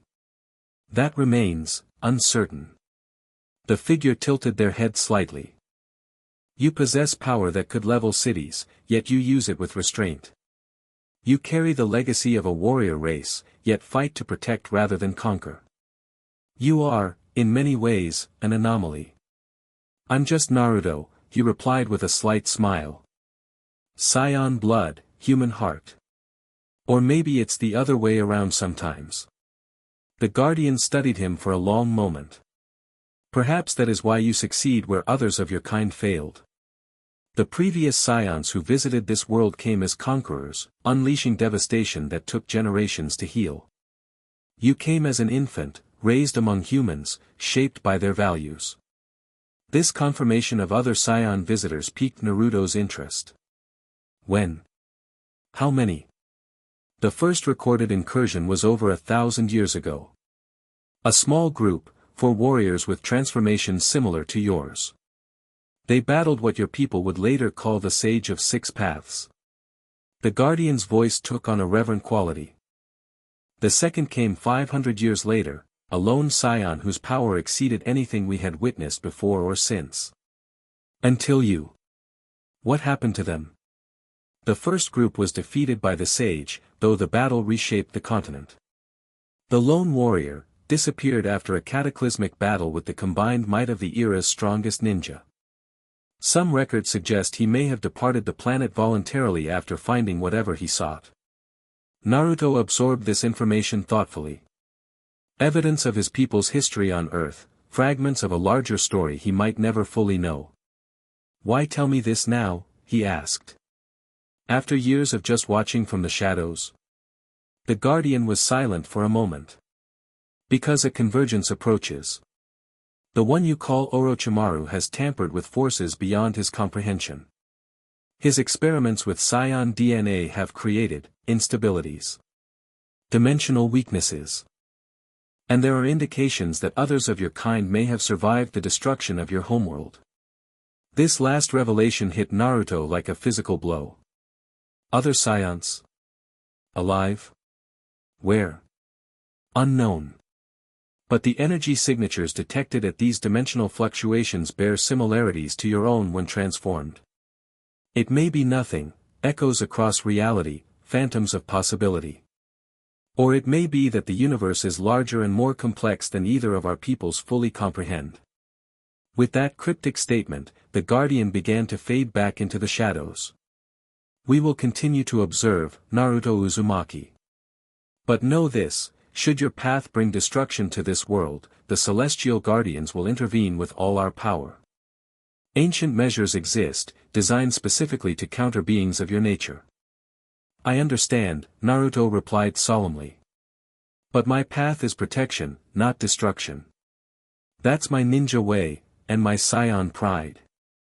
The guardian had no response to this declaration, disappearing completely into the shadows. Naruto remained still for a moment, processing the implications of what he'd learned. Other scions possibly alive. Dimensional instabilities created by Orochimaru's experiments. A convergence approaching. Whatever it all meant, he sensed that his mission to retrieve Sasuke had just taken on greater significance than a personal promise to bring back a friend. Something larger was unfolding, something that might require every bit of the power and wisdom he had acquired during his 3 years of training. With renewed determination, he continued toward Training Ground 7, where Kakashi was waiting to test the fruits of those years. The path ahead was uncertain, filled with challenges both known and unforeseen. But Naruto faced it with confidence, secure in his identity and purpose. He was Naruto Uzumaki, ninja of the Hidden Leaf, Jinchuriki of the Nine Tails, and proud scion warrior. And he was ready for whatever convergence awaited. The end. Thank you for watching this video. Please be sure to subscribe to our channel and like this video.